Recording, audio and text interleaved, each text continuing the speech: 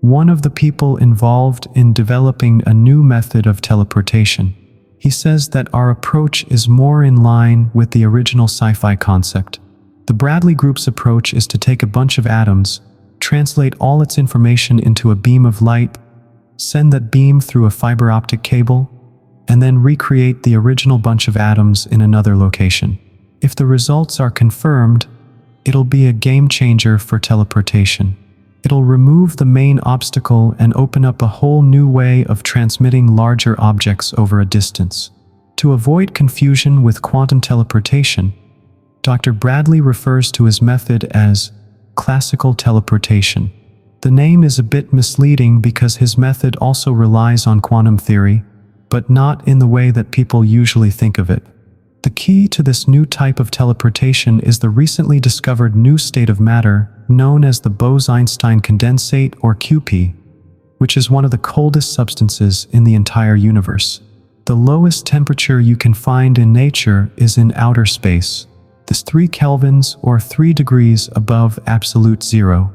This is because of the leftover heat from the Big Bang, which still fills the universe, but exists at a temperature of 1/1,000,000th to 1/1000,000th of a degree above absolute zero. The only way to get that kind of temperature in a lab is to cool some matter down to almost absolute zero.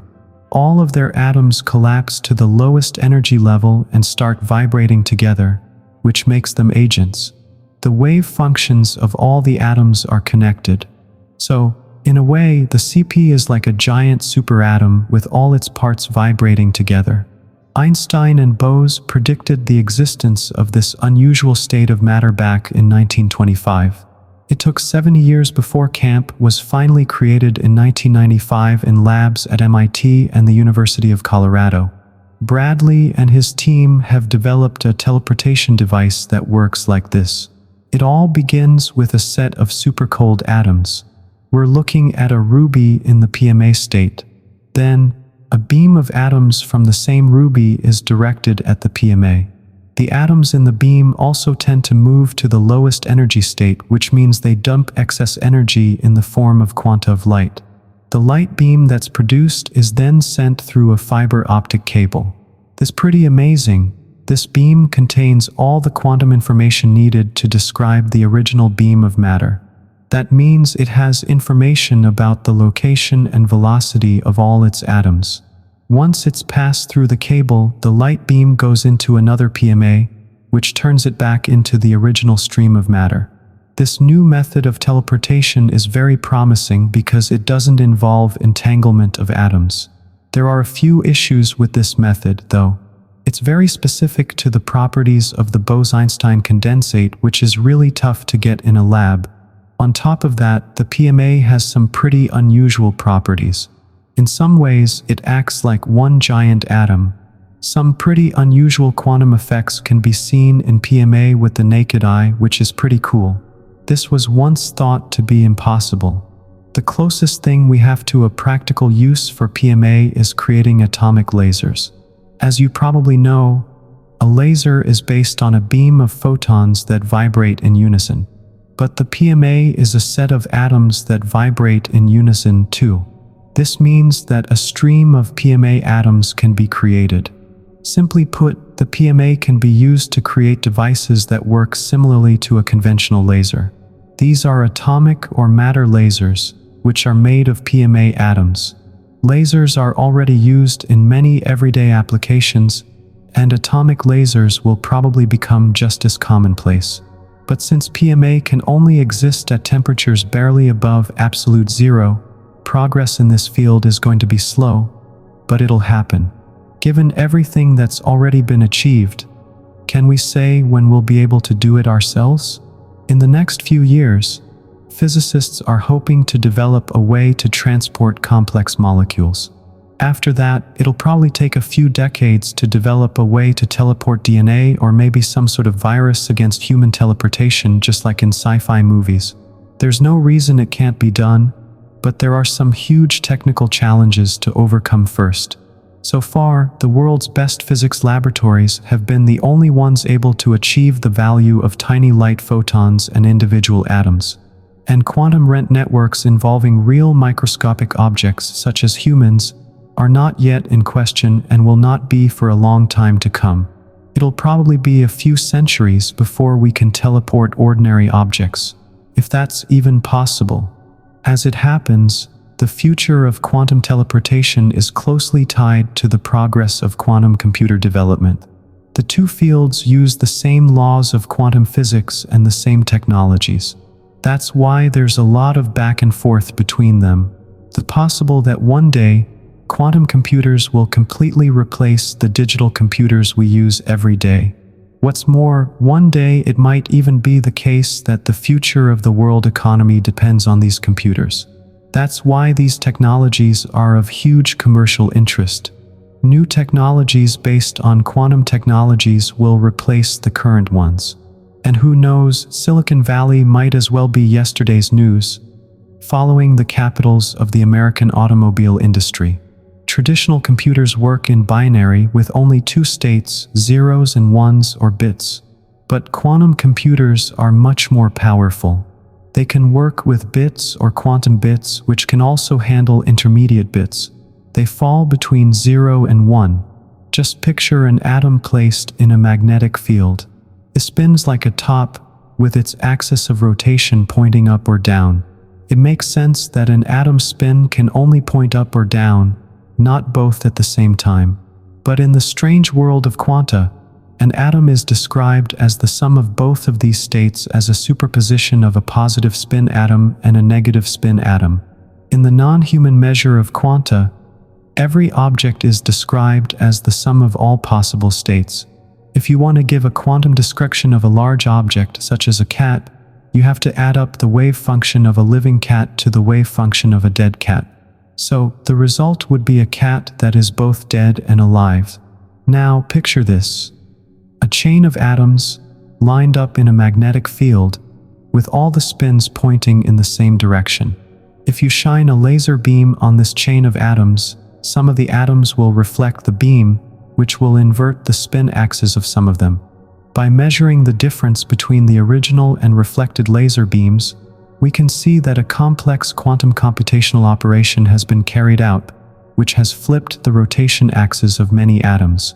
The thing about quantum teleportation and quantum computers is that they both require maintaining a large number of atoms, which is a bit of a problem. If we can solve this problem, it'll be a huge step forward for both fields.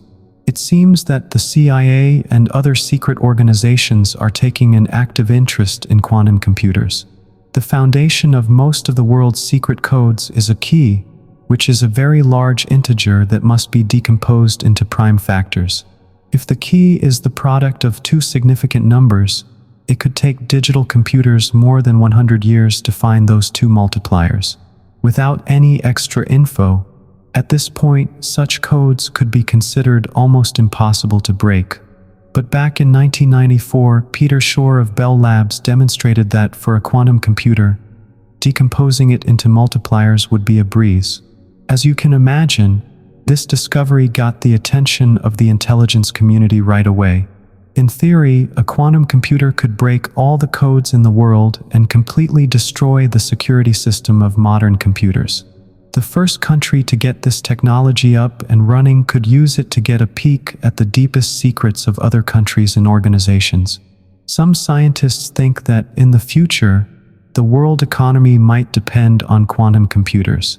It's thought that silicon-based digital computers will eventually reach their physical limits. If the technology is to keep advancing, new, even more powerful families of computing hardware will likely need to be created. Other scientists are looking to quantum computers to help them understand how the human brain works. So it's a pretty high-stakes situation. If we crack this as a rent network, we might be able to do more than just teleportation. It's possible that quantum computers will let us develop a whole range of new technologies in ways we don't even know yet. As I've already mentioned, it's really tough to keep things stable in the lab. Even the slightest random vibration can disrupt the two atoms and undo all your hard work. Today, we're still struggling to maintain a network of just a few atoms.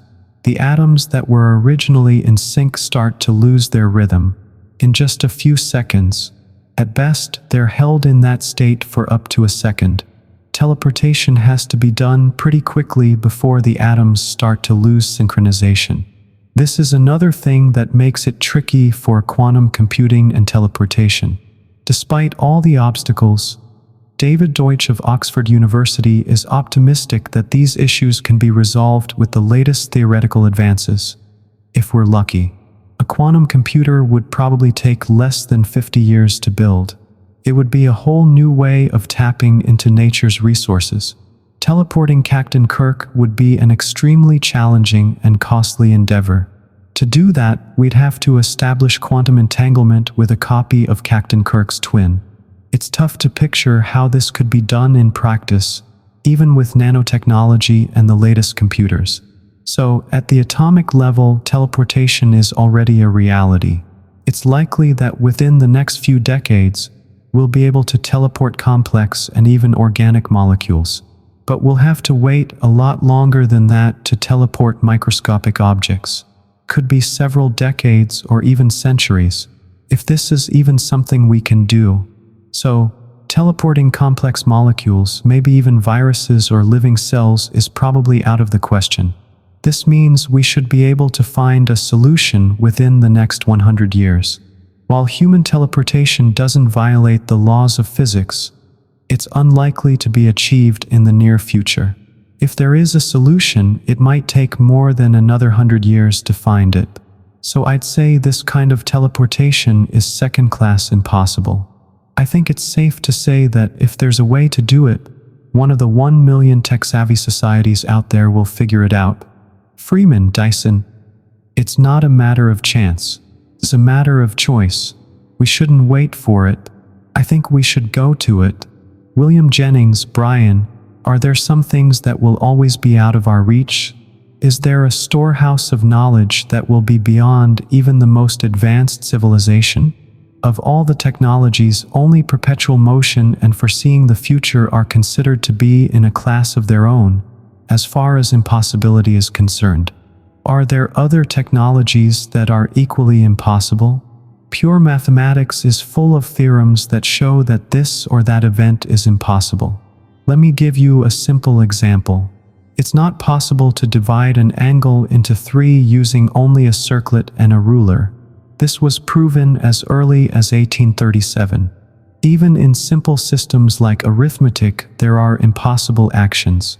As I said, you can't prove all true statements in arithmetic using only the postulates of arithmetic. There will always be some true statements that can only be proven within the larger system of arithmetic. So, in math, there are things that are impossible. But in physics, it's not wise to say that some event or action is absolutely impossible. I'd like to remind you of the speech that Nobel laureate Albert Einstein gave in 1894 at the opening of Pearson's Physics Laboratory at the University of Chicago. Michael Olson said that it's impossible to discover any new physics. All the most important fundamental laws and facts of physical science have already been discovered and are well established. It's pretty unlikely that they'll ever be replaced by other laws and facts as a result of new discoveries. Going forward, we should only expect new discoveries in the 6th decimal place.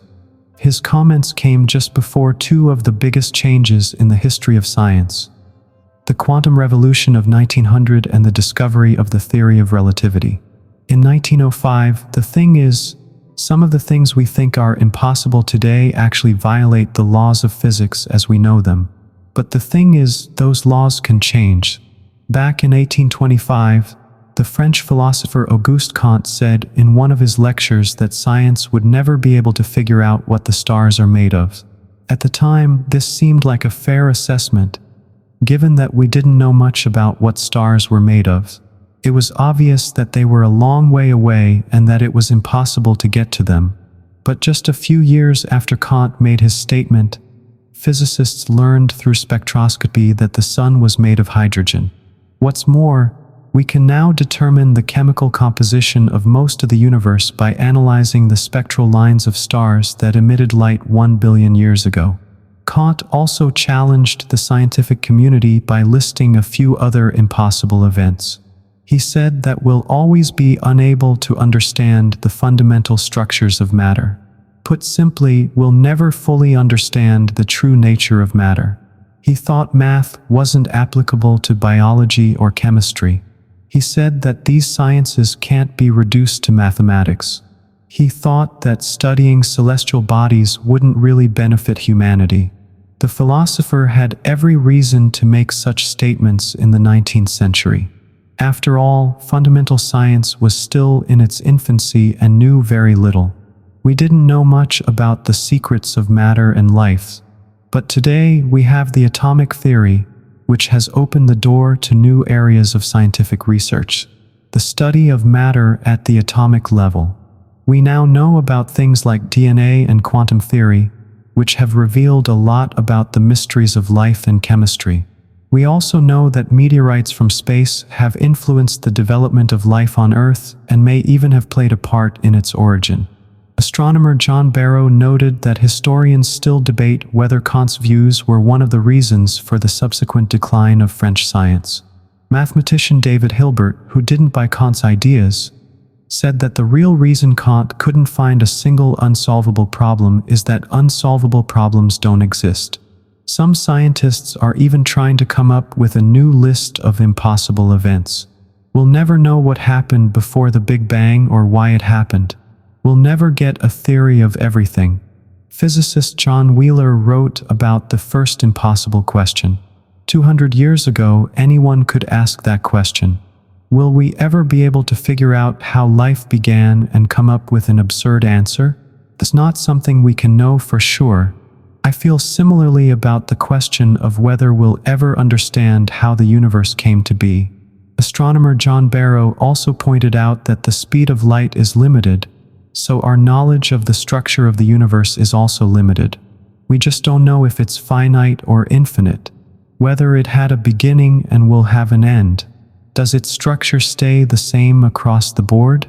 And at the end of the day, is the universe ordered or not?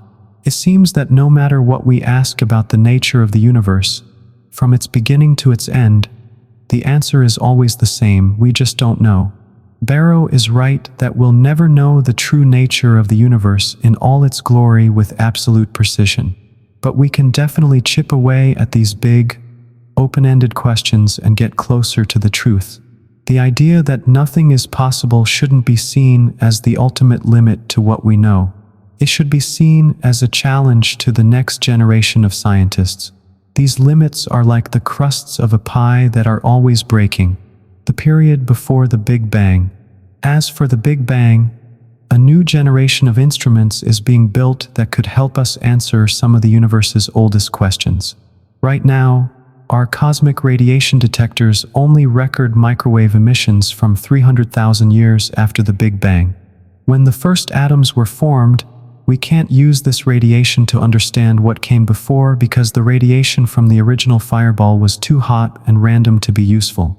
But we might be able to get a little closer to the Big Bang by analyzing other types of radiation. For instance, there's a lot of fascinating data to be gathered from studying neutrinos. Neutrinos are so hard to detect that they can fly through a lead balloon the size of the solar system. So, studying neutrinos can tell us what was going on just seconds after the Big Bang. The last piece of the puzzle in understanding the Big Bang may be gravitational waves, which are like ripples in the fabric of space and time. Rocky Kolb, a physicist at the University of Chicago, says that by determining the properties of the neutron background, we can look into what happened 1 second after the Big Bang. But gravitational waves and inflation zones came into being in the universe 10 to minus 35 degree seconds after the explosion. Einstein first predicted gravitational waves in 1916.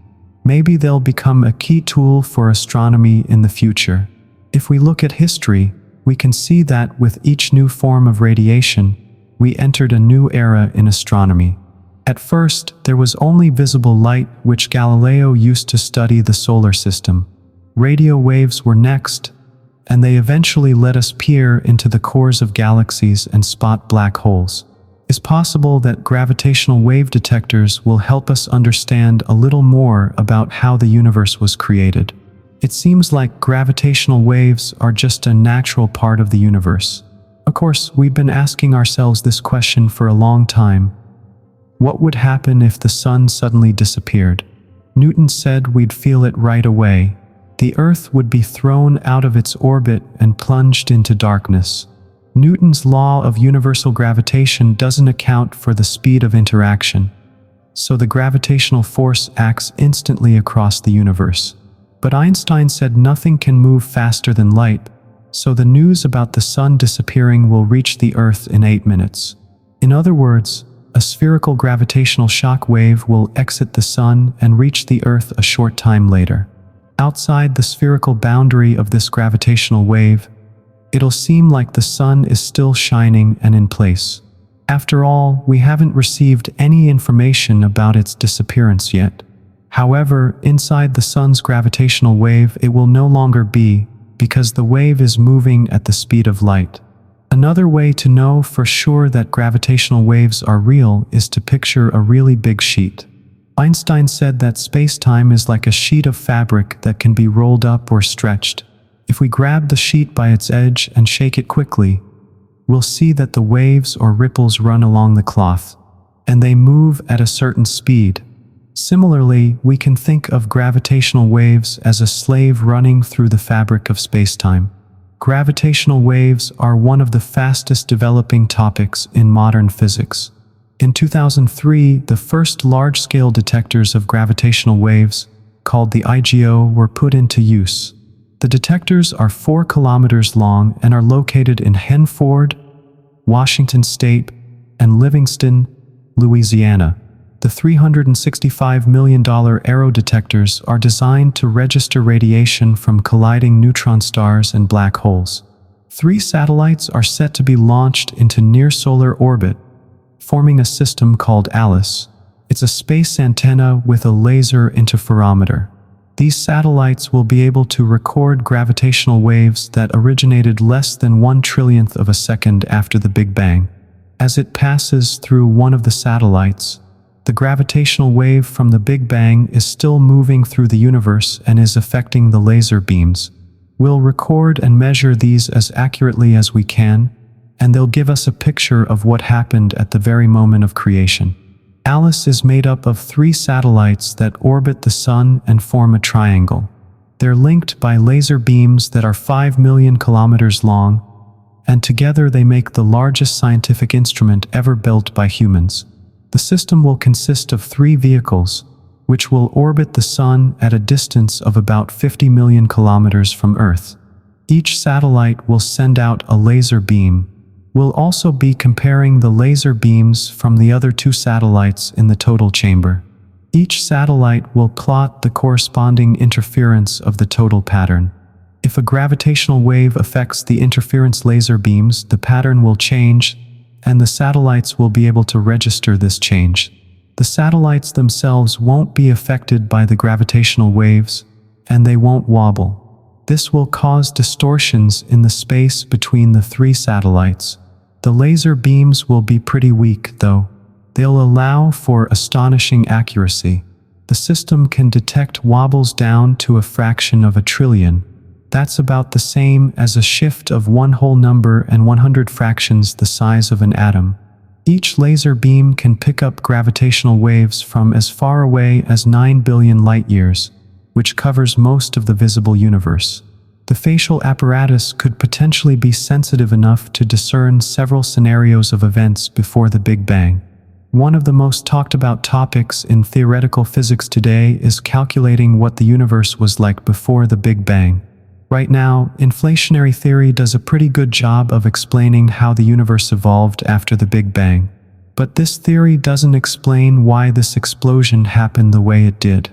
The aim is to work out, using different rough models of what happened before the Big Bang, what the gravitational radiation must have been like at the time of the explosion.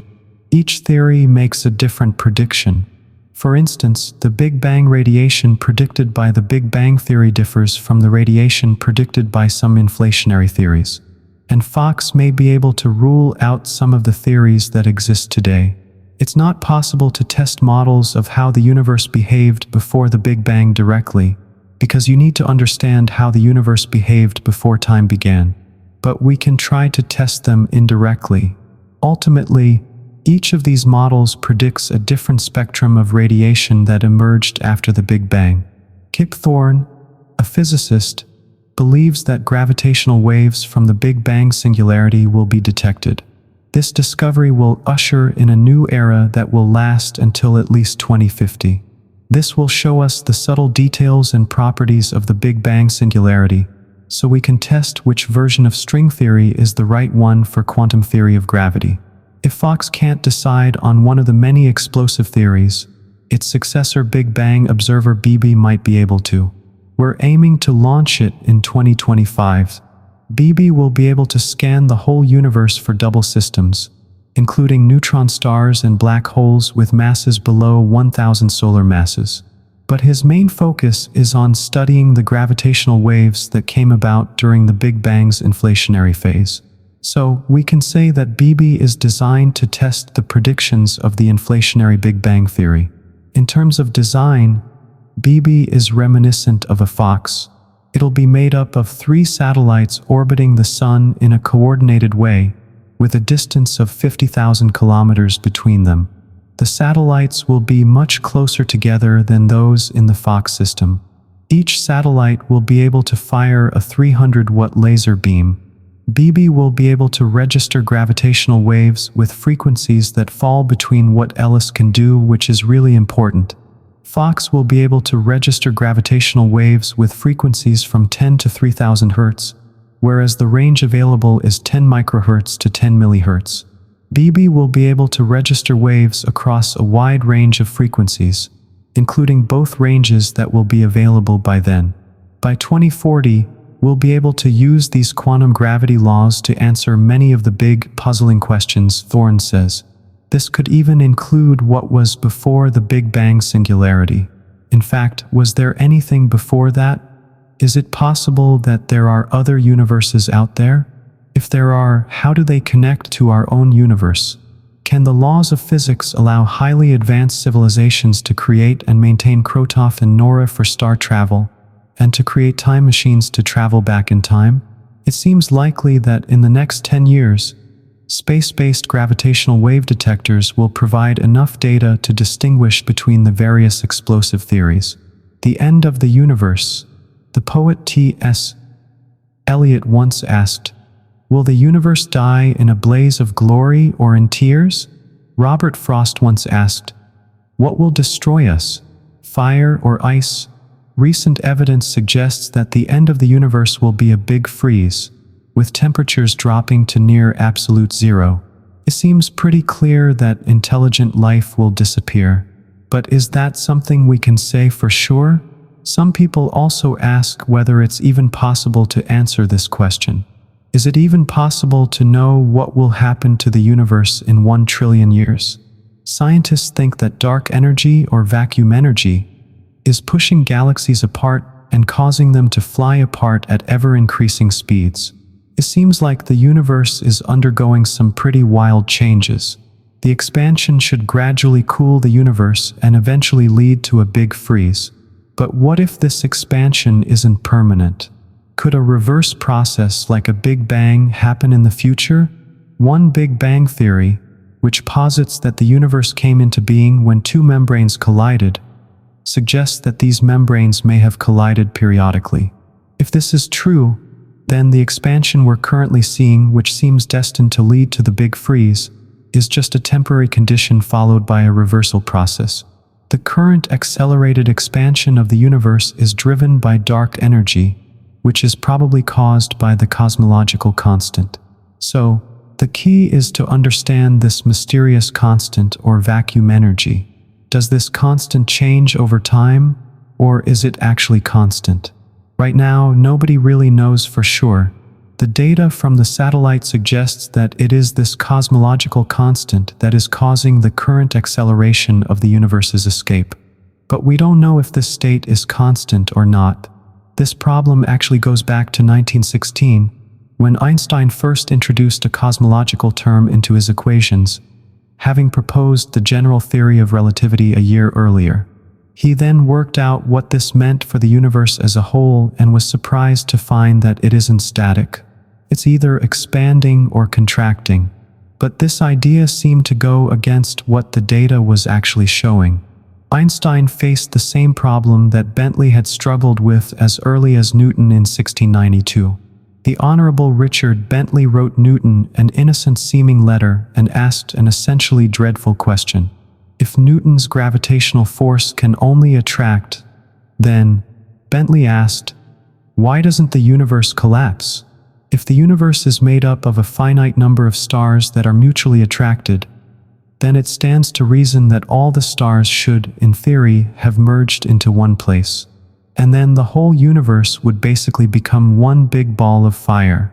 Newton was pretty upset by this letter because it highlighted a major flaw in his theory.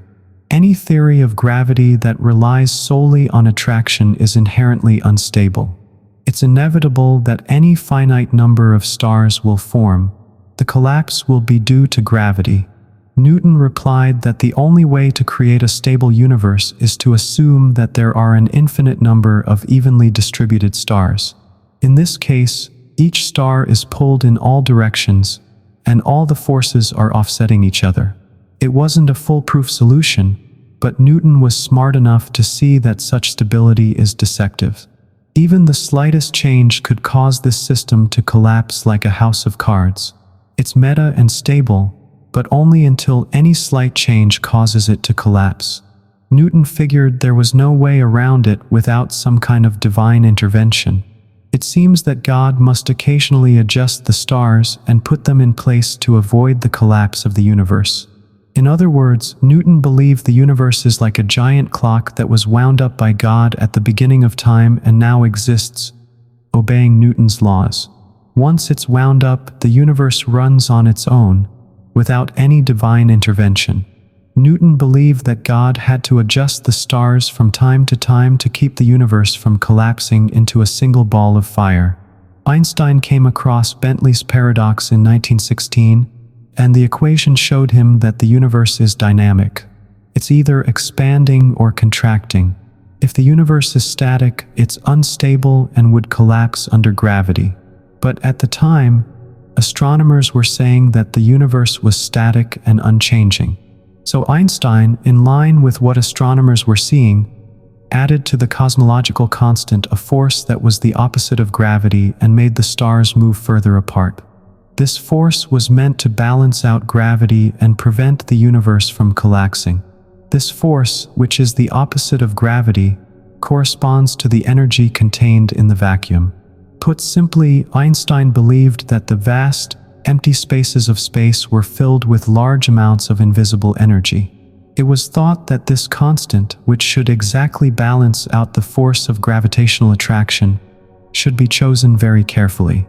Later on, in 1929, when Edwin Hubble proved that the universe was actually expanding, Einstein admitted that the cosmological constant was his biggest mistake. It turns out that 70 years later, Einstein's mistake with the cosmological constant might still be the largest source of energy in the universe. It accounts for 73% of the energy in the universe. By comparison, the elements that make up our bodies represent just 0.3% of the universe. It's even possible that Einstein's mistake will decide the fate of the universe.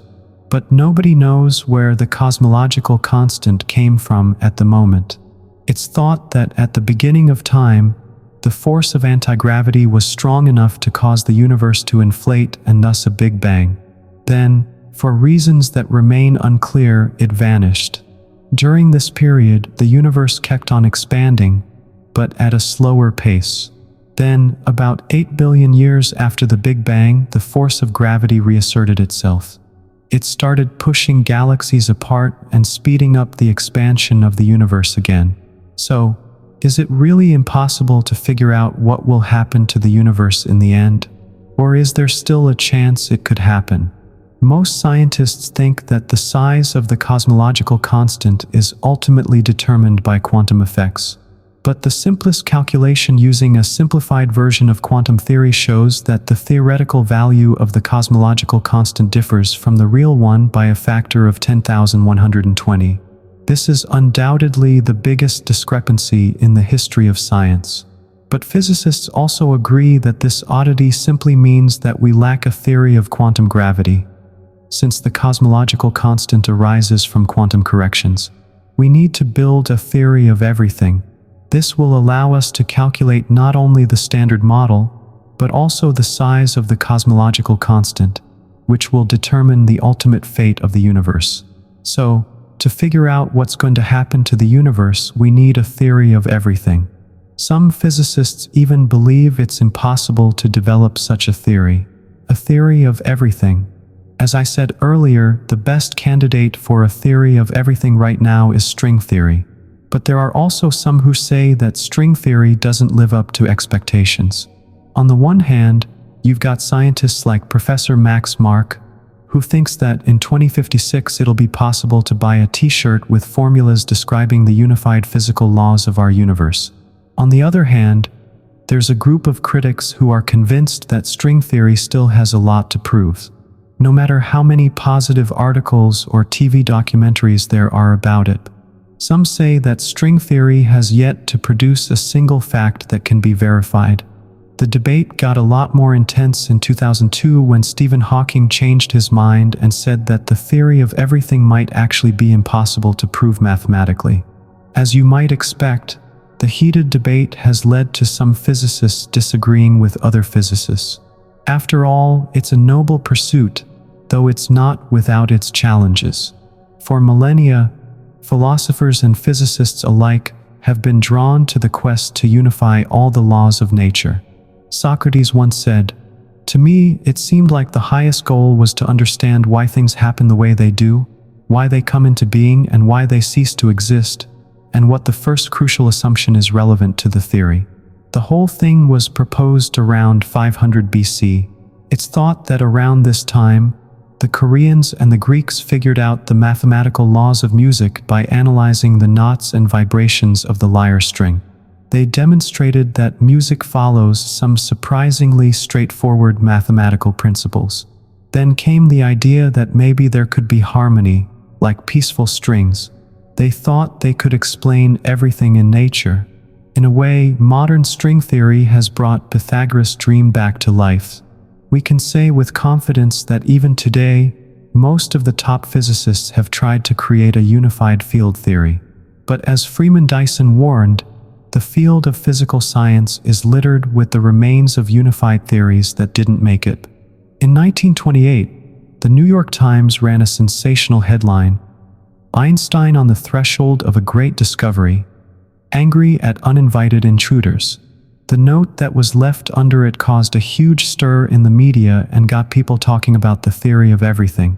It also brought public tensions to a critical point. The headlines said that Einstein was caught up in the excitement around the new theory and kept 100 journalists waiting for a week. Dozens of journalists camped out around his home in Berlin, keeping a 24-hour watch, hoping to catch a glimpse of the genius and get some exclusive material. They took care of those. Einstein was forced to go into hiding. Astronomer Arthur Ellington wrote to Einstein, "I thought you might be amused to hear that one of London's largest department stores, Fred Jess, has put up a display featuring your article. They've placed the 6 pages in a row on one stand so that passers-by can read it from beginning to end. The window displays attract a lot of attention, and lots of people read them." In 1923, Einstein put forth his own unified field theory, which he worked on assiduously until his death in 1944. In 1946, Erwin Schrödinger, one of the founders of quantum mechanics, held a press conference to announce his unified field theory. Even Irish Prime Minister Eamon de Valera showed up at the press conference. Valera, when a reporter asked him what he'd do if his theory turned out to be wrong, Schrödinger replied, "I'm confident I'm right, but if I'm wrong, I'll look pretty foolish." Schrödinger was actually offended when Einstein politely pointed out the flaws in his theory. The most vocal critic of all was Wolfgang Pauli, a physicist. He gave Einstein a bit of a telling off by paraphrasing the Bible. So, what God has separated, let's not try to combine. He was quick to criticize any new theory that was still underdeveloped, and he didn't hold back with his sarcastic remarks. This theory wasn't even wrong. Interestingly, even Pauli, who was known for being a skeptic, was swept up in the general enthusiasm. In 1915, he and Werner Heisenberg put forth their own unified field theory. In 1958, Pauli presented his unified Heisenberg theory at Columbia University.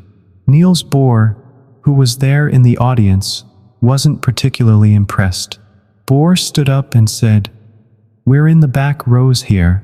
We have to say that we're not convinced your theory is entirely sound, but we're split on whether it's insane enough. The theory has been criticized because all the obvious versions of the unified theory were already considered and rejected. A true unified field theory had to look completely different from all previous versions and seem like a total surprise. Pauli's Heisenberg theory was just too traditional, too conventional, too commonplace, too common sense to be true." That same year, Pauli was pretty upset when Heisenberg said on the radio that their general theory was missing just a few technical details. Pauli sent a letter to his friends with an empty rectangle and a signature underneath. "So I'd like to show the world that I can draw like Titian. My drawing just needs a few technical details. So far, the only theory that could possibly be a theory of everything is string theory. But it's also prompted some negative reactions. Some people say that if you want a permanent position at one of the best universities, you have to work on string theory. If you don't work on this theory, you'll be out of a job, is the latest trend. And of course, physics is suffering as a result. I just have to laugh when I hear statements like that. At the end of the day, physics, like any other field, is subject to trends and fads. The fortunes of great theories, especially those born at the cutting edge of human knowledge, can take unexpected and even accidental turns. As a general rule, things changed not so long ago. Historically, it was string theory that was seen as a bit of a renegade and the victim of the mainstream.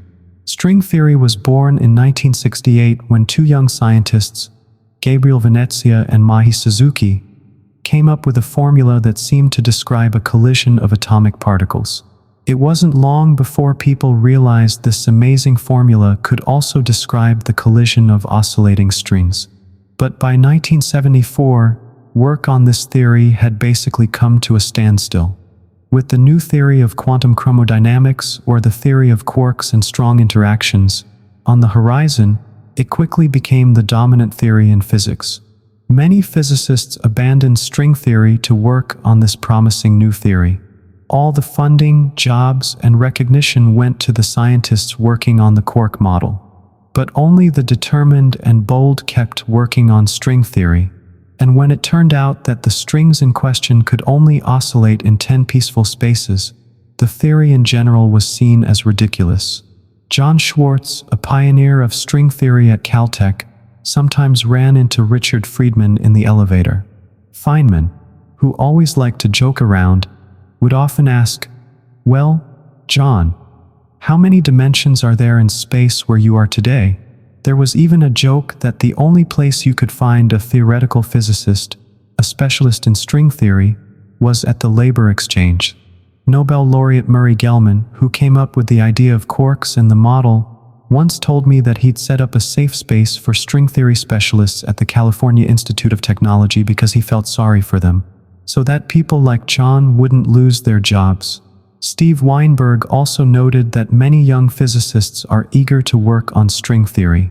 He said that, at the moment, string theory is the only contender for the definitive theory. So, will we see many capable and young theorists turning their backs on it? Is string theory really impossible to test? One of the main reasons people don't like string theory is that it can't be tested. Those who are skeptical of the theory say that to really test it, we'd need to create a particle gas pedal on a galactic scale. But critics forget that a lot of things in science aren't done directly. It's often easier to get results indirectly. Nobody has ever gone to the sun to make direct measurements. But we can analyze the spectral lines of sunlight, so we know that the sun is made of hydrogen. Or take black holes, for example. The theory of black holes actually goes back to 1783, when John Michell published a paper in the Philosophical Transactions of the Royal Society. He suggested that a star could be so massive that all the light studied by such a body would be forced back to it by its own gravity. For several centuries, Mitchell's dark star theory was basically ignored because it was impossible to test it directly. In 1939, Einstein even wrote a paper proving that such a dark star could not form naturally. The main argument was that dark stars can't be detected because they're invisible by definition. But today, we have great evidence for the existence of black holes thanks to the Hubble Space Telescope.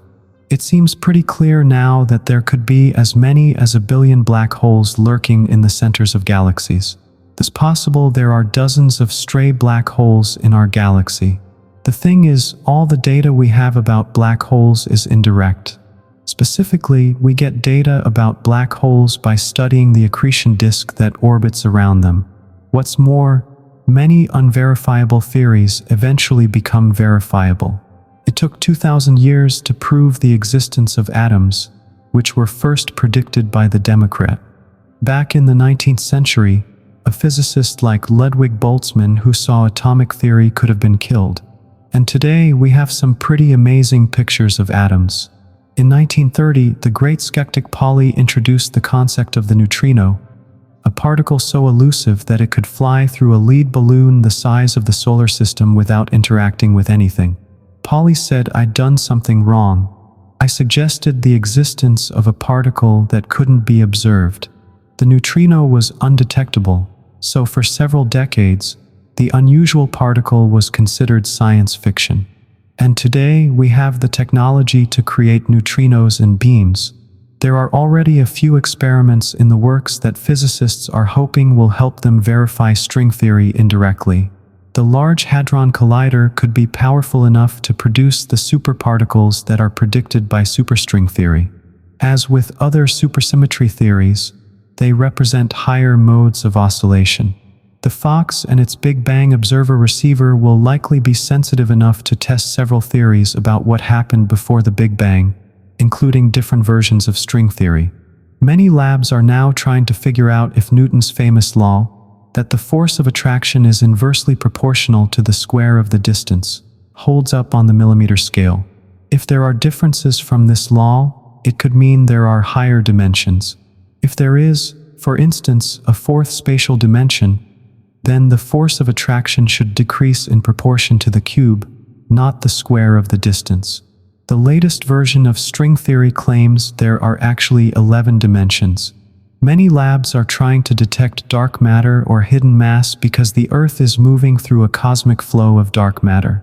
String theory lets us make specific, testable predictions about the physical properties of dark matter because it probably represents higher string vibrations. For instance, take Fatima. We're hoping that a series of additional experiments, such as the neutrino polarization experiments being conducted at the South Pole, will enable us to detect black many holes and other strange objects by analyzing cosmic ray anomalies with energies greater than those of the particles in the Large Hadron Collider. Experiments with cosmic rays from the collider will lead to some fascinating new discoveries. Some physicists believe that the Big Bang could have accelerated a tiny superstring to truly cosmic proportions, beyond what the standard model allows. Tufts University physicist Alexander Minkin has this to say on the matter. One really interesting possibility is that superstrings could reach astronomical scales. If that happens, we'll be able to see them in the sky and test string theory for ourselves. It's pretty unlikely that we'll find a giant relic superstring in space, preserved from the Big Bang. In 1980, Stephen Hawking reignited interest in the theory of everything. He gave a lecture called "Is the End of Theoretical Physics Near?" where he said, "Maybe we'll see a complete theory in the lifetime of some of the people here." He said there's a 50% chance a complete and final theory will be found within the next 20 years. But when the year 2000 came and there was still no consensus on a theory of everything, Hawking changed his mind and moved the same 50% probability to the next 20 years. Then, in 2002, Hawking changed his mind again and said that the incompleteness theorem might have shown that his original thinking was wrong. He wrote, "Some people will be really disappointed that there's no one simple, complete theory that can be put into a few short sentences. Hegel's theorem means there'll always be work for mathematicians. I believe the theorem will have a similar impact on physicists. His arguments aren't new because math isn't complete, and the language of physics is basically math. Physicists will always be around, and there's nothing we can do about that. The same goes for true statements. So, a theory of everything is out of our hands. The incompleteness theorem, which put an end to the idea that all true mathematical statements had been proven, would also make it impossible to create a theory of everything." Freeman Dyson put it better. Hegel showed that the world of pure mathematics is endless. It's not possible to define all of mathematics with a finite number of axioms and logical rules. I hope there's a similar situation in the world of physics. If I'm right about the future, then the world of physics and astronomy is also boundless. No matter how much time passes, we'll always see something new and learn something new. There will always be new things to look into. The domain of life, consciousness, and memory is constantly growing. John Barrow, an astrophysicist, summed up this logical approach like this: "Science is based on mathematics. Mathematics can't uncover all truths. So, science can't reveal all the truths. It's possible this kind of argument is true, but it might not be. There are some potential drawbacks to this way of thinking, though. Most professional mathematicians don't tend to think about the incompleteness theorem when they're doing their work. The thing is, the theorem of incompleteness looks at statements that refer to themselves. In logic, these types of statements are we call them, let's look at a few examples of paradoxical statements. This statement is incorrect. I'm sorry, but I have to say that I am a liar. There's no way to prove this statement. If the statement is true, it also means that it is false. If the statement is false, then it's true. The same is true in the second case. If I'm being truthful, it also means I'm being untruthful. If I'm lying, then I'm telling the truth. In the latter case, if the statement is true, there's no way to prove it. The second statement is what's known as the liar's paradox. A shark philosopher usually illustrated this paradox with the following statement: "All peasants are liars." St. Paul didn't get what this statement meant and wrote about it in his letter to Titus. The Creator said the peasants are always liars, evil beasts, wombs, and lazy witnesses 11 times. This one seems fair enough. The incompleteness theorem is based on statements like, "This statement cannot be proved using the axioms of arithmetic." It's a complex web of similar self-referential paradoxes. Hawking uses the incompleteness theorem to show that a theory of everything is impossible. He says the main point of Hegel's theorem is that math is the most relatable subject, and that physics also has this problem. It's not possible to separate the observer from the process of observation. This means that physics will always be self-referential. Ultimately, we can't escape the universe. After all, the observer is also made up of atoms and molecules, so they're also a part of the experiment they're running. But there's a way around Hawking's objections that avoids the paradoxes inherent in Hegel's theorem. Professional mathematicians today do something pretty straightforward. They make a point of leaving out the most input statements from their work from the start. This means we can get around the incompleteness theorem. As a general rule, the rapid growth of mathematics since then has been achieved by turning a blind eye to his theorem, not completeness. That is, recent work doesn't include the most relatable statements. Similarly, it might be possible to come up with a theory of everything that explains all the known experimental data, even though there's still a lot of debate about how to separate the observer from the observed phenomenon. If such a theory of everything can explain everything from the Big Bang to today's visible universe, it won't matter how exactly we describe the interaction between the observer and the observed. What's more, we can look at one of the ways we can tell if a theory is right. The bottom line is that the conclusions should be completely independent of how exactly we separate the observer and the observable. To elaborate, nature has no limits and is endless, even if it's based on just a few principles. Let's consider a game of chess. If you asked an alien from another planet to figure out the rules just by watching the game, what would they say? After a while, the alien will be able to tell you with confidence how pawns, bishops, and kings move.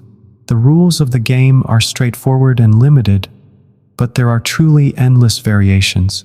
Likewise, the laws and rules of nature, which might be simple, are finite, but the ways these rules can be applied are endless. Our objective is to identify these rules. In a way, we already have a complete theory of many phenomena. Nobody has ever seen Maxwell's equations for light broken. The Standard Model is often called the theory of everything. Just for a moment, imagine that we could get rid of gravity. If that's the case, the Standard Model is a reliable theory of all phenomena except gravity. This theory may not be the most elegant, but it gets the job done. Even the incompleteness theorem doesn't stop us from having a reasonable theory of everything except gravity.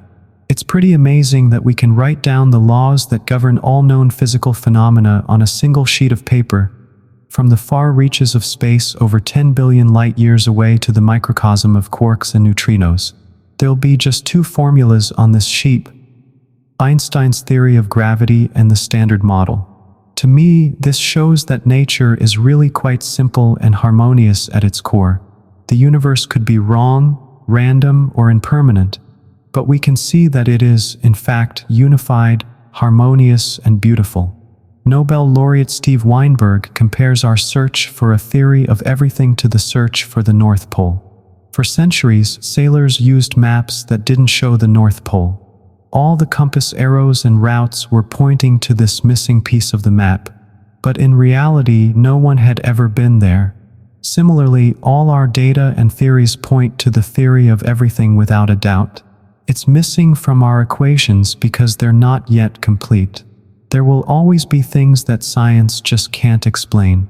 There are objects and phenomena out there that we can't investigate. For instance, we don't know exactly where electrons are or if there's a world on the other side of the speed of light. But I firmly believe that the fundamental laws of cognition are limited to what we can comprehend. And the next few years could be the most interesting in the history of physics. After all, we have new tools for exploring the universe, including particle accelerators, space detectors, and gravitational wave detectors. We haven't reached the end of the road yet. Instead, we're on the cusp of a new era in physics. But no matter what we find out, there'll always be new frontiers waiting for us to explore. If time travel is possible, where are the tourists from the future? Stephen Hawking. Time travel goes against the grain of what we think is possible, Philby said. What does he mean by common sense? I asked the time traveler to clarify. Herbert Wells touches on this in his novel, The Janus Equation. In his work, writer Stevens looks at one of the most heartbreaking personal issues that can arise from time travel. The book's plot revolves around a brilliant mathematician who's on a mission to solve the mystery of time travel. He meets an unusual beauty, and they fall in love. But he doesn't know anything about her past. We're here to teach and encourage curiosity. He tries to find out who his mysterious lover is. It gradually comes out that she had plastic surgery and changed her sex, and she had also undergone surgery. As it turns out, she's actually a time traveler from the future. As if that weren't enough, she's actually him, just from the future. It turns out he was having sex with himself. It's interesting to think about what would have happened if they had a child and that child went back in time, grew up there, and became a mathematician. It was the same person who showed up at the start of the story. Is it possible to be your own mother, father, son, or daughter? How would you go about changing the past tense? One of the biggest mysteries of the universe is how the river of time takes us all, regardless of our desires and even against our will. Back in 400 AD, Blessed Augustine wrote a lot about the strange nature of time. And how can we say these two times are past and future, when the past no longer exists and the future doesn't yet exist? If the present always stayed the same and didn't move into the past, it wouldn't be time anymore, it would be eternity. If we follow Augustine's line of thinking, it seems that time is actually impossible because the past is already gone. The future isn't real, and the present is only real in the moment. After this line of thinking, Blessed Augustine raises some big questions about how time affects God. These are questions that still have meaning today. If God, who is all-knowing and all-powerful, wrote Blessed Augustine, is he constrained by the passage of time? Put another way, does God have to rush around, being late for an important meeting as we mortals do? Augustine ultimately decides that God is all-powerful and therefore cannot be constrained by anything, including the passage of time. So, it seems fair to say that he must exist outside of time. At first glance, the idea of existence outside of time seems pretty absurd. It's one of those ideas that keeps coming up in modern physics. Like Blessed Augustine, we've all thought about the strange and mysterious nature of time and how it's different from space at least once. If we can move in any direction in space with ease, why is time any different? We've all also thought about what the future holds for humanity. We all have a limited time on this earth, but we're all really curious about what the future holds. What happens after we're gone? I think it's safe to say that the desire to travel through time was born with man himself. The first recorded story about time travel memoirs is from Samuel Slow and dates back to 1733, which was the 200th anniversary. The story is about an angel from 1997 who traveled 250 years back in time to deliver documents describing the world of the future to the British ambassador. Later on, there were lots of similar stories. In 1838, an anonymous author published a work called Waiting for Stagecoach. Anachronism. His main character is waiting for a stagecoach when he suddenly finds himself transported 1,000 years into the past. He meets a monk from an ancient monastery and tries to tell him how history will play out over the next 1,000 years. Sometime later, he's suddenly transported back again. And now, back to the present. The only thing is, his stagecoach has already left for its journey. Time travel shows up in some surprising places, like Charles Dickens' 1843 novel A Christmas Story. The characters in the novel they're taken to the past and future and shown what the world was like before and what it'll be like after they die. Time travel first appeared in American literature in Mark Twain's 1889 novel, A Connecticut Yankee in King Arthur's Court.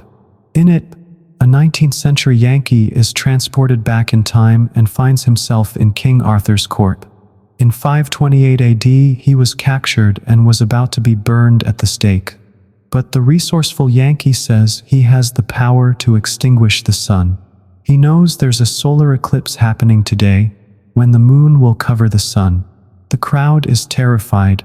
The Yankees let go and show mercy, but he returns the sunlight to them. But the first serious attempt to explore time travel in fiction was H.G. Wells' classic novel, The Time Machine.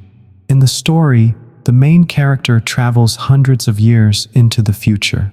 As it turns out, in this far-off future, humanity has been split into two groups. One is made up of warlike sailors who tend to the grim underground machines. The other is made up of unemployed, childlike people who rejoice and dance in sunny glades. They have no idea or expectation of the terrible fate that awaits them with the United Sailors. After H.G. Wells, time travel became a common element in science fiction, from Star Trek to Back to the Future. In the movie Superman, the main character, upon learning of Lois Lane's death, decides to try to turn back the hands of time. He starts to run around the Earth as fast as he can, going faster than the speed of light until time itself reverses. The Earth slows down its rotation, stops, and then begins to spin backwards. All the clocks on Earth start counting down. The floodwaters rush back with a roar. The damaged levees are fixed, and Lois Lane is brought back to life. From a scientific standpoint, it's clear that time travel is not possible in a universe where time flows evenly and linearly. Once something happened, it couldn't be changed, no matter what. On Earth, 1 second was equal to another. In any other part of the universe, Einstein showed that this idea was wrong. He said that time was more like a winding river that crisscrossed the universe. But the loops of stars and galaxies mean it speeds up and slows down, so 1 second on Earth isn't the same as absolute time. It flows differently at different points in the universe. Einstein's special theory of relativity suggests that time slows down in a rocket the faster it moves. Some science fiction writers have even suggested that if you can overcome the light barrier, you can go back in time. As a matter of fact, that's not possible. Reaching the speed of light would require acquiring infinite mass, which is impossible. The speed of light is the limit for any rocket. In Star Trek IV, The Voyage Home, the Enterprise crew abducted the Clinton spaceship. They used a gravity maneuver around the local sun to disperse the ship, break the light barrier, and end up in 1960s San Francisco. This actually goes against the laws of physics. That said, it is possible to travel to the future, and it has been confirmed 1 million times in experiments. It's even possible for a time machine hero to travel to the distant future. If an astronaut is traveling at light speed, it could take them about a minute to reach one of the nearest stars. On Earth, for years will pass, but for him personally, time will only move at a pace of 1 minute because time in the ship will slow down significantly. It'll turn out that the astronaut will have spent 4 years in the future of the Earth. In a nutshell, our astronauts embark on a brief journey into the future with each spaceflight. So far, they're flying around the Earth at about 8 kilometers per second. Their watches are running a little slower than ours here on Earth. It's been calculated that during their year-long stint on the space station, they'll have made it into the future by the time they get back to Earth.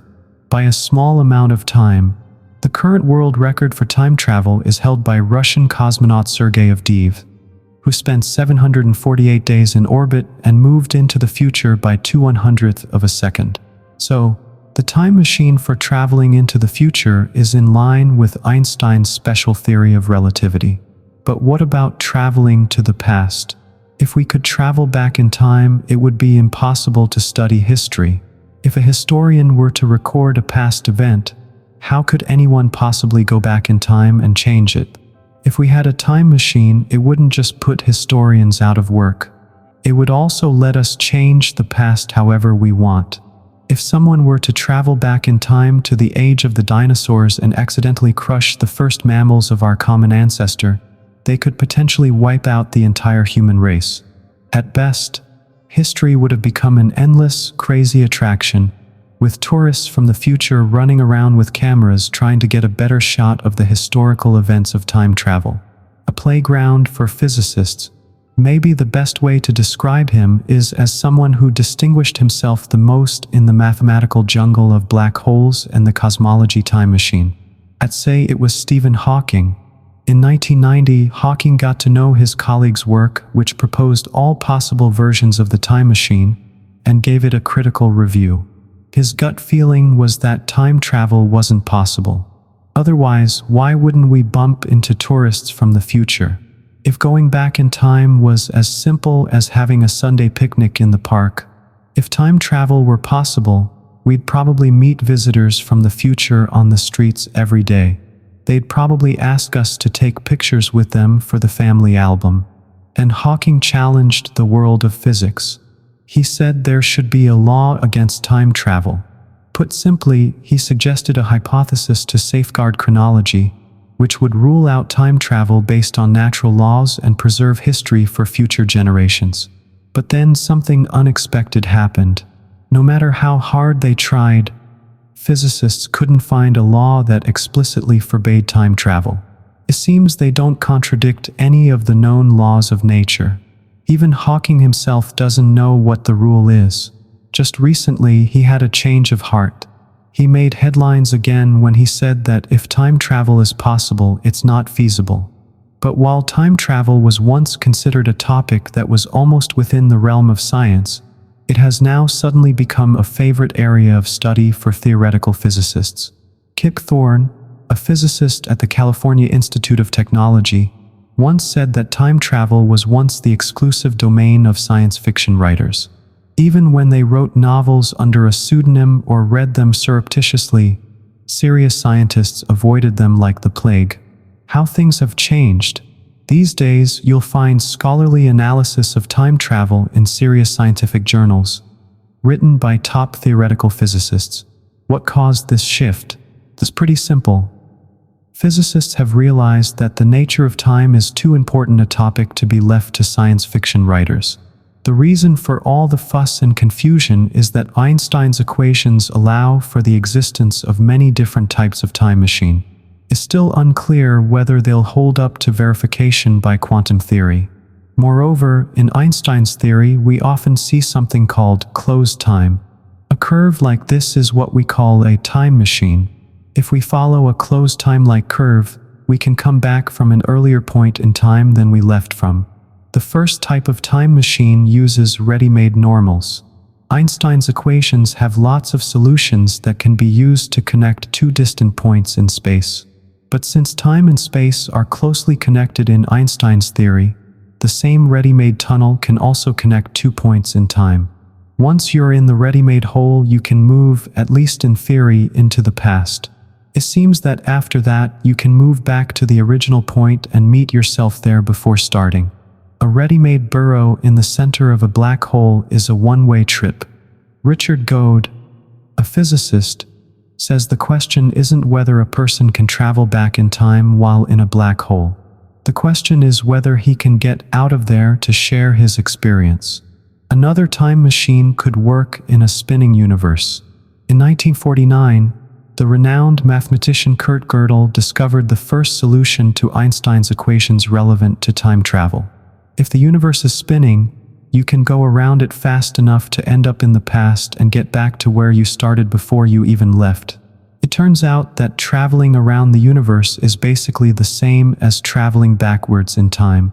When the astronomers showed up at the Institute for Advanced Study, Handel often asked if there was proof that the universe was spinning. Unfortunately, they said that the universe is definitely expanding, but that the total spin is probably zero. Otherwise, time travel would probably become commonplace, and our understanding of history as we know it would change completely. Another possibility is that if you move around an infinitely long rotating cylinder, you'll probably return before you set off.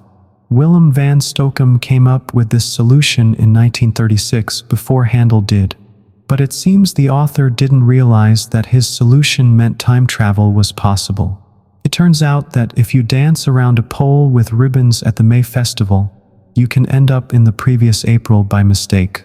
The issue is that the cylinder has to be infinite and rotate so fast that most of the materials can't handle it and will fall apart. The latest development in time travel was made in 1995 by Richard Goth of Princeton. His solution is based on the discovery of giant cosmic strings in space, which could be the remnants of the Big Bang. He suggested that if two cosmic strings were about to collide, if you quickly circle these strings, you'll be transported back in time at the moment of collision. The benefit of this approach is that it doesn't require infinite spinning cylinders, spinning universes, or even black holes. The issue is that you'd have to first locate these massive cosmic strings in space and then orchestrate a specific type of collision. On top of that, the route to the past will only be accessible for a brief period. The forecast is for a collapse. The string loop is big enough that you can loop it around once and back. This would take us 1 year back in time. In terms of energy and mass, it should be more than half the galaxy. But the most promising time machine scheme is the one developed by Krotov and Nora twins. It involves holes in space-time that allow a person to freely move forward and backward in time. The Krotov and Nora models are both theoretically reversible. This means you can not only travel faster than light, but also through time. The key to Nora and Krotov's inversion is the time machine has a negative energy field, which is great for the reversible mole. I think their burrow must consist of 2 chambers. Each chamber is made up of 2 concentric spheres with a tiny gap between them. If we turn the outer sphere inwards towards the inner sphere, there will be a Casimir effect between the 2 spheres, which will result in negative energy. Let's assume that some Type 3 civilization is able to put a hole between the 2 chambers. It might be possible to construct it from spatial temporal foam. Next, we send the first chamber into space at near light speed. Time in this chamber slows down, and the clocks in the 2 chambers stop working together. The time in the 2 chambers of the United Mole and Noga moves at different speeds. If you're in the second chamber, you can use Krotov and Noga to get to the first one, which is in an earlier time, and be in the past. There are some pretty big challenges involved in making this plan a reality. For instance, a row of Nora may be really tiny, smaller than the size of an atom, and concentric spheres may need to be compressed to Bank-scale distances to get enough negative energy. And finally, you'll only be able to go back in time to the exact moment this time machine was created. After all, up until that point, time in both chambers ran perfectly in sync. Time travel presents a number of challenges, both technical and social. Larry Mayer brings up all kinds of moral, legal, and ethical questions. He also asks whether a time traveler should be held responsible if he beats himself. Or is it only a problem if the time traveler is younger, or if they commit murder and run away to the past?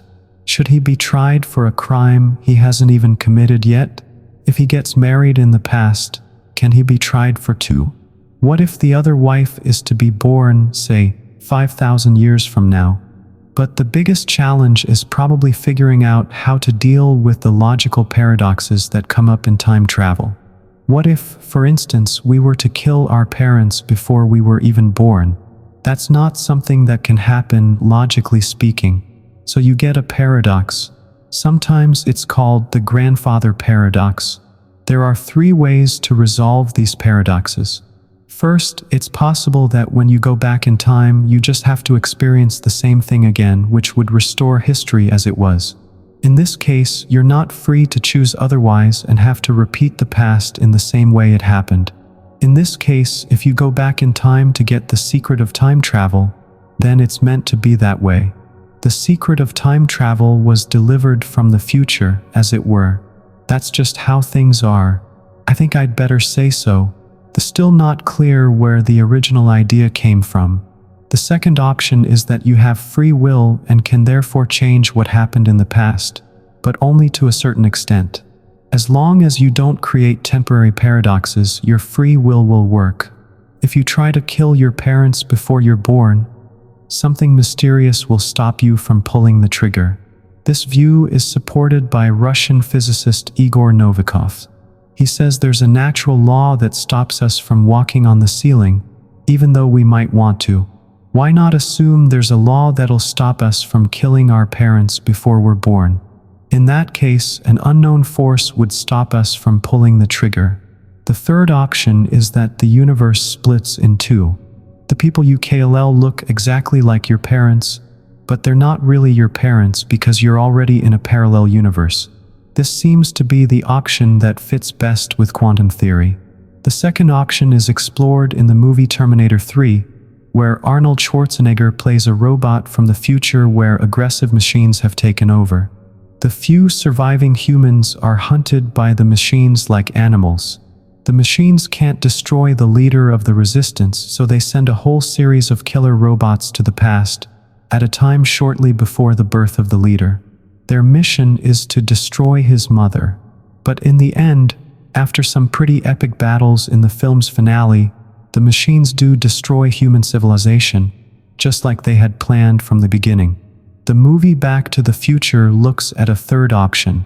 Dr. Brown develops a plutonium-powered machine based on Lauren's old car. It's actually a time machine that lets you travel back in time.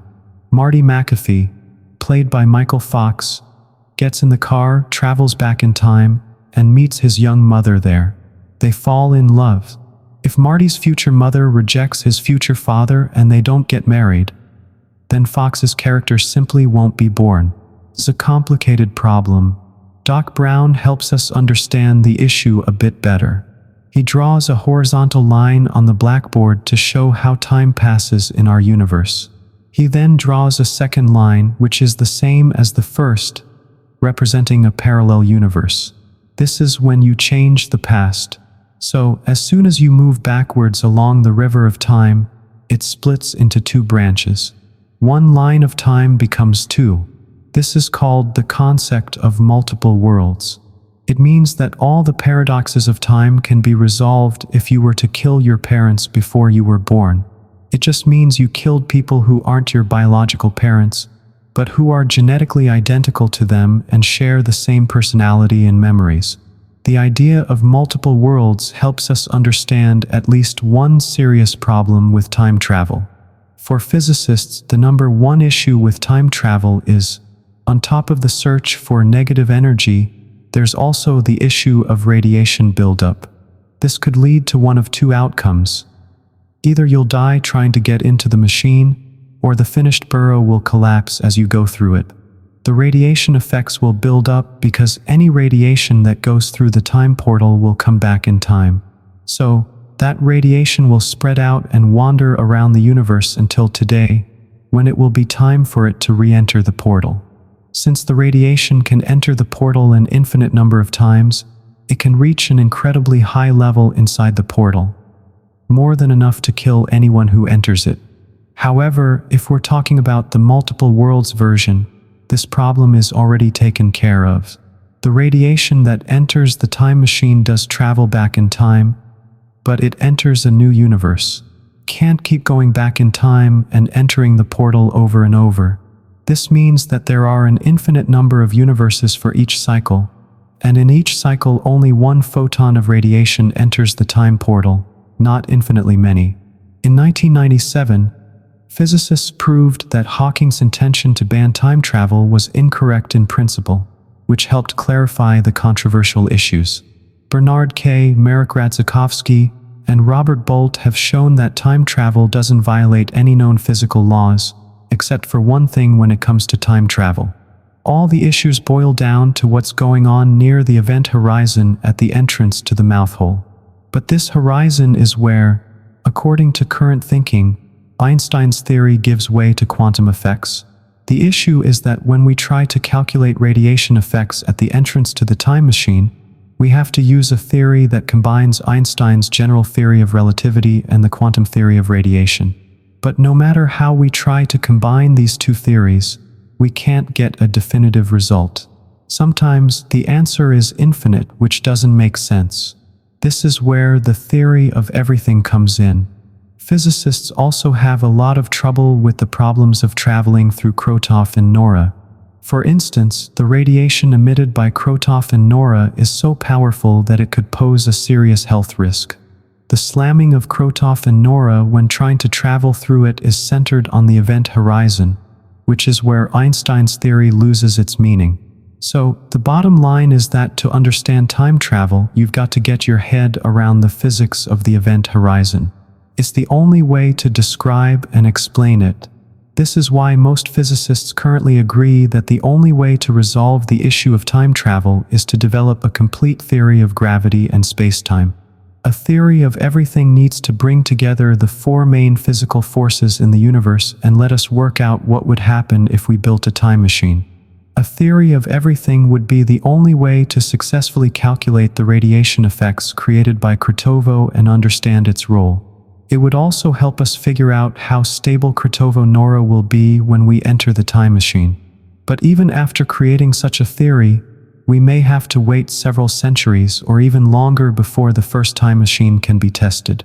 The laws of time travel are so closely related to the physics of Krotov-Nora that it's safe to say that time travel itself should be considered second-class impossible. It's not out of the question that life will eventually spread throughout the galaxy and beyond. So, there's a chance that life won't always be just a small, random thing in the universe. That said, that's the situation we're in right now. To be honest, I find this idea really appealing. Royal astronomer Sir Martin Rees. It's not possible to travel faster than light, and it's not worth trying. Sometimes people show their true colors. Woody Allen. In Star Wars, there's this episode where the 1,000-year-old Falcon, with heroes Luke Skywalker and Han Solo on board, takes off from the desert planet 2A and encounters a squadron of Imperial warships near planetary orbit. The Imperials start shooting at our hero's ship with battle lasers. These lasers always manage to get through their defense field. The Falcon is outgunned by the enemy. Han Solo maneuvers the ship to dodge the fire while shouting that their only hope is to jump into hyperspace. Just in the nick of time, the hyperspace engines kick in.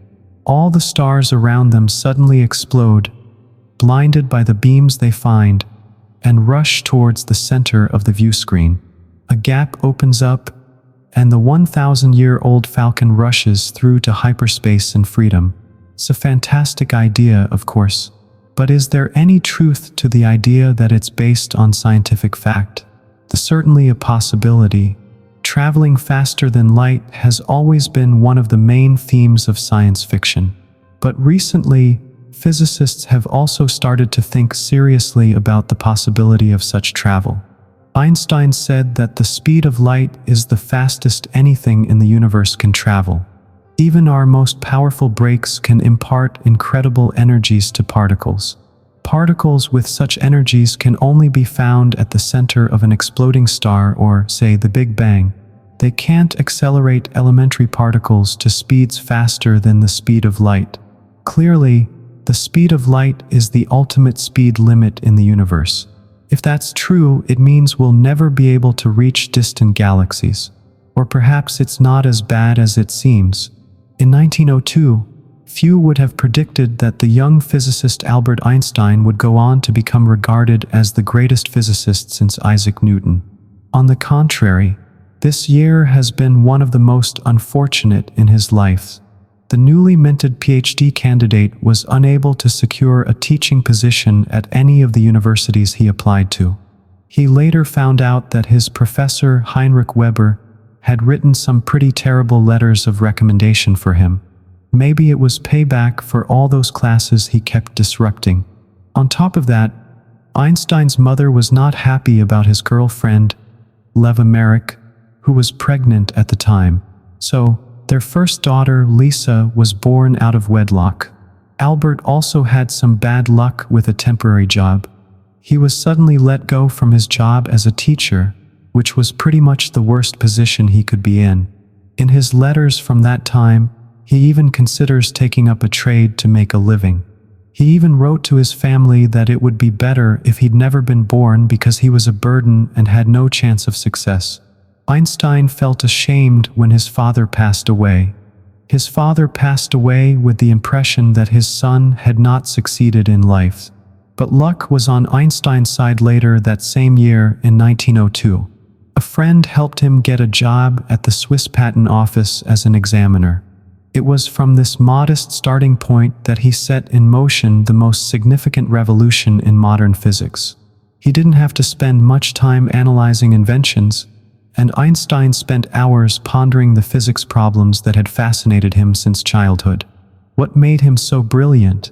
One of the things that made Einstein so talented was his ability to think in terms of a physical picture.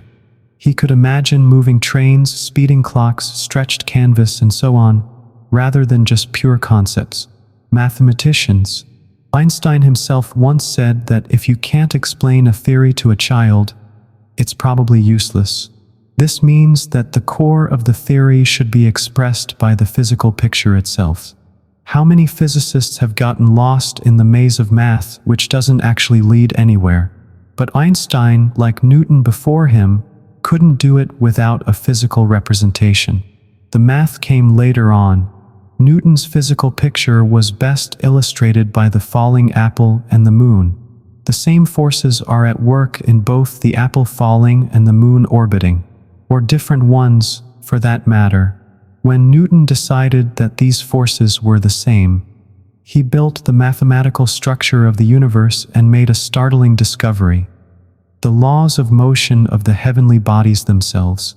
In 1905, Albert Einstein came up with the famous theory of relativity. The heart of his theory is a concept that even a child can grasp. This theory was Einstein's way of making a dream he'd had for 16 years a reality.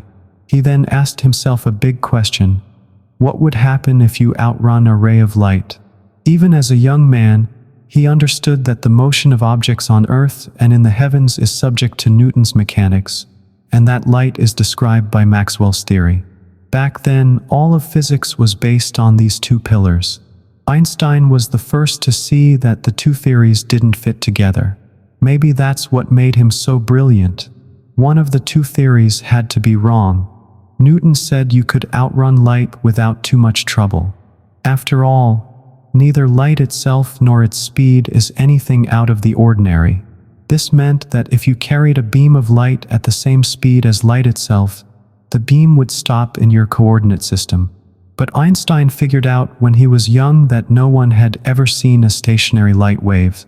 It wasn't clear how it could even be stopped. So he made a decision. Newton's mechanics didn't apply here. Eventually, Einstein figured out the answer to this question. He was a student in Zurich at the time studying Maxwell's theory. He made an amazing discovery. Even Maxwell didn't know that the speed of light is constant and doesn't depend on your speed of motion. It doesn't matter whether you're moving away from or towards the light beam, it will always move at the same speed. But that goes against what most of us think is logical. Einstein had finally found the answer to that question he'd been wondering about since he was a kid. It's not possible to fly next to a light beam because it's always moving away from you at the same speed, no matter how fast you're moving. Newtonian mechanics is a complex system with strong and rigid links. If you make even the slightest change to the initial data, the whole system will fall apart. Newton's theory says that time flows the same way in any part of the universe. 1 second on Earth is exactly the same as 1 second anywhere else. The same goes for Mars and Venus. Similarly, a meter on Earth is exactly the same length as a meter on Pluto.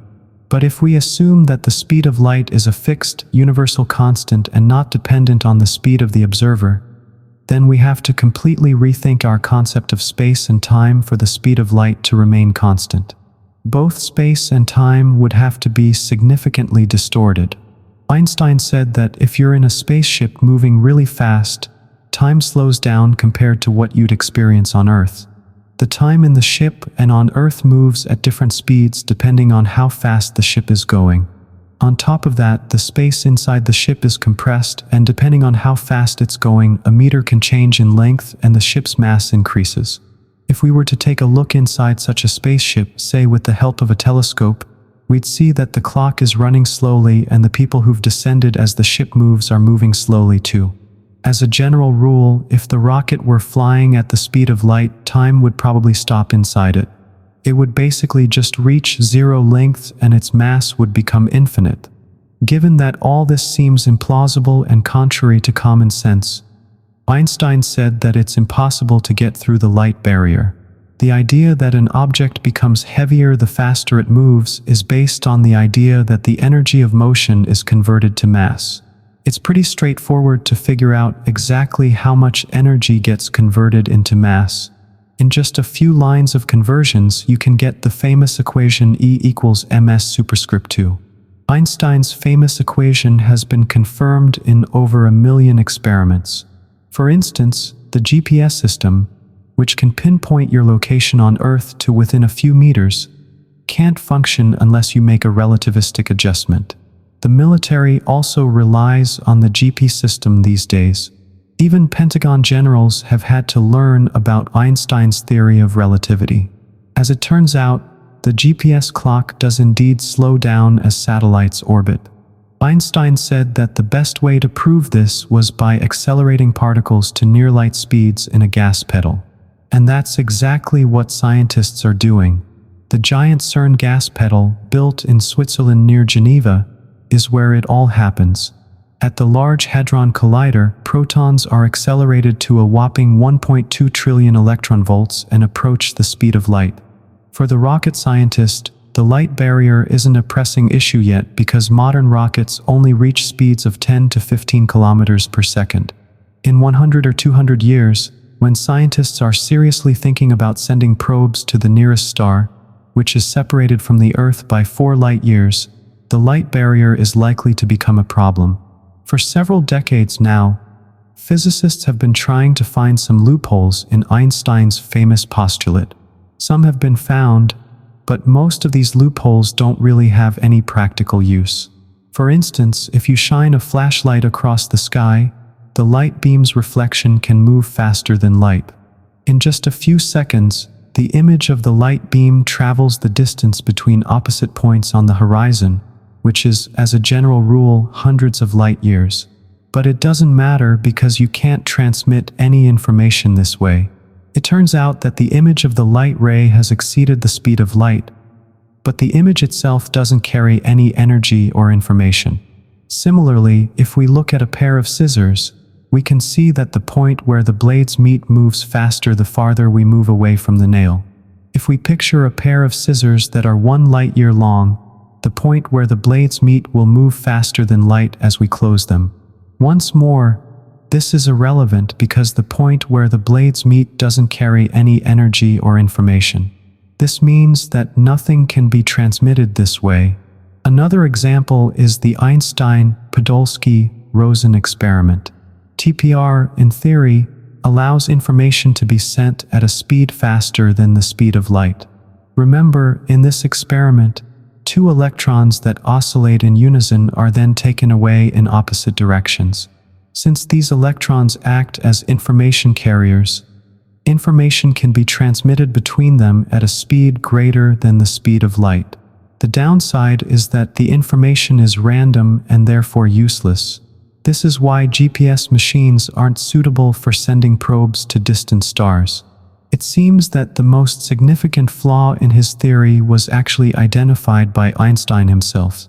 In 1915, he came up with the general theory of relativity, which is even more powerful than the special theory of relativity.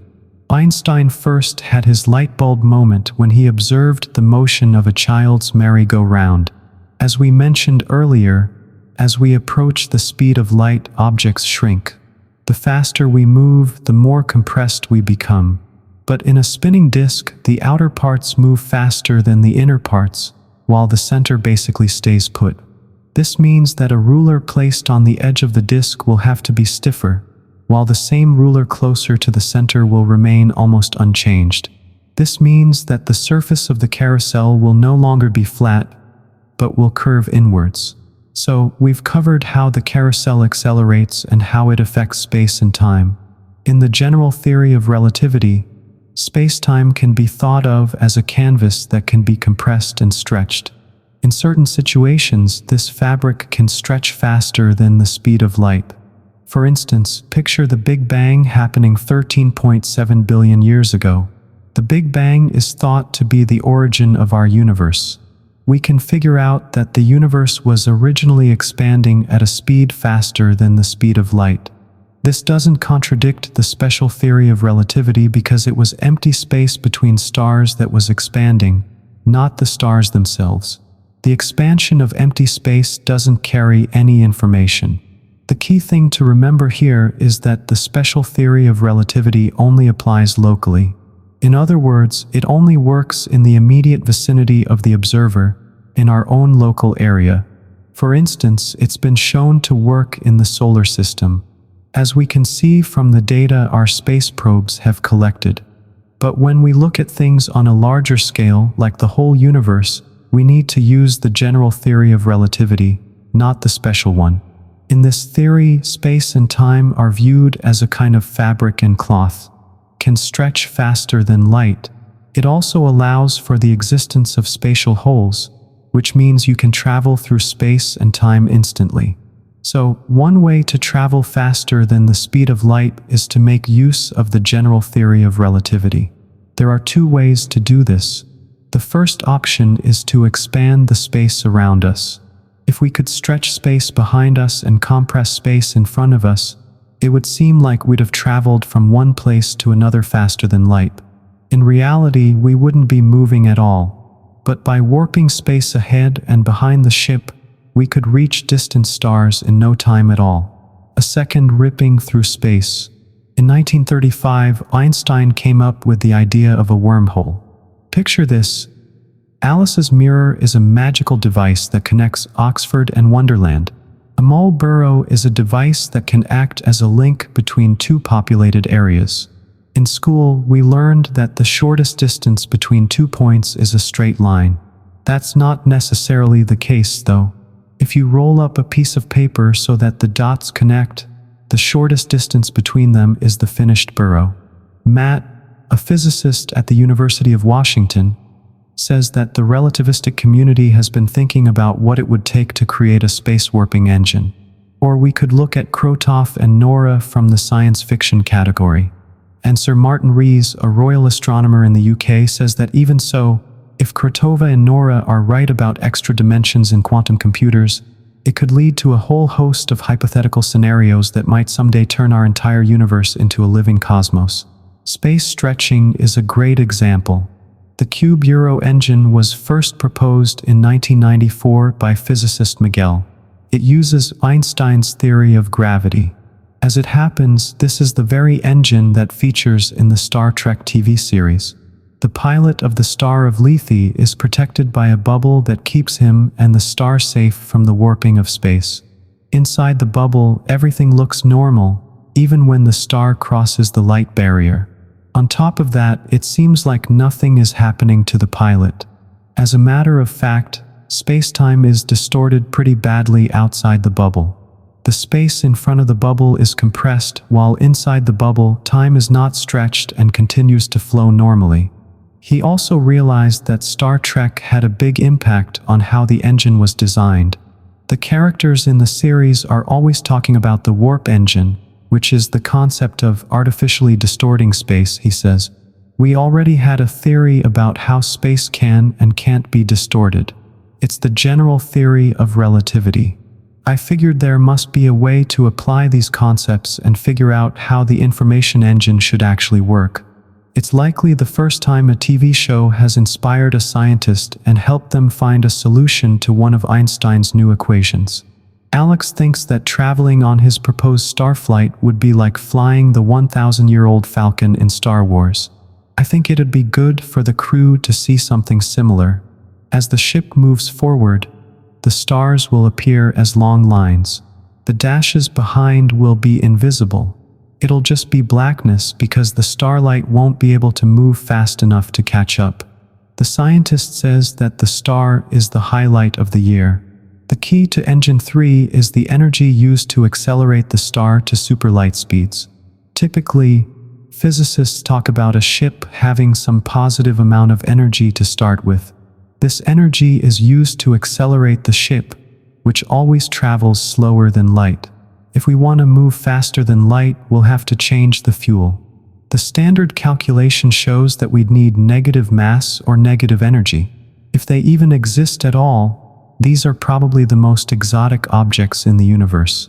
It used to be that physicists dismissed any talk of negative energy and negative mass as frankly fantastic.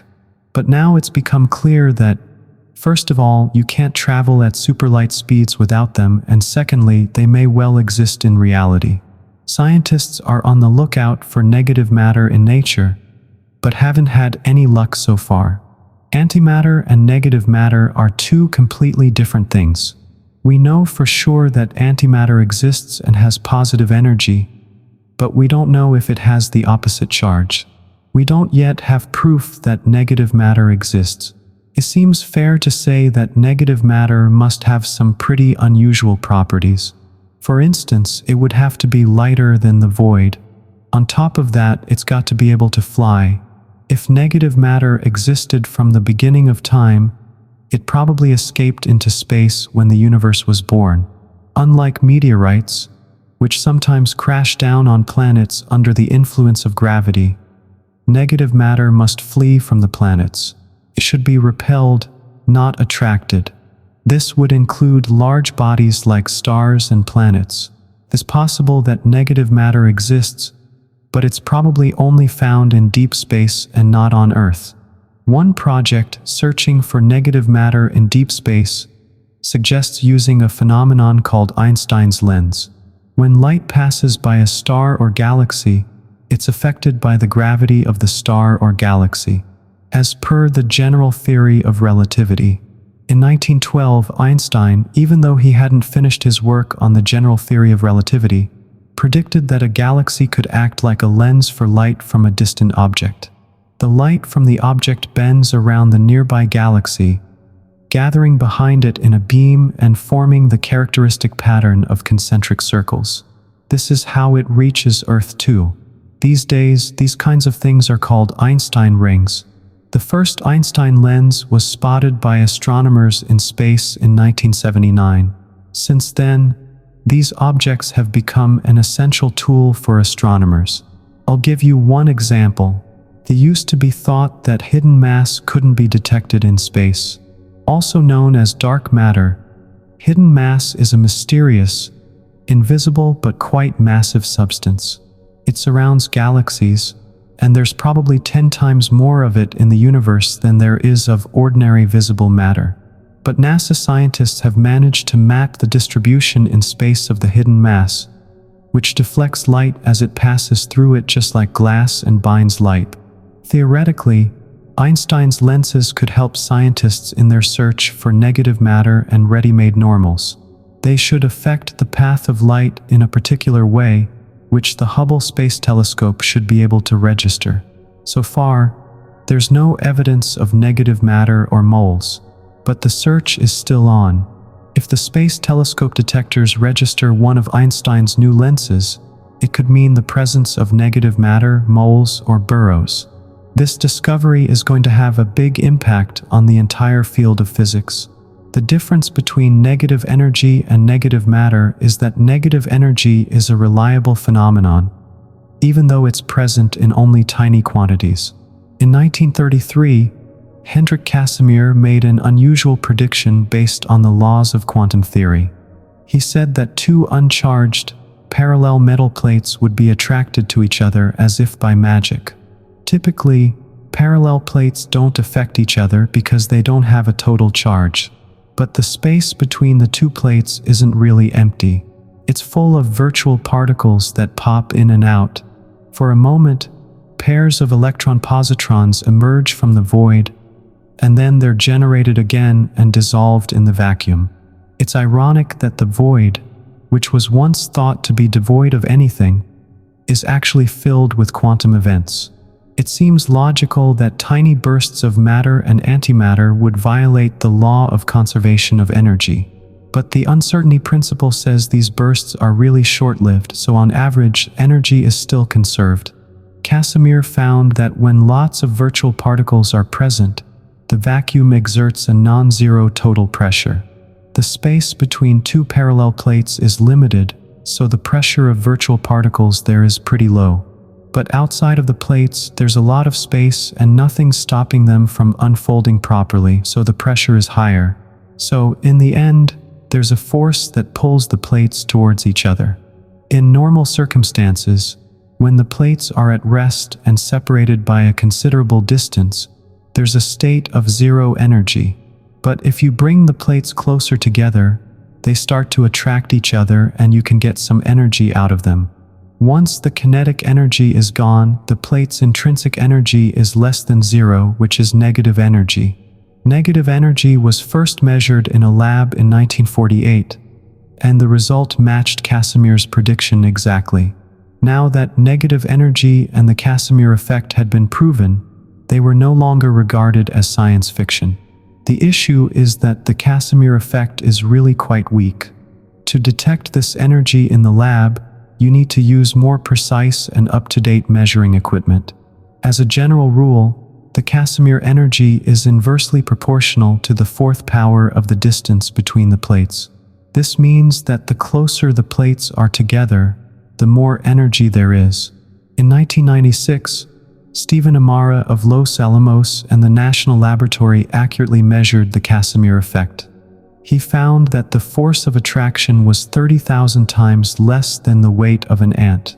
Since the theory was published, physicists have discovered a lot of strange properties in the proposed star. For instance, the people on board are cut off from the outside world. This means that you can't just press a button and fly faster than light. You can't communicate with the outside world outside the protective bubble. There has to be a set route through space and time, and then ships can follow it one by one like trains on a schedule. In other words, a stargazer 5 years from now won't be the same as one in the summer. They won't be able to change direction and speed at will. This starship will be like a carriage that moves along a pre-created wave of compressed space and a pre-created corridor of distorted spacetime. The logic is as follows. We'll need a series of generators of exotic substances, arranged along the path of motion, like you would along a highway.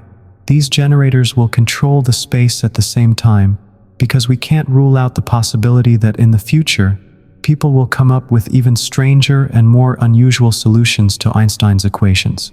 The equations show that if you have a certain amount of mass or energy, you can work out how this will distort spacetime.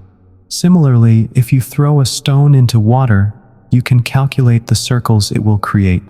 The good news is that these equations can be applied in the opposite direction as well. You can start with a given state of space and time. No matter how strange it may seem, the Twilight Zone series is a great example of this. In those universes, you could even open a door and find yourself on the moon. You can even hurt a tree and find yourself in the past, where you'll discover that your heart is beating on the right side. Then you need to work out the distribution of matter and energy associated with this particular state. Similarly, if someone were to measure a strange distribution of waves on the surface of the water, they could reverse engineer it to determine how many stones were thrown into the pond and where. This is roughly how I came up with my equations, by the way. He started with the space of time in which motion at superluminal speed is allowed, and then did the inverse calculation to figure out how much energy would be needed to create such a space of time. The second step is to stretch space. The way to get around the light barrier is to tear or puncture space. In other words, we have to go through Krotov and Nora, the pathways that link the two universes. The first mention of ready-made burrows in literature is by Oxford mathematician Charles Hodgson, who wrote under the pseudonym Lewis Carroll.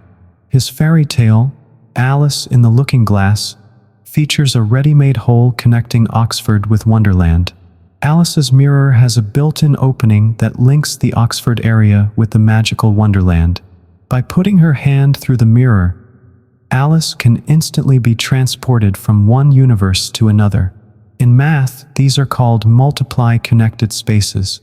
The idea of ready-made norms first came up in physics in 1916, just a year after Einstein published his famous general theory of relativity. Physicist Karl Schwarzschild, who was serving in the Kaiser's army at the time, found an exact solution to Einstein's equations for the case of an isolated point star that was far from the star. It has a gravitational field that's pretty similar to that of a normal star. Einstein even used the Schwarzschild solution to calculate how light is deflected near the star. The Schwarz result had an immediate and very strong impact on all areas of astronomy, and it's still one of the most famous solutions to Einstein's equations today. Over the years, many physicists have used the gravitational field of this hypothetical point star as a way to estimate the field around a real star with a finite diameter. But if you think about this point solution in more detail, it suddenly shows there's a huge point object at its center that has puzzled and shocked physicists for almost 100 years. Schwarz's solution to the gravitational field is what we call a black hole. The point star is like a Trojan horse.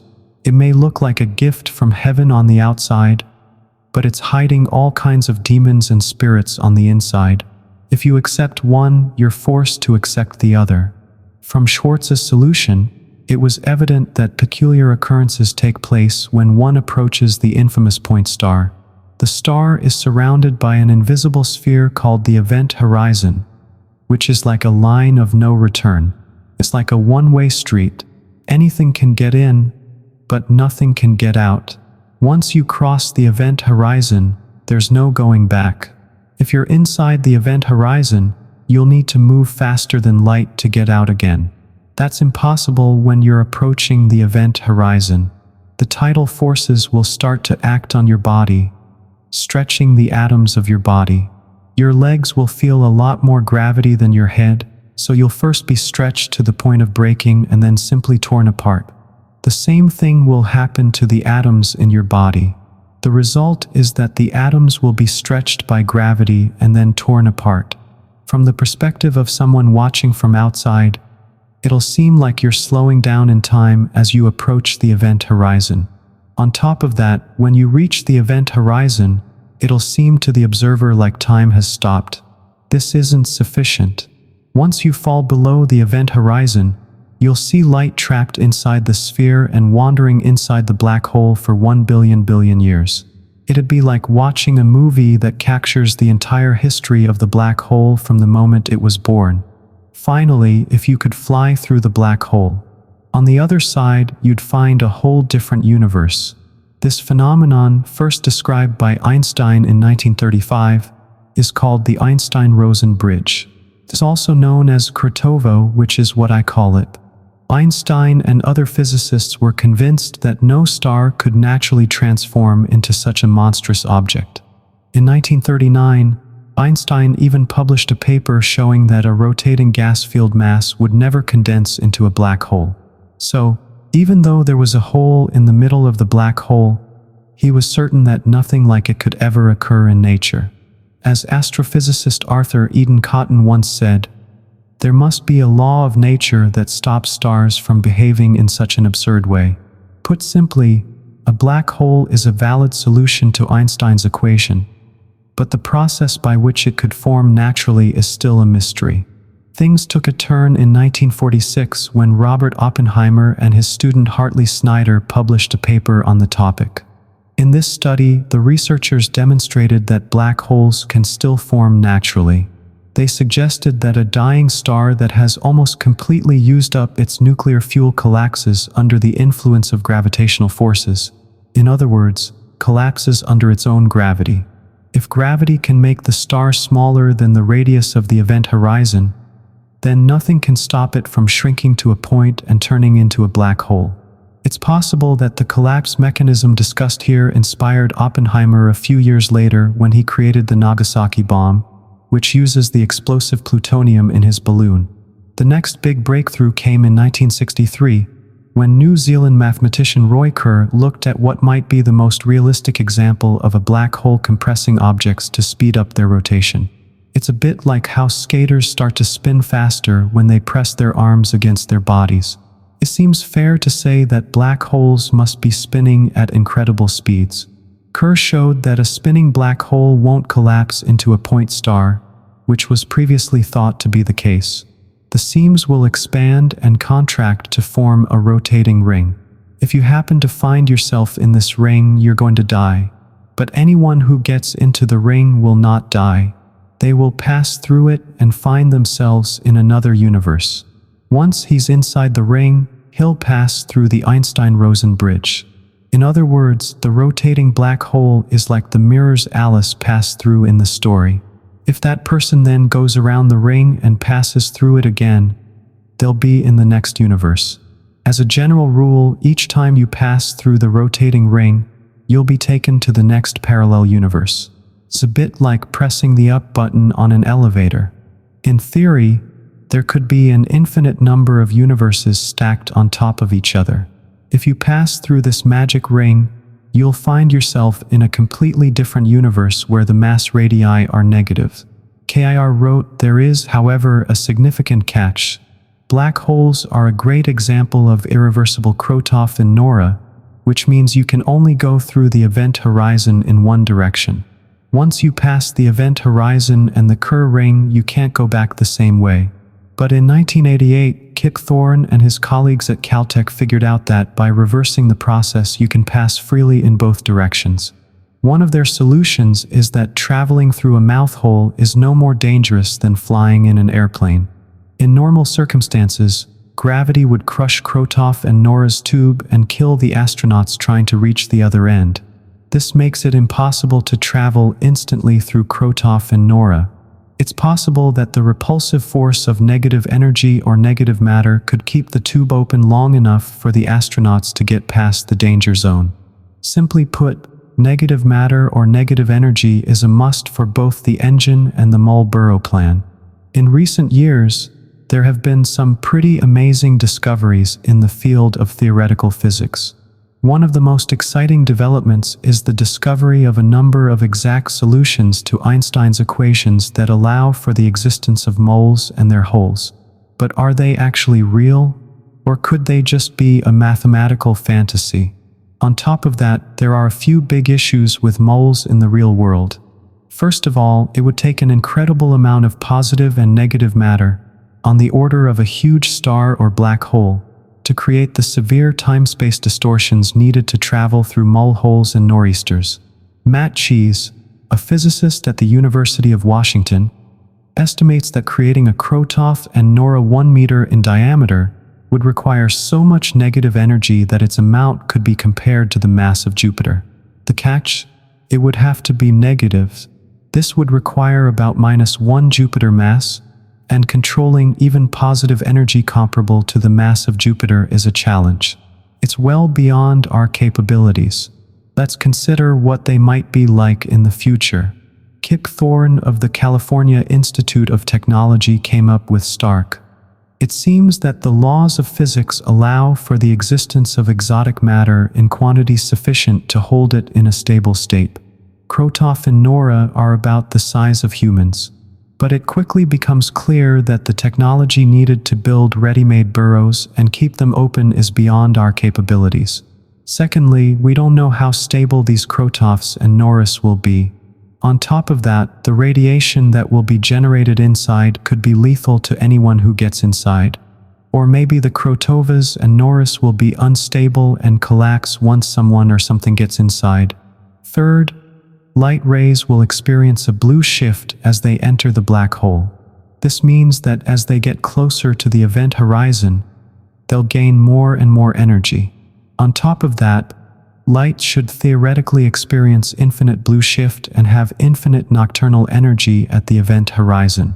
So, the radiation from a black hole could be deadly for the ship's crew. Let's talk about these issues in more detail. The first issue is that we need to gather and collect enough energy to tear the fabric of spacetime.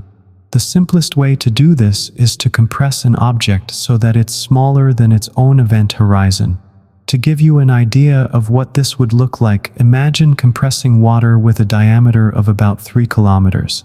This would cause the sun itself to collapse and become a black hole. The sun's gravity isn't strong enough to naturally compress it to that diameter. So, our sun will never become a black hole. In a nutshell, any body, including yours, can become a black hole if it's compressed properly. If we think about it in terms of a human body, this would mean compressing all of its atoms to a size smaller than atomic distances. This is a level of operation that is well beyond the capabilities of modern science. A more practical approach would be to use a battery of lasers to create a powerful beam, or to build a giant gas pedal to accelerate 2 beams and create a tiny rift in spacetime.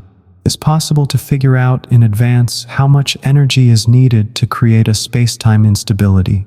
In terms of energy, it's about 1019 billion electron volts. This is an astronomically large number. It's equal to the energy attainable at the most powerful level times itself. The most advanced gas pedal is the Large Hadron Collider, LHC, built in Switzerland near Geneva. But even this huge machine is still a long way from creating particles with energies that even remotely approach those of a bank. The next big thing in particle physics is the International Linear Collider, which is going to be even bigger than the Large Hadron Collider. Instead of chasing particles around in circles, the linear collider will shoot and accelerate them in a straight line until they reach extremely high energies. Next, the stream of electrons is set to collide with positrons, resulting in a significant energy release. The MC will be about 30 to 40 kilometers long, which is about 10 times the length of the Stanford Linear Accelerator, which is currently the largest in the world. If everything goes to plan, the MRC will be built in the next 10 years. The MRC is expected to deliver energies between 0.5 and 1.0 electron volts. That's less than the 14 electron volts you can get from a tank. However, this impression is misleading. Protons collide in the tank, so the real collisions involve the quarks that make up the proton. Each individual quark collision involves less than 14 electron volts. So, there'll be more collision energy at the IPC than at the LHC. Also, since we don't know what the electron is made of, the way it collides with positrons is much simpler and cleaner. To be frank, they'd be a long way from the energy level needed to create a hole in spacetime. It would require a one-time increase of a factor of 2 in power. For a civilization like ours, which uses plant residue as fuel, think oil and coal, this technology is out of reach. But a civilization of the third type might be able to master it. It's important to remember that the civilization of the third type uses energy on a galactic scale and consumes 10 billion times more energy than the civilization of the second type, whose energy source is a single star. The second type of civilization uses 10 billion times more energy than the first type, which only uses the energy of its own planet. In about 100 or 200 years, our current civilization should be able to reach the level of a first-type civilization. Given our current outlook, it seems fair to say that we're just getting started on our journey to banking energy. Many physicists believe that at extremely small distances, on the order of the length bar, which is 10 in minus 33rd degree centimeters, space isn't empty or homogeneous, but it's filled with tiny bubbles that constantly arise and collide with other bubbles like this, and then disappear back into the vacuum. The bubbles that pop up and then disappear in the vacuum are like virtual universes. They're similar to pairs of virtual particles like electrons and positrons that arise and then generate. In normal circumstances, this quantum spatiotemporal foam is invisible to us. The bubbles form at such tiny distances that we can't see them.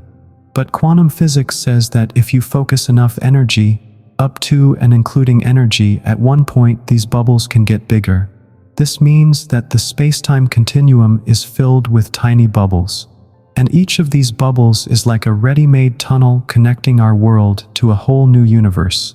In the past, the idea of daughter universes was seen as a bit of a curiosity, a quirky consequence of pure math.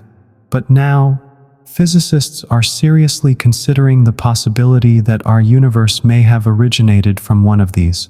This conclusion is based on pure, if somewhat arbitrary, reasoning. But the laws of physics allow us to create a hole in space by focusing enough energy in one area. Energy allows us to access the space-time froth from which crotovas and burrows that connect our universe to another daughter universe arise. Obviously, creating a hole in space would require a technology that's way beyond anything we have now. On the other hand, this level might be within reach of a civilization of the third type. For instance, there's a thing called a desktop embedded plasma gas pedal. That's been showing a lot of promise lately, even though it's on the small side, and this gas pedal can actually fit on a desk. The device can generate up to 1 quadrillion electron volts of energy. The idea behind the built-in gas pedal is that a laser beam is pointed at charged particles, which are then accelerated in a matter of lasers. Experiments at the Stanford Linear Accelerator Science Center at the Rutherford Bolton Laboratory in England and at the École Polytechnique in Paris have shown that using a laser beam and plasma as an energy source makes it possible to accelerate particles over a fairly short distance to extremely high energies. Another major discovery was made in 2007. Physicists and engineers at the Stanford Linear Accelerator Science Center at the University of California, Los Angeles, and the University of Southern California showed that you can double the energy of a particle accelerator in just 1 meter. They started with a beam of electrons that they accelerated in the 2-mile-long tube of the Stanford gas pedal to an energy of 42 megaelectronvolts.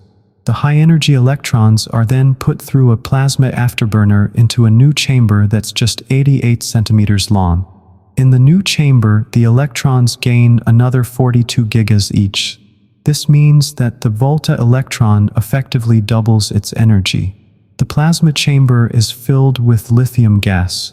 As the electrons pass through the gas, they create a new wave in the plasma, which then forms a trampled jet.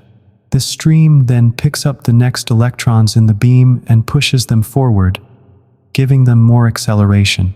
This is a pretty amazing feat, as physicists have managed to exceed the previous record by a factor of 3,000 in terms of the amount of energy that can be transferred to an electron beam in a single meter. If you add such a plasma to the gas pedal, you can basically double the energy of the particles received, even if you only add a little bit.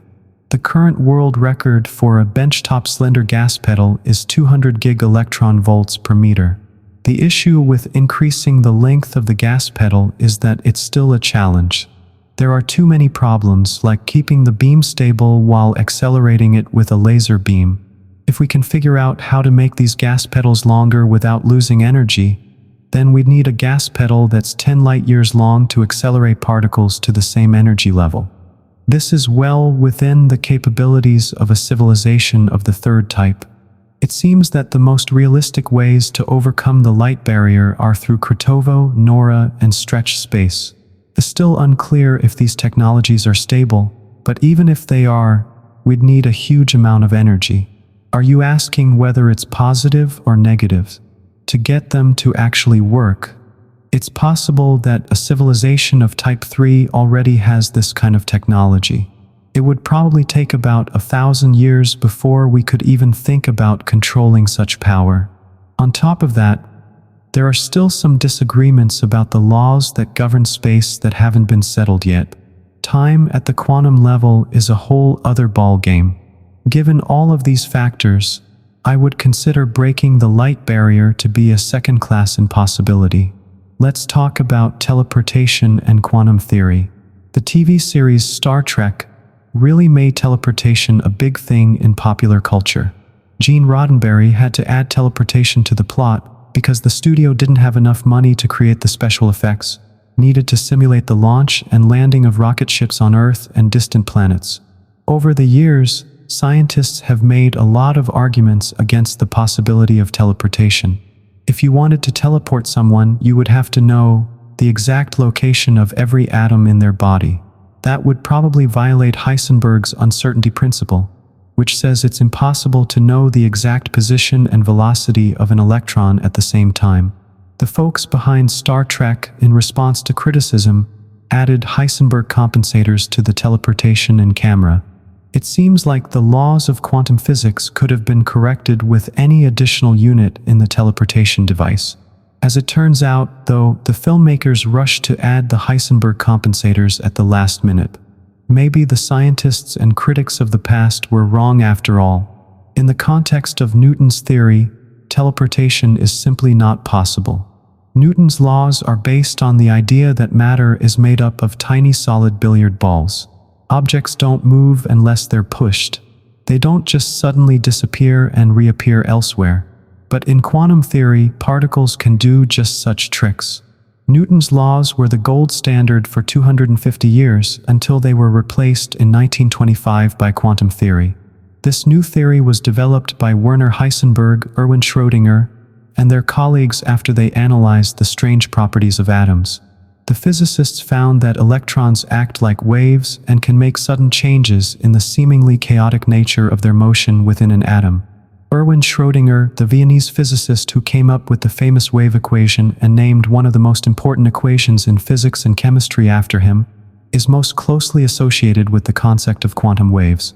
Entire institutes dedicate entire courses to solving this famous equation. There are entire walls of physical libraries filled with books that explore its profound implications in detail. In essence, all of chemistry can be boiled down to solving this equation. In 1905, Einstein showed that light waves can behave like particles. This means they can be described as packets of energy or photons.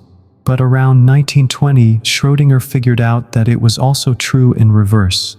For example, electrons can behave like waves. This idea was first put forth by the French physicist Louis de Gaulle, who was awarded the Nobel Prize for this hypothesis. We show students at the university how it works. To do this, we fire electrons into the cathode of a ray tube, which is basically the same as the one in a TV. You should see a small dot of light on the screen because the electrons are passing through tiny holes. Instead, you'll see concentric, wave-like patterns and circles, just as you'd expect when a wave, not a particle, passes through the hole. As Schrödinger discussed this intriguing phenomenon, a colleague of mine, Peter Debye, asked a great question. If an electron can be described as a wave, what does its wave equation look like? Since Newton came up with differential calculus, physicists have been describing waves in the language of differential equations. So Schrödinger saw this as a challenge and decided to write a differential equation for an electron wave. In the same month, Schrödinger went on vacation and came back with a ready equation. Just as Maxwell did in his time, he took de Gaulle's wave-particle concept and derived Schrödinger's equation for electrons. Schrödinger's equation is one of the most famous equations in modern physics and chemistry.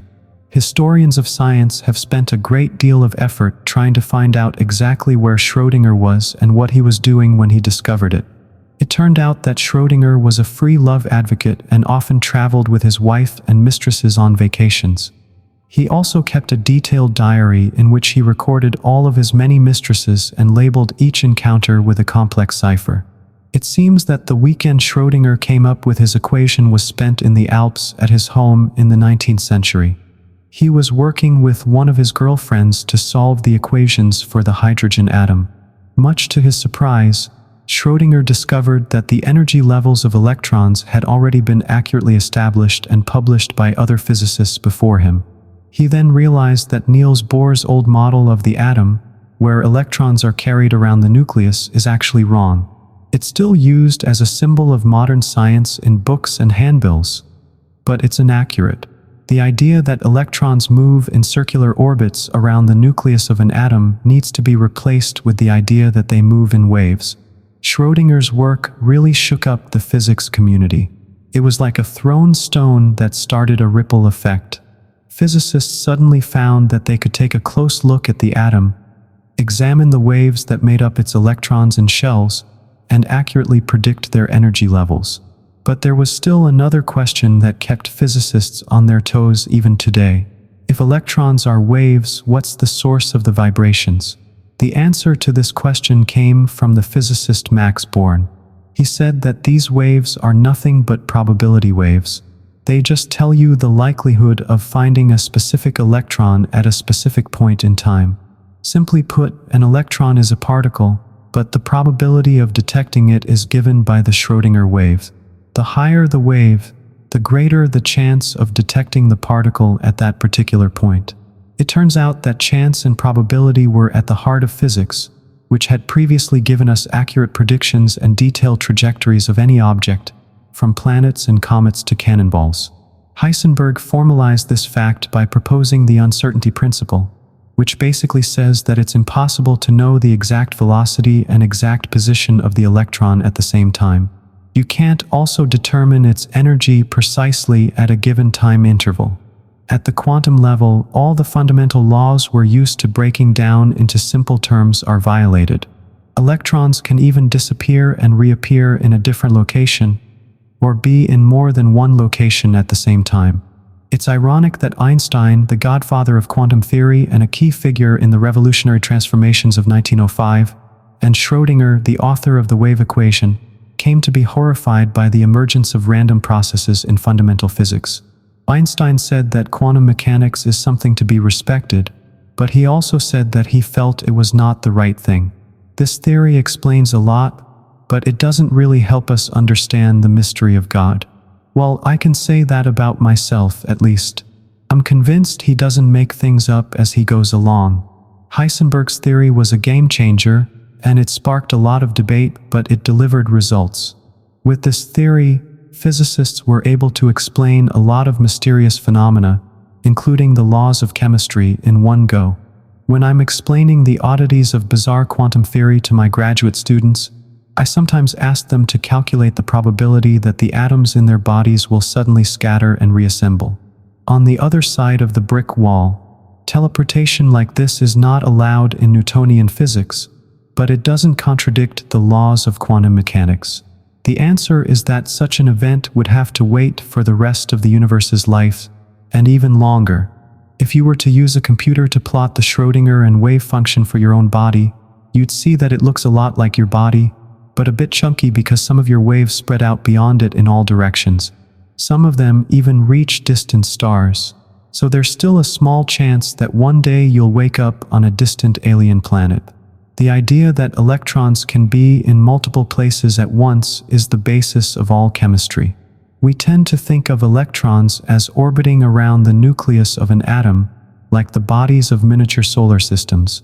But there are some pretty fundamental differences between the atom and the solar system. If two solar systems collide in space, they'll inevitably collapse. The planets will be thrown in different directions. On the other hand, atoms often share electrons and form quite stable molecules. In high school, teachers often talk about the smeared electron, which looks a bit like an oblong rugby ball. It joins two atoms together. But here's something that chemistry teachers almost never tell their students. The electron in question isn't actually shared between the two atoms. As it turns out, this rugby ball represents the probability that an electron is simultaneously in multiple places within a given volume. Put simply, all of the chemistry that studies and explains the structure of the molecules that make up our bodies is based on the idea that electrons can be in multiple places at the same time. It's this shared ownership of electrons that can be in two places at once that keeps the atoms in place in the molecules of our bodies. Without quantum theory, our molecules and atoms would disintegrate in the blink of an eye.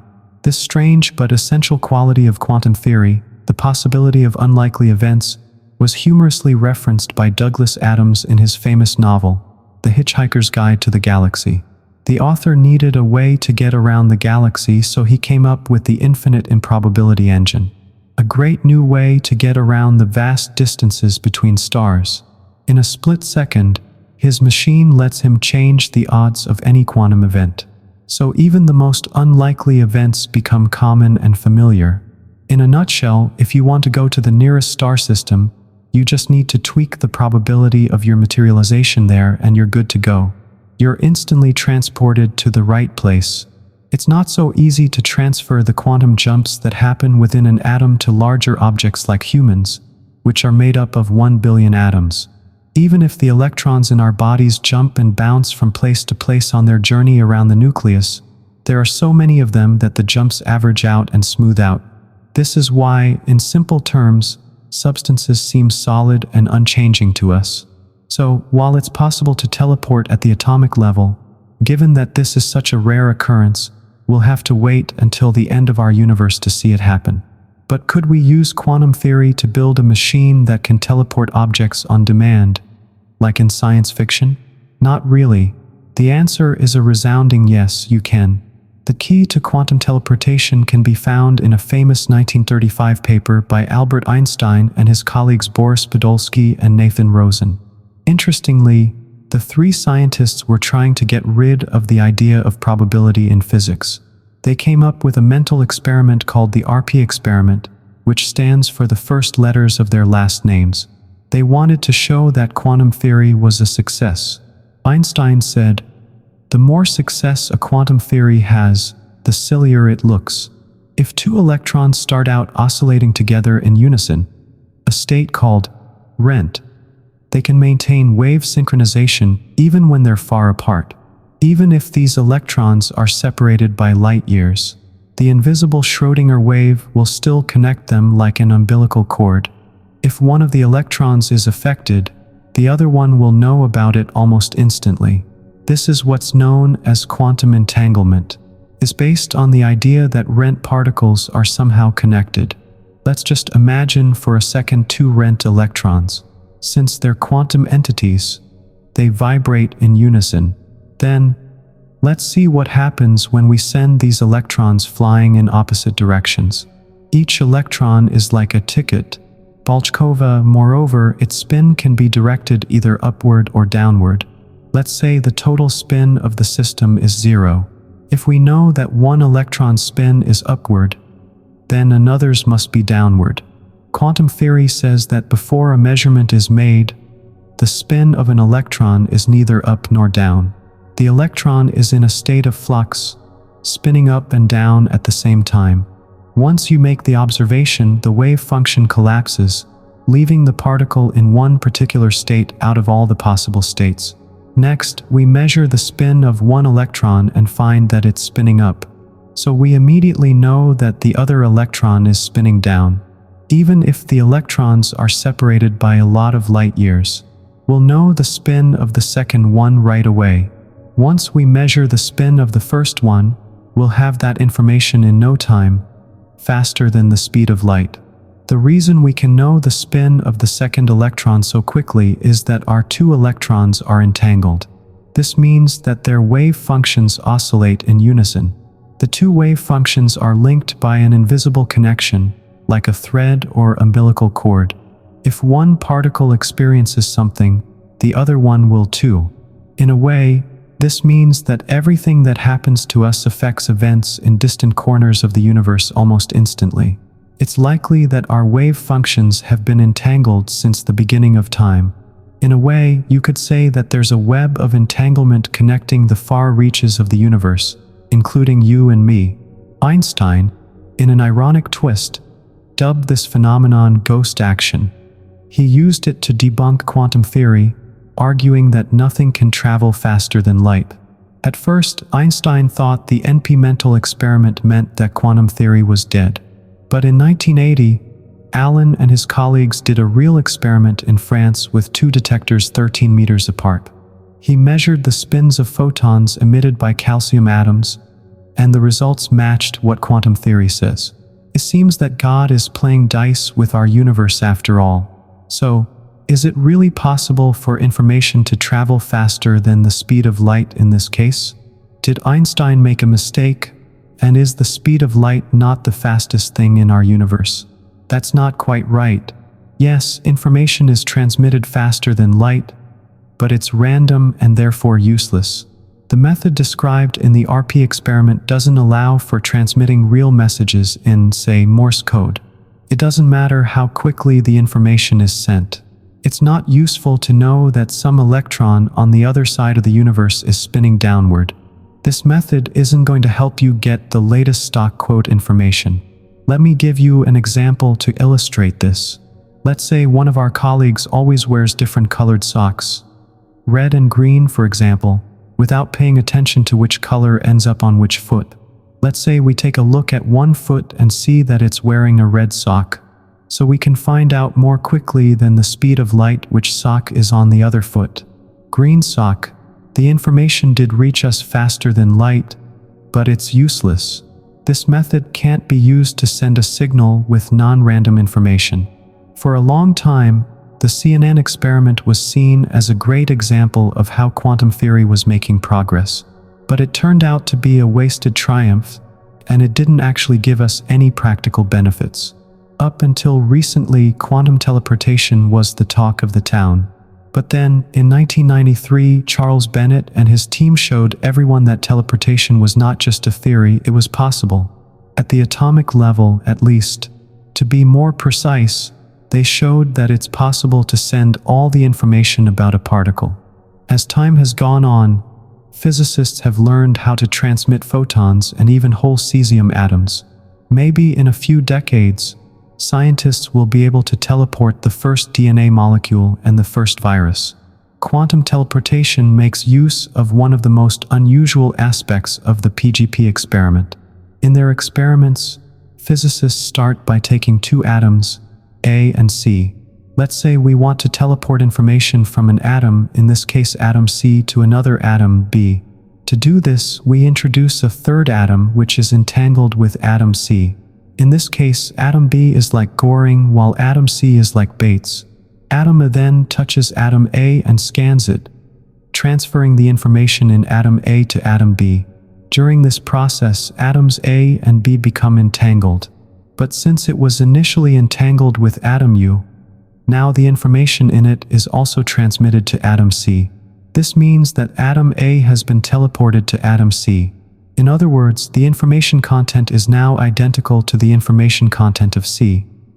Note that the information in atom A before the experiment was destroyed, so we don't end up with two identical copies after the experiment. This means that if we imagine teleportation of a person, that person would have to die during the transfer process, but the information in their body would appear somewhere else. It's also worth noting that the atom itself didn't move to the position of atom U. Instead, it received the information it contained from atom A. For instance, we're talking about spin and polarization characteristics. This doesn't mean that the atom A was taken apart and moved to a different spot. This means that the information in the atom was transferred to another atom, C. After the first announcement, there was a lot of competition between different groups of scientists. The first time that teleported photons of ultraviolet light were demonstrated was in 1997 at the University of Innsbruck. A year later, researchers at the California Institute of Technology conducted an even more precise experiment in photon teleportation. In 2004, physicists from the University of Vienna managed to teleport particles of light to a distance of 600 meters under the Danube River and a fiber optic cable, setting a new record. The cable was 800 meters long and laid under the Danube, below the city's sewage system. The transmitter was on one side of the river, and the receiver was on the other. One of the things critics of these experiments point out is that scientists are working with particles of light, photons. So far, it's looking like science fiction might not be that far off the mark. So another experiment in 2004 was important because it demonstrated quantum teleportation on real atoms, not just photons. This is a great step forward in the development of a real gene teleportation device. The physicists at the National Institute of Standards and Technology in Washington, D.C. managed to entangle 3 beryllium atoms and transfer the properties of one atom to another. The achievement was so significant that it made the cover of Scientific American. Another group had some success with calcium atoms. In 2006, another big moment occurred. This was the first time a macroeconomic object was involved in such experiments. A team of physicists from the Niels Bohr Institute in Copenhagen and the Max Planck Institute in Germany managed to entangle a beam of light and a gas made up of cesium atoms. This event involved a truly mind-boggling number of atoms, 1 trillion of them. After that, they encoded it. They sent the information in the laser flashes with a cesium atom through distances of about half a meter. As one of the researchers, Eugene, explained, this is the first time quantum teleportation has been done between light, which carries the information, and atoms. The research in the field of teleportation is really taking off. In 2007, another significant discovery was made. Physicists came up with a way to teleport without needing entanglement. As you may recall, entanglement is the most challenging aspect of quantum teleportation. If we can solve this problem, it could lead to some pretty exciting developments in teleportation. The issue is a beam of about 5,000 particles that disappears in one place and reappears in another, says Aston Bradley, a physicist at the Australian Research Council Centre for Quantum Atomic Optics in Brisbane. The universe has many stories, but each one can be cracked like a nut and told in a nutshell. Whether truly infinite or just very large, eternal or just long-lived, how can our finite minds imagine an infinite universe? Or maybe it's too presumptuous of us and we shouldn't even try. We have already made significant progress in understanding the cosmos, especially in recent years. We don't have the whole picture yet, but we may not be far off. When it comes to space, its most obvious property is that it extends very far in all directions. Modern instruments confirm this. For example, the Hubble Space Telescope, which allows us to look deep into space. And then we see 1 billion galaxies of all shapes and sizes. Each galaxy contains countless 1 billion stars, and there are planets orbiting many of them. We live on a planet orbiting a star in the outer special arm of the Milky Way. The dust contained in the spiral arms obscures our view in the plane of the galaxy, and in that direction it is hard for us to see what is going on in the depths of the universe. But in the bonuses on either side of this plane, we can see everything perfectly well, and we can determine the location of distant galaxies. It turns out that galaxies are more or less evenly distributed in space, but somewhere there is a localized cluster and void. The density of galaxies at very distant distances seems to decrease. But maybe the point is that very distant and faint galaxies just aren't distinguishable to us. As far as we can tell, the universe extends infinitely into space, although the universe seems to be about the same everywhere. It definitely changes with time. This was only realized in the early years of the 20th century. Before that, it was thought that the universe was unchanging and could exist indefinitely. This led to the absurd conclusion that if the stars shone forever, they must have heated the universe to their temperature. Even at night, the sky would shine as brightly as the sun, since all the best sights would be either on a star or on a cloud of dust heated to the temperature of the stars. We all know that the sky is dark at night, and that is a very important observation. It means that the universe did not always exist in the state that we see today. In the past, a finite amount of time ago, something happened that made the stars shine, which means that the light from very distant stars has not yet had time to reach us.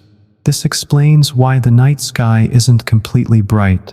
If the stars sat in their places forever, why did they suddenly light up a few 1 billion years ago? What was the clock that told them it was time to so? As we have seen, this baffled those philosophers who, like Immanuel Kant, believed that the universe had existed forever. In the eyes of most people, however, this did not contradict the idea that the universe was created roughly in its present form a few thousand years ago. But in the second decade of the 20th century, Ether and Edwin Hubble made observations that showed that the model of an unchanging universe was logically untenable. In 1923, Hubble discovered that the many dim patches of light called nebulae were actually other galaxies, huge clusters of stars similar to our Sun, but very far away to appear so small and dim. The distance to them must have been so great that the light from them took 1 million or even 1 billion years to reach us. This meant that the universe could not have been formed just a few thousand years ago. And then Hubble made a second, even more important discovery. By analyzing the light from distant galaxies, we can figure out where they are moving toward or away from us. Much to astronomers' surprise, it turns out that almost all galaxies are moving away from us. What's more, the further away they are, the faster they are moving apart. It was Hubble who realized the startling implications of this discovery. On large scales, all galaxies are flying away from each other. The universe is expanding. The discovery of the expansion of the universe is one of the greatest intellectual breakthroughs of the 20th century. It came as a complete surprise and completely changed the debate about the origin of the universe. If galaxies are scattered, it means that they were closer together in the past at the current rate of expansion. We estimate that they were very close together 10 or 15 billion years ago. Stars didn't ignite until 10 to 15 billion years ago, not before the Big Bang. We are used to the idea that an observed event is caused by other earlier events, and those even earlier events. There's a long chain of cause and effect stretching back in time. But imagine that this chain has a beginning. Imagine that there was a very first event, and then what caused it? This is a question that scientists have been reluctant to answer. They have either tried to evade it, like the Soviet scientists, by declaring that the universe had no beginning, or by claiming that the question of the origin of the universe is outside the realm of science and belongs to the realm of religion or metaphysics. If the laws of physics didn't work at the beginning of the universe, why can't they work at any other time? If a law works only sometimes, it is not a law. we should try to understand what the beginning of the universe was like, based on scientific evidence. We may not be able to do this, but we must try. They say the universe had a beginning, but they said little about the nature of that beginning. These theorems showed that the beginning of the universe was the Big Bang, the moment when the entire universe and everything in it was compressed into a point of infinite density. At this point, Einstein's general theory of relativity fell apart and could tell us nothing about the beginning of the universe. We were left with the conclusion that the origin of the universe was obviously outside the realm of science.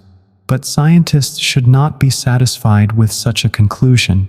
General relativity is not valid at the moment of the Big Bang or immediately after, because it does not include the uncertainty principle, the random element of quantum theory, which Einstein rejected because he was convinced that God does not play dice. The idea that the universe has many histories seems like something out of science fiction, but today it's considered a proven scientific fact. This hypothesis was proposed by Richard Feynman, a great physicist and a great originalist. Today we are working to unify Einstein's general theory of relativity and Feynman's hypothesis of multiple histories of the universe. Feynman into a single complete theory that would describe everything that goes on in the universe. This grand unification model would give us the ability to calculate how the universe would evolve if we knew how its histories began. However, the grand unification model alone will not tell us how the universe began or what its initial state was. For that, we need what are known as rule boundary conditions, which determine what happens at the boundaries of the universe, at the very edge of space and time. If the boundary of the universe were a regular point in space and time, we could cross it and declare the area beyond to be part of the universe.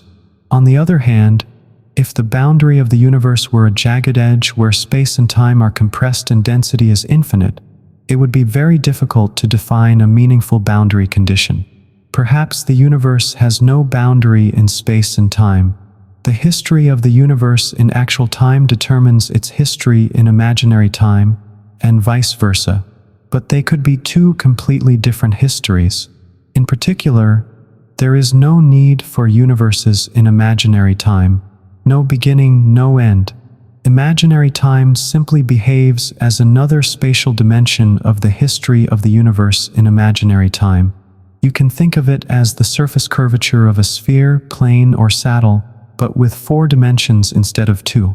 When the history of the universe goes to infinity, as it does on a plane or saddle and surface, it is difficult to determine what the boundary conditions are at infinity. But one can get around this obstacle and not define boundary conditions at all. Suppose all the histories of the universe in imaginary time are closed surfaces like the surface of the Earth. The surface of the Earth has no borders or edges. It's as if no one ever fell off it.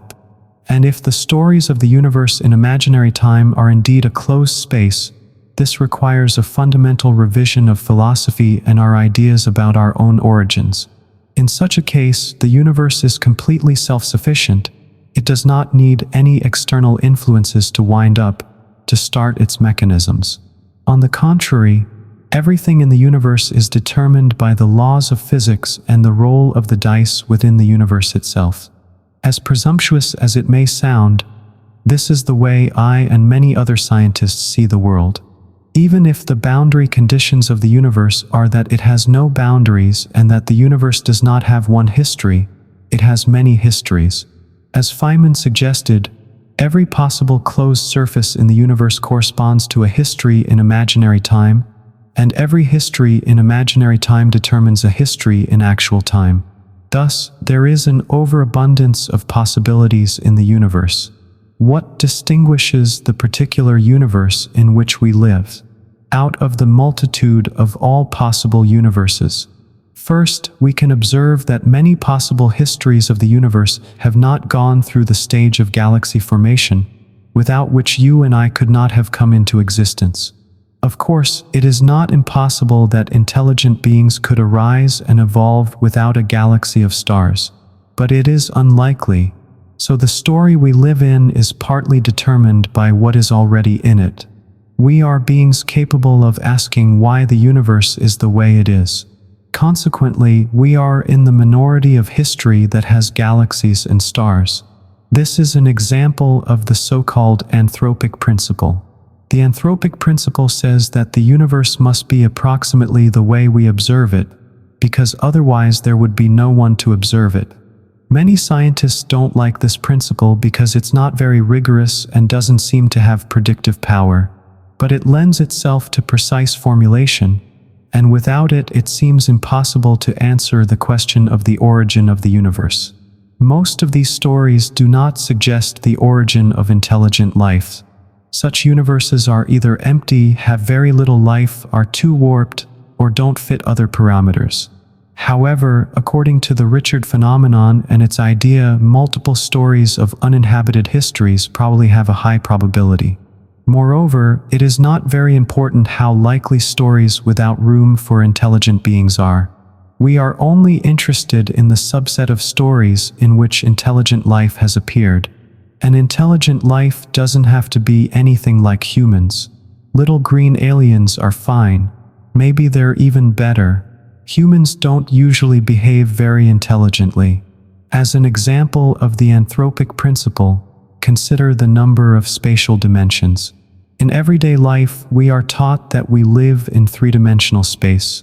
That is, we can describe the position of a point in space with three numbers, such as latitude, longitude, and elevation. But why is it three-dimensional? Why not 2, 4, or more dimensions as in science fiction? According to theory, space has 9 or 10 dimensions, but 6 or 7 of them are rolled up and very small, leaving only 3 large and practically flat. Why not live in a story where 8 dimensions are rolled up and we only notice the remaining 2? With 2, it would be a little difficult for an animal to digest food, its digestive tract would go right through it, and the poor creature would split in half and fall apart. So 2 flat dimensions are not enough for an organism as complex as intelligent life. On the other hand, if we had 4 or more nearly flat dimensions, the gravitational pull between 2 bodies would increase faster the closer they came together. This means that planets would not have stable orbits around stars. They would either fall into their suns or fly out into the cold and darkness of interstellar space. Similarly, electrons in atoms would not have stable orbits, so there would be no matter as we know it. Thus, although the theory of multiple stories allows for any number of nearly flat dimensions, intelligent beings can only live in stories with 3 flat dimensions. Only in such stories does someone ask the question, why does space have 3 dimensions? The simplest story of the universe in imaginary time is a sphere like the surface of the Earth, but with 2 more dimensions. It defines such a history of the universe in real time as we perceive it. The universe is the same at every point in space and expands in time. In this sense, it is similar to the universe in which we live. But the rate of expansion turns out to be very large and continues to accelerate with time. This expansion with acceleration is called inflation because it is similar to the way prices rise all the time, and the farther away, the faster. It is commonly believed that price inflation is bad, but in the case of the universe, inflation is very beneficial. Strong expansion smooths out all the bumps and bumps that the early universe probably had.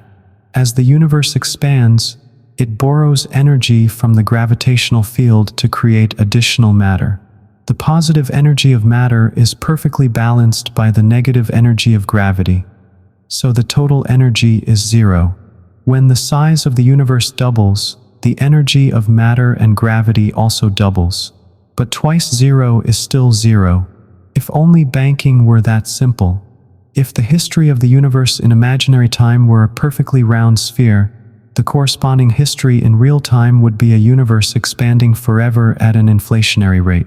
As long as the universe is inflationary, expanding, matter cannot condense into galaxies of stars, and life, let alone intelligent life like us, cannot evolve. So while the idea of multiple histories is perfectly valid for histories of the universe in imaginary time, which are ideal spheres, we are not very interested in them. But histories in imaginary time, which are spheres slightly away from the South Pole, are much more relevant to us. In this case, the corresponding history in real time will first expand with acceleration, i.e. according to the inflationary scenario, and then the expansion slows down and galaxies can form. For intelligent life to develop at the South Pole, it must be very small. This means that the universe will initially expand enormously. The record for monetary inflation was set in Germany between the world wars, when prices rose 1 quintillion times. But inflation in the early universe must have been at least 1 billion times greater due to the uncertainty principle. Intelligent life in the universe could have arisen in the course of more than one history. Among the histories in imaginary time, there is a whole family of slightly deformed spheres, each corresponding to a history in real time in which the inflation of the universe is long, but still not infinite. Now one might ask, which of these admissible histories is the most probable? It turns out that the least likely histories are not exactly smooth. They have little bumps of bumps, whereas the bumps in the most likely stories are just so microscopic that the deviations from smoothness are on the order of 1 in 100,000. Most, but for all their minuteness, we have managed to register them as small variations in the background microwave radiation coming to us from different sides of space. In 1989, the Colby satellite was launched to create a microwave map of the sky. Different colors on this map indicate different temperatures, but the entire range from red to blue is only about 1/10,000th of a degree. But these variations between different regions of the early universe are enough to give denser regions an extra gravitational pull, eventually preventing them from expanding and forcing them to collapse under their own gravity, leading to the formation of galaxies and stars. So, at least in principle, Colby's map is a fingerprint of the entire large-scale structure of the universe. So how will the most likely histories of the universe behave in the future, compatible with the emergence of intelligent beings? The possibilities seem to be many, and they all depend on the amount of matter in the universe. If it is greater than a certain critical amount, the gravitational pull between galaxies will slow them down and eventually prevent them from flying apart.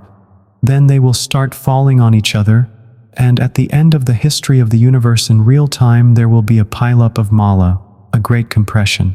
When the density of the universe is below a critical value, gravity is too weak and can't prevent galaxies from flying apart forever, all the stars will burn out, the universe will get colder and colder and emptier. But then it will end again. It just won't be as spectacular. Anyway, the universe will last a good few billion years. In addition to matter, the universe probably contains what is known as vacuum energy, which is present even in what appears to be empty space. According to Einstein's famous equation, I equals the square of vacuum energy is mass. This means that it has a gravitational effect on the expansion of the universe. Remarkably, however, the effect of vacuum energy is the opposite of the effect of matter. Matter slows down the expansion of the universe and can eventually stop and reverse it. Vacuum energy, on the other hand, accelerates the expansion and causes inflation. In essence, vacuum energy acts as a cosmological constant, the same one that Einstein added to the original equations. In 1917, when he realized that they did not allow for a solution that reflected a static universe.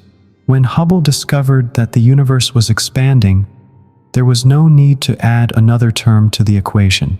So Einstein abandoned the cosmological constant, thinking he'd made a mistake. But it may be that he wasn't wrong. Now we realize that quantum theory implies that space-time is full of quantum fluctuations. According to supersymmetry and theory, infinite positive and negative energies of zero-point fluctuations of particles with different spins are annihilated. However, positive and negative energies cannot be expected to annihilate each other with such precision that there is no finite amount of energy and vacuum left. The universe is not supersymmetric. The only surprise is that the vacuum energy is so close to zero that its existence went unnoticed some time ago.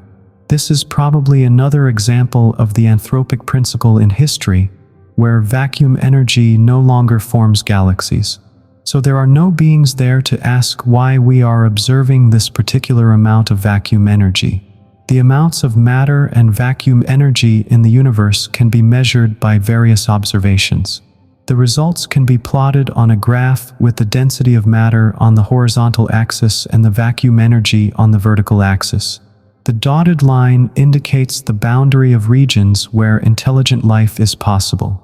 The results of observations of supernovae, galaxy clusters, and microwave background radiation are shown on this graph as areas of complex shape.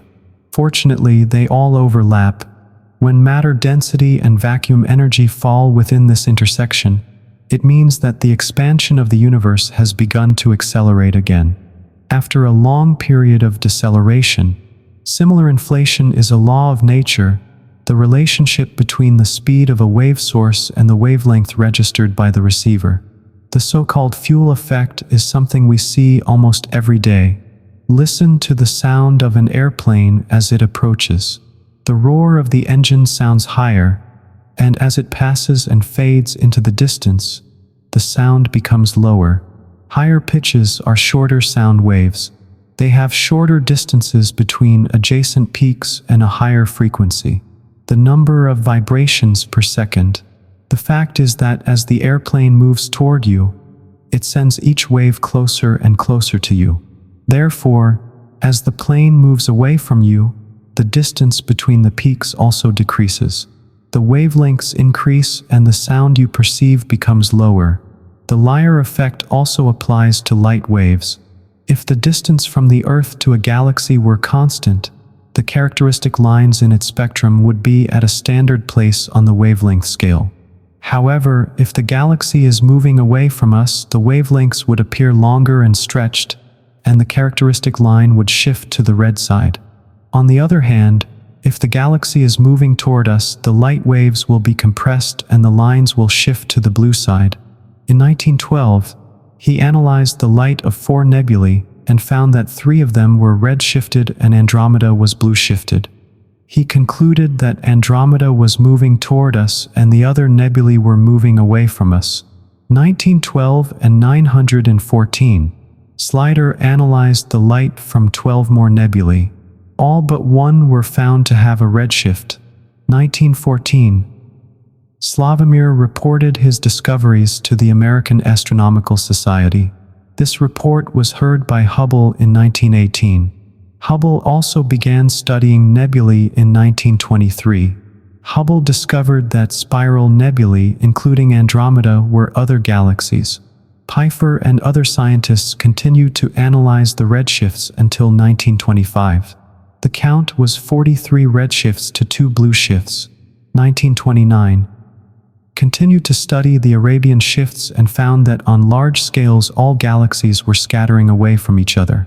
Hubble and Milton Hume announced their discovery. The universe is expanding. After analyzing light from other galaxies, Edwin Hubble made the discovery in the 1920s that almost all galaxies are moving away from us at a rate proportional to their distance from Earth, where proportional to their distance from Earth equals times r. This important observation, called Hubble's law, shows that the universe is expanding, and Hubble's constant determines the rate of expansion. Hot Big Bang. If general relativity is correct, the universe began with a Big Bang singularity of infinite temperature and density. As the universe expanded, the temperature of the radiation dropped about 100 fractions of a second after the Big Bang. The temperature must have been about 100 billion degrees, and the universe contained mostly photons, electrons, and neutrinos, the lightest particles and their antiparticles, and some protons and neutrons. Over the next 3 minutes, as the universe cooled to about 1 quadrillion degrees, protons and neutrons began to combine to form the nuclei of helium, hydrogen, and other light elements. After hundreds more 1 trillion years, as the temperature dropped to a few 1 trillion degrees, the electrons slowed down enough for the light nuclei to capture them and form atoms. However, the heavier elements that make up you and me, including carbon and oxygen, were not formed until 1 trillion years later as a result of the combustion of helium in the interior of stars. Georgy Gamow was the first to propose this picture of a universe that was dense and glowing in its early days.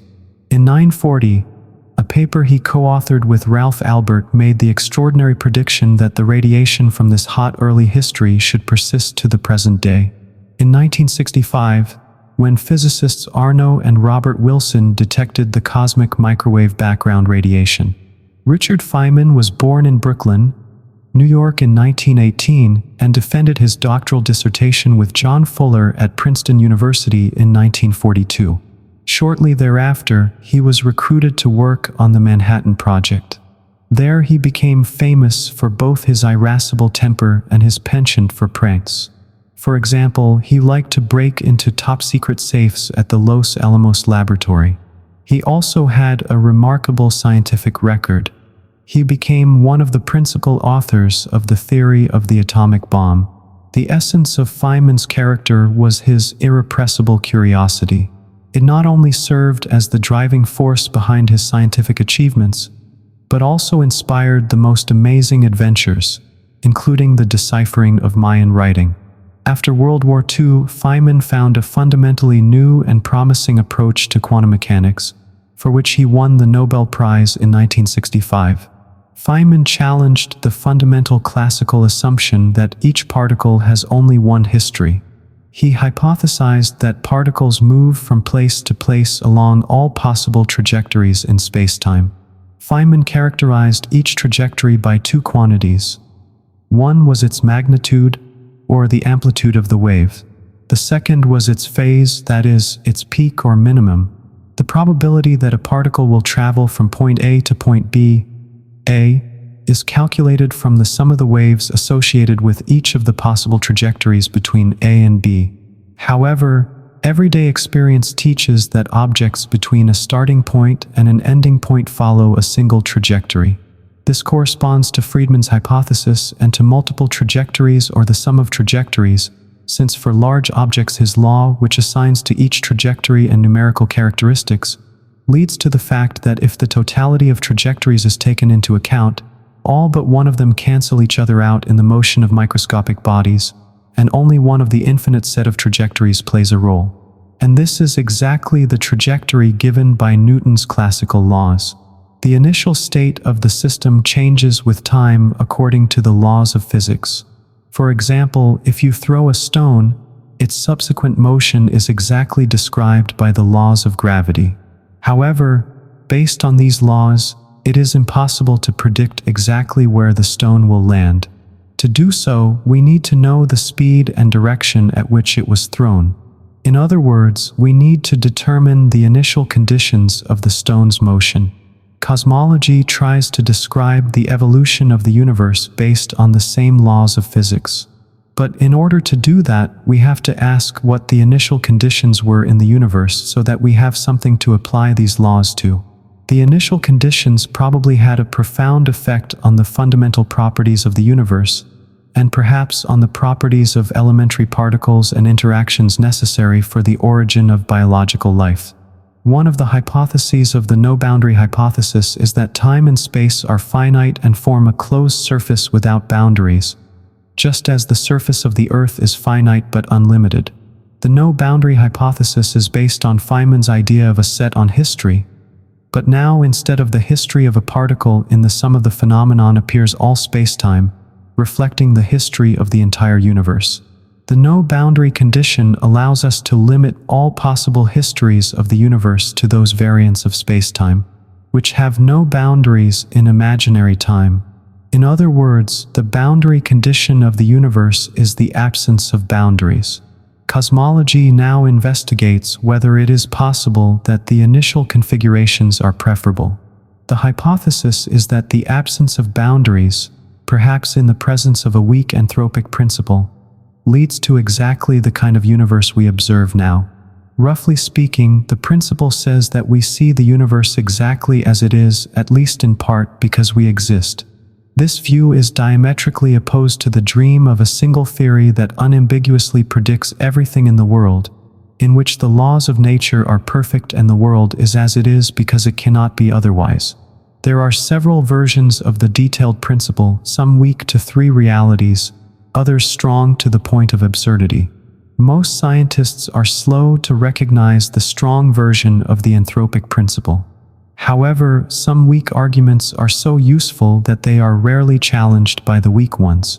The principle boils down to explaining which epochs and parts of the universe we might have lived in. For example, the reason the Big Bang happened about 10 billion years ago is that enough time must have passed since the beginning of the universe for some stars to have completed their evolution. Otherwise, they would not have produced the chemical elements like oxygen and carbon that we are made of. A brief history of relativity. How Einstein laid the foundations for the two fundamental theories of the 20th century, general relativity and quantum mechanics. Albert Einstein, author of both special and general relativity, was born in 1879 in Germany.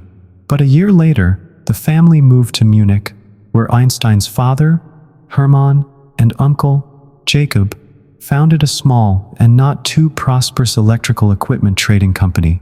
As a child, Albert did not show much promise, but rumors that he did poorly in school seemed to have been exaggerated. In 1894, his father's business went under and the family moved to Milan. His parents decided that Albert should stay in Munich and finish school, but he did not like such despotism. And not a few months later, he dropped out of school and came to his parents in Milan. Later, Einstein finished his education in Zurich. In 1900, he graduated from the prestigious Polytechnische Hochschule. By nature, Albert was argumentative and did not recognize authority, so he did not win the special love of the teachers at the Polytechnic, and he was not offered to stay as an assistant, which would have been the beginning of a scientific career. 2 years later, Albert did get a small position at the Swiss Patent Office in Bern, and in this position in 1905 he wrote 3 articles that made him one of the most prominent scientists of our time and started 2 different revolutions that changed our ideas about time, space, and reality as such. At the end of the 19th century, scientists were convinced that they were close to a complete destruction of the universe. They believed that space was filled with a medium called ether. Light rays and radio signals were thought to be waves in the ether, just as sound is compression waves in the air. All that was missing to complete the theory was an accurate measurement of the elasticity of the ether. Moreover, when the Jefferson Laboratory was built at Harvard University, it was deliberately constructed without a single iron nail, so that in the future it would be possible to make accurate magnetic metric studies. However, the architects forgot that the red-brown bricks of which the laboratory building and almost all of Harvard are made contain a lot of iron. The building is still in use today. The experiments conducted did not confirm this hypothesis. The most thorough and accurate was an experiment conducted in 1880 by Albert Wilson and Edward Morley of the Case School of Applied Science in Cleveland, Ohio. Michael compared the velocities of 2 perpendicular rays of light. The Earth rotates on its axis and orbits the Sun, so the measuring instrument travels through the ether at different speeds and in different directions.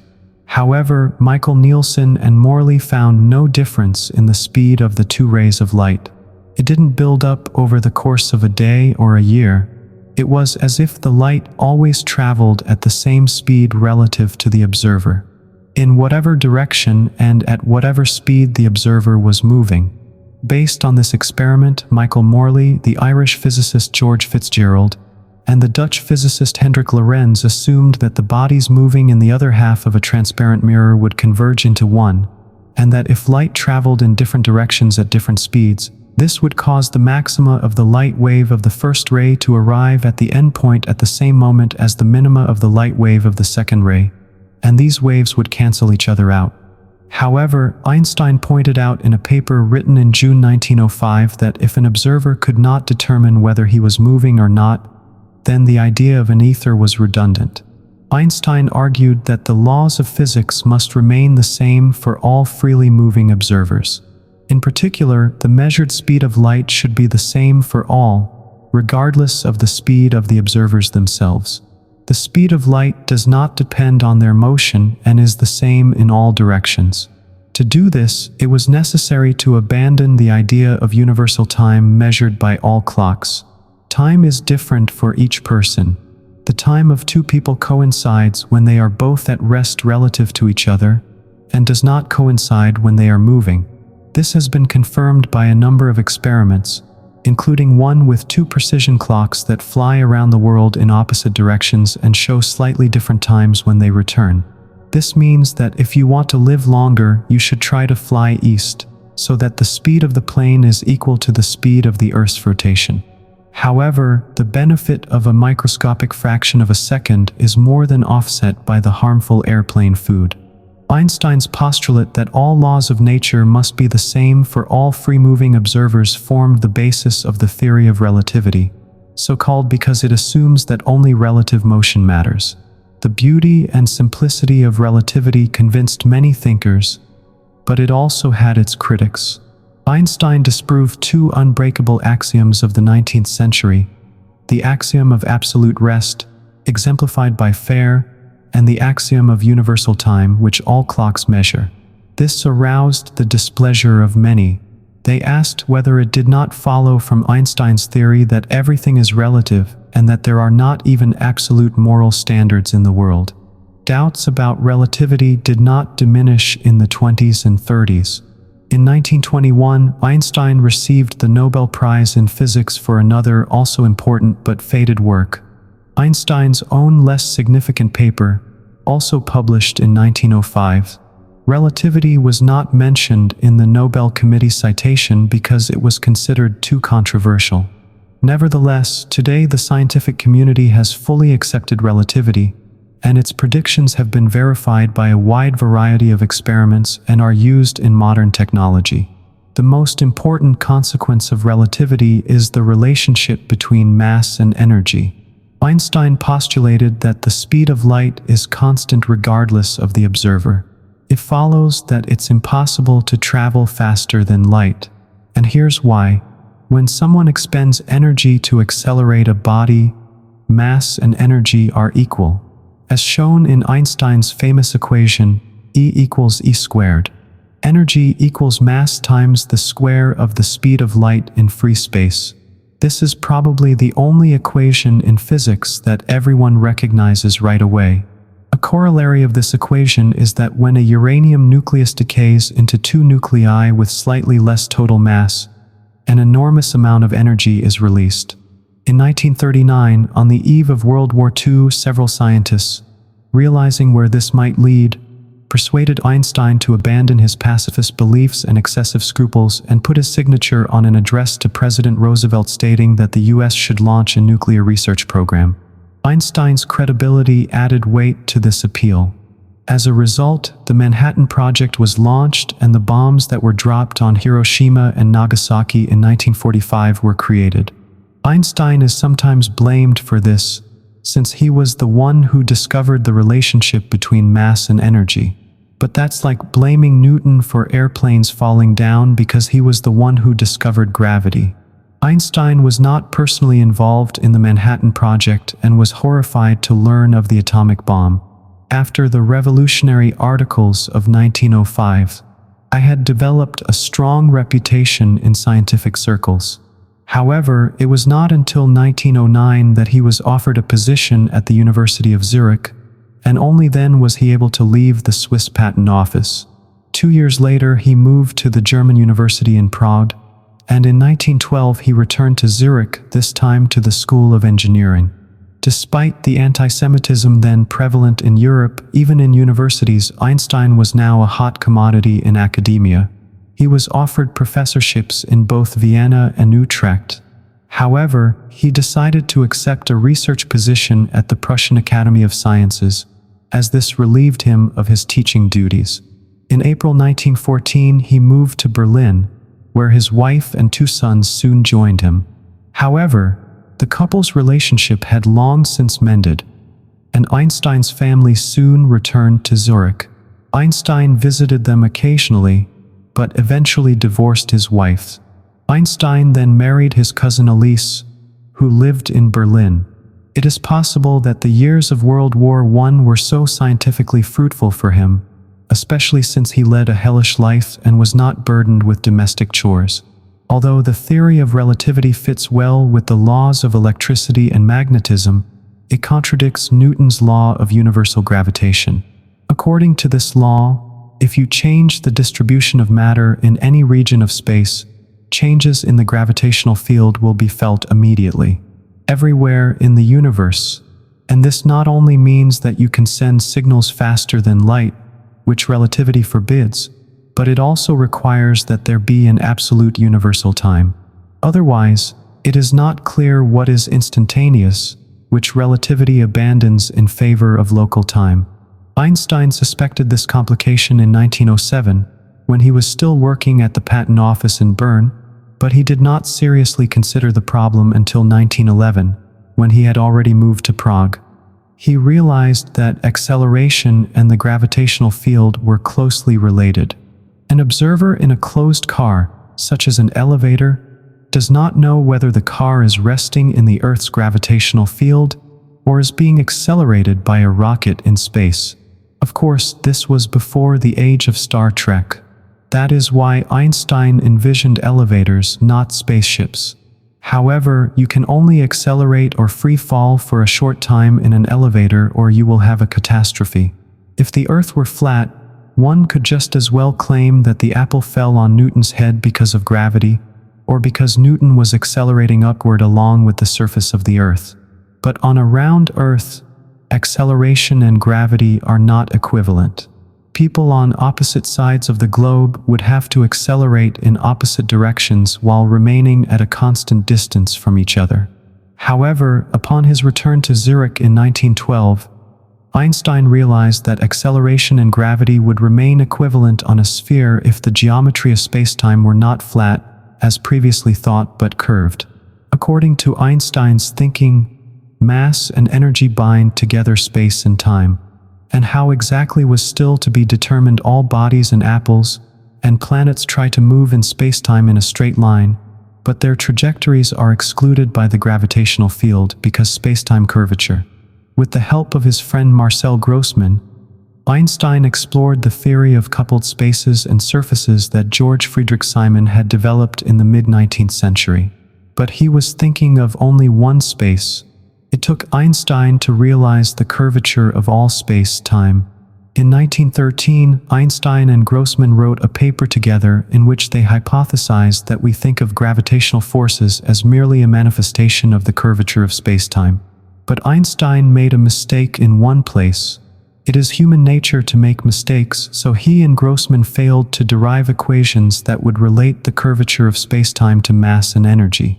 Concluded in. Einstein continued to work on this problem in Berlin. The war hardly affected him. He was spared from domestic duties, and in November 1915, he still derived the necessary formulas. In the summer of 1915, he visited the University of Vienna, where he discussed his ideas with the mathematician David Gilbert. It turned out that Gilbert had independently derived the same equations a few days before Einstein. However, as Gilbert himself admitted, the honor of discovering a new theory belongs to Einstein. After all, it was he who proposed the connection between gravity and the distortion of spacetime. To Germany's credit, it should be noted that it was a very civilized country in those years, since even in wartime the state did not prevent such scientific disputes and communication between scientists. What a contrast to the fascist dictatorship that came 20 years later. The new theory of spacetime curvature was called general relativity, to distinguish it from the original theory, which said nothing about gravity. We call it special theory of relativity. The general theory of relativity received a vivid confirmation as early as 1919, when a British expedition in West Africa observed a slight curvature in the light of a star passing the sun during an eclipse. This was direct evidence for the curvature of space and time, which led to a radical revision of our perception of the universe, comparable only to the revolution in consciousness wrought by Euclid. When around 300 BC Euclid wrote his beginnings of geometry with his general theory of relativity, a Einstein transformed space and time from passive scenery in which various events take place to active participants. Universelle dynamics. This brought us to a grand problem that is also central to 19th century physics. The universe is full of matter and substance, and it binds space-time together in such a way that bodies are attracted to each other. Einstein found that his equations had no solution that described a strategic universe that did not change with time. However, rather than abandoning the kind of eternal and unchanging universe that he and most of his contemporaries envisioned, he tweaked the equations and added a summand called the cosmological constant, which pulls space-time in the opposite direction. Thus, for a body to repel, the repulsive effect of the cosmological constant had to offset the attraction of matter, and then the equations had a solution that allowed for the existence of a static universe. This was one of the greatest missed opportunities in the history of theoretical physics. If Einstein had stuck to the original equations, he would have predicted that the universe was either expanding or contracting. Either way, no one took the hypothesis of a universe changing over time seriously. But in the last 2 years of the last century, sensational observations were made with a new telescope at the Mount Wilson Observatory. These observations showed that the further away other galaxies are from us, the faster they are moving away from us. The universe is expanding, and the distance between any two galaxies is constantly increasing. Over time, this discovery made the cosmological constant obsolete. It turned out that Einstein's equations should not have a static solution. Einstein later called the cosmological constant the biggest mistake of his life. Today, however, it seems that it was probably not a mistake at all. General relativity completely changed the debate about the origin and fate of the universe in a static universe. And it could have always existed, or it could have been created in its present form, at some point in the past. But if galaxies are moving away from each other, then they were once closer together. About 15 billion years ago, they were literally thundering apart, and the density of the universe was very high. The Catholic priest George Millimeter, who first studied this initial state of the universe, called it the primordial atom, and now it is called the Big Bang. Einstein never seems to have taken the Big Bang theory seriously. The amount of light elements we observe in the world around us would have had a density of at least 10 tons per cubic inch and a temperature of 10 billion degrees. Moreover, studies of the cosmic microwave background radiation show that the density was probably once 1,720 tons per cubic inch. Furthermore, we now know that Einstein's general theory of relativity does not allow the universe to jump from a phase of contraction to its present phase of expansion. So Einstein's theory actually suggests that time had a beginning, although Einstein himself didn't like it. Even less did he like to admit that general relativity also predicts the death of massive stars when, at the end of their lives, they can no longer produce enough heat to balance the force of their own gravity trying to compress them. Einstein believed that such stars fall into a kind of stable final state. But we now know that stars with masses greater than 2 solar masses do not have a final state. Such stars continue to contract and become black holes in spacetime. The distortion is so great that not even light can escape. However, both the beginning and the end of time, points at which the equations of general relativity do not work. So the theory doesn't predict what would happen after the Big Bang. Some see it as a manifestation of divine will, saying that God wanted and created the universe. But there are those, including myself, who believe that the origin of the universe should be subject to the same laws that govern the rest of time. General relativity fails at the Big Bang because it contradicts the quantum hypothesis, the second major conceptual revolution of the early 20th century. The first step toward the quantum hypothesis was taken in 1900 in Berlin, when Max Planck discovered that radiation from a red-hot body could be explained only if light was emitted and absorbed in separate parts, called quanta. Einstein, in one of his seminal papers written that year while working in the patent office, showed that Planck's quantum hypothesis probably explained the so-called effect of some metals emitting electrons when exposed to light. The photoelectric effect is the basis of modern light receivers and television cameras. And it was for this work that Einstein won the Nobel Prize in Physics. Einstein continued to develop the hypothesis of quantum and in the 20s, but he was very disturbed by the work of Werner Heisenberg in Copenhagen, Paul Dirac in Cambridge and Erwin Schrödinger in Zurich, which resulted in a new picture of reality. Quantum mechanics. Elementary particles had lost their position and speed.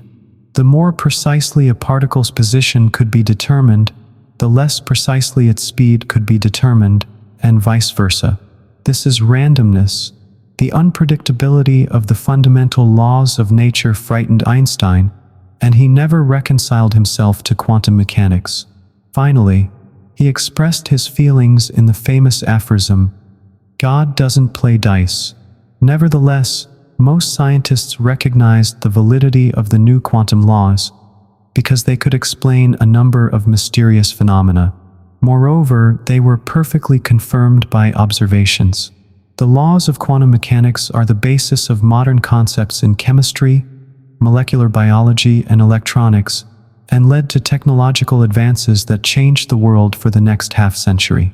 In December 1932, realizing that the Nazis led by Hitler is about to come to power, Einstein left Germany and 4 months later refused in German citizenship, and spent the last 20 years of his life at the Institute for Advanced Study in Princeton, New Jersey.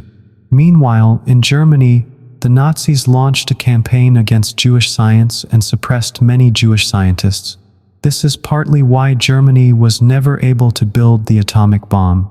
One of the main targets of this campaign was Einstein and his theory of relativity. When Einstein was informed that a book entitled 100 Authors Against Weinstein had been published, he remarked, "Why so many? If I were wrong, one would be enough."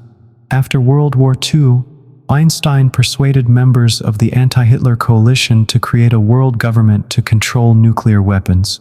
In 1940, Einstein was offered the presidency of the newly created State of Israel, but he declined. He once remarked, "Politics is transient, but formulas are eternal."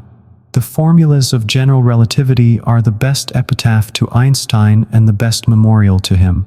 They will live as long as the universe itself. History has never known a time when the world changed so much in 100 years. Not because of new political and economic doctrines, but because of the rapid scientific and technological progress made possible by the achievements of fundamental physics. And the most apt symbol of this progress is Albert Einstein.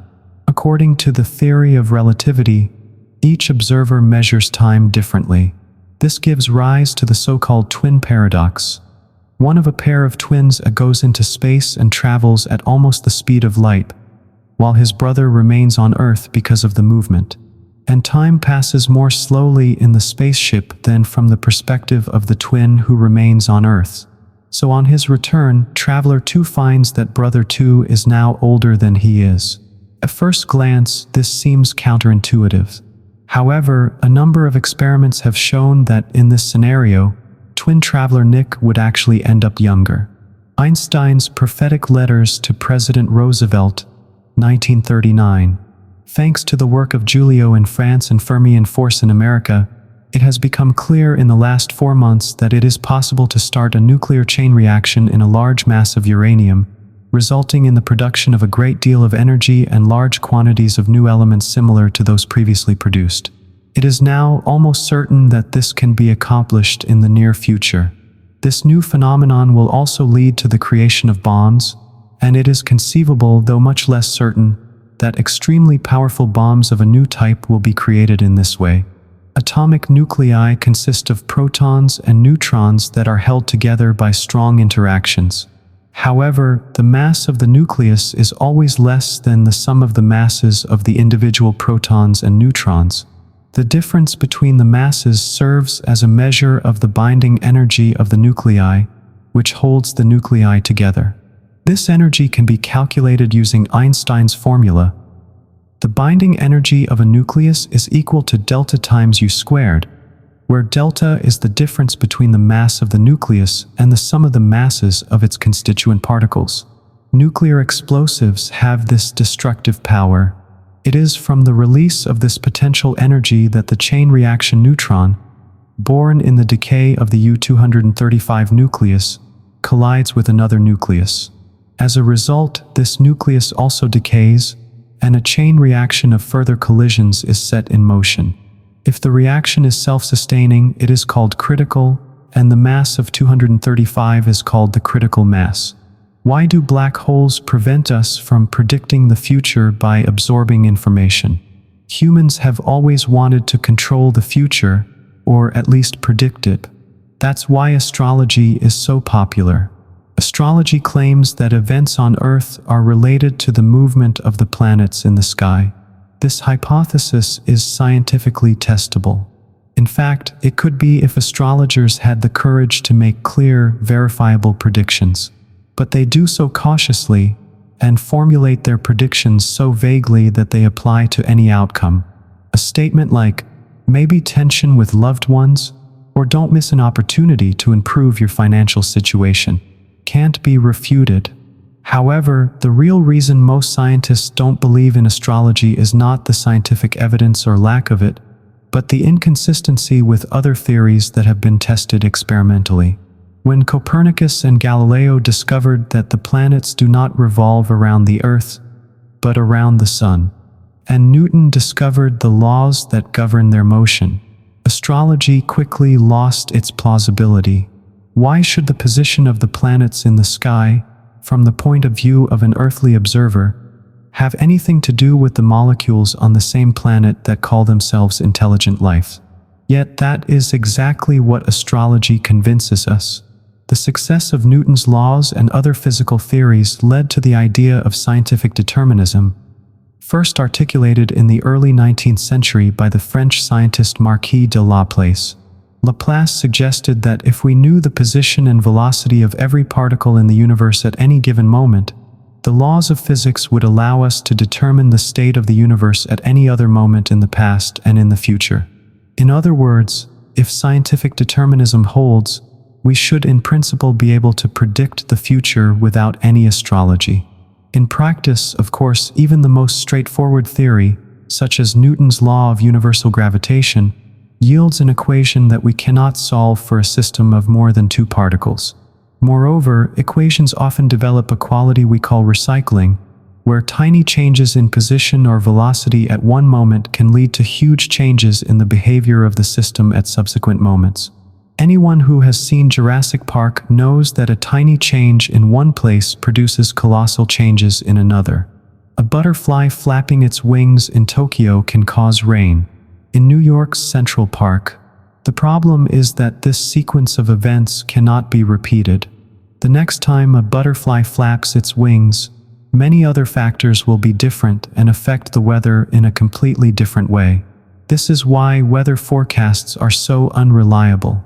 Thus, although the laws of quantum electrodynamics should, in principle, allow us to calculate everything in chemistry and biology, we have not made much progress in predicting human behavior using mathematical equations. Nevertheless, despite the practical difficulties, most scientists take comfort in the idea that the future is once again predictable in principle. At first glance, the uncertainty principle seems to pose a threat to determinism because it states that we cannot accurately measure both the position and velocity of a particle at the same time. The more accurately we measure position, the less accurately we measure velocity, and vice versa. Laplace's version of scientific determinism said that if we know the position and velocity of particles at one moment, we can determine their position and velocity at any moment in the future. But where exactly do we start? If the uncertainty principle doesn't allow us to know both position and velocity precisely at the same time, no matter how powerful our computer is, if you feed it bad data, you get bad predictions. However, in the new theory of quantum mechanics, which also takes the uncertainty principle into account, determinism has been restored to some extent. Roughly speaking, in quantum mechanics we can accurately predict half of what the classical Laplace view promises us. In quantum mechanics, a particle does not have a precisely defined position and velocity. The wave function is the number at each point in space that corresponds to the probability that a particle will be detected at that location. The rate of change of the wave function from point to point tells how likely different particle velocities are. Some wave functions have a sharp peak at a particular point in space. In these cases, the uncertainty in the position of the particle is very small. But you can also see from the graph that in such cases the wave function in the vicinity of that point changes very rapidly on one side up and on the other side down. This means that the probability distribution for the velocity has a large range, i.e. the uncertainty in the velocity is high. Now consider a continuous sequence of waves. Wave packet. Here the uncertainty in position is high, but the uncertainty in velocity is not large.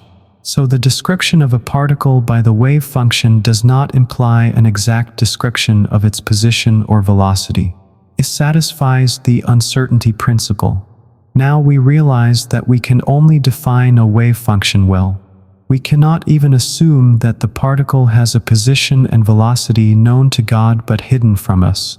Such hidden variable theories predict results that do not match the observations.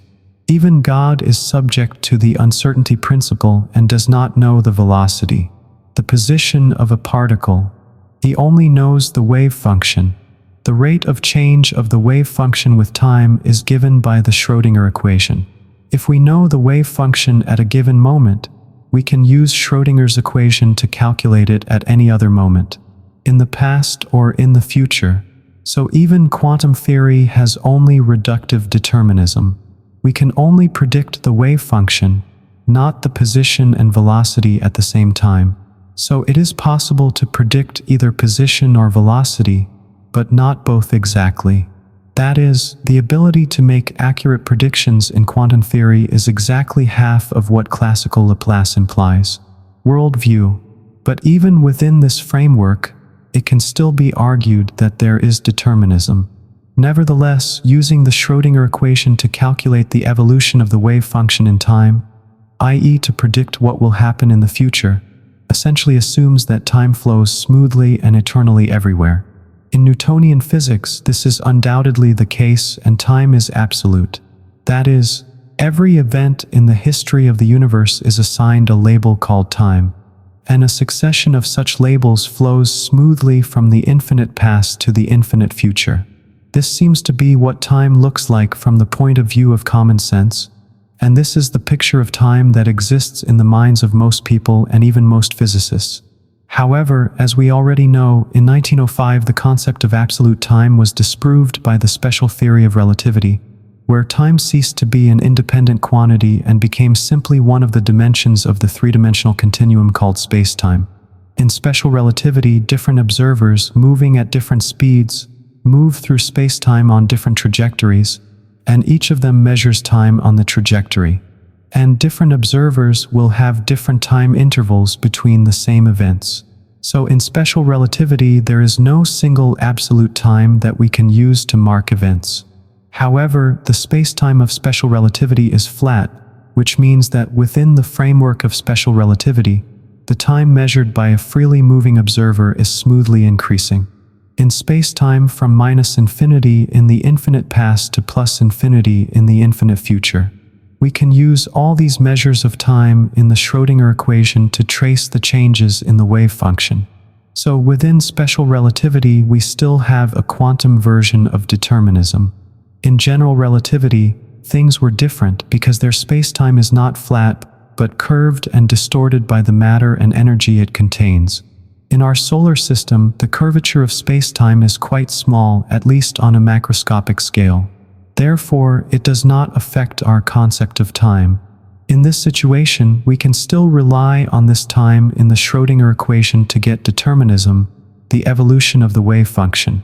But once we allow space-time to warp, then we open the doors and possibilities that space-time has a structure that does not allow time to increase smoothly in any reference frame, as we would like to think.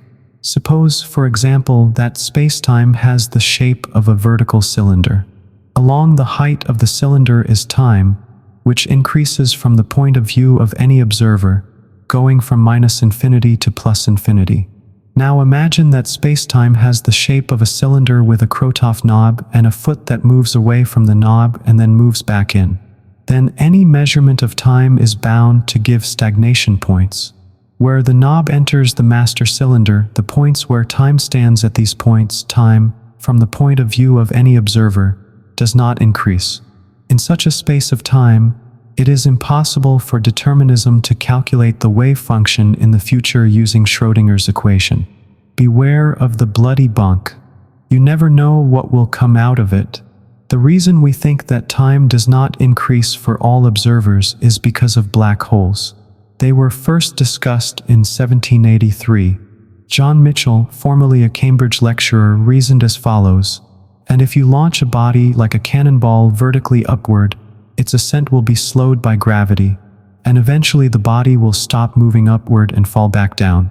But if the initial vertical velocity is greater than the critical value of the second space velocity, gravity will not be enough to stop the body, and it will fly away.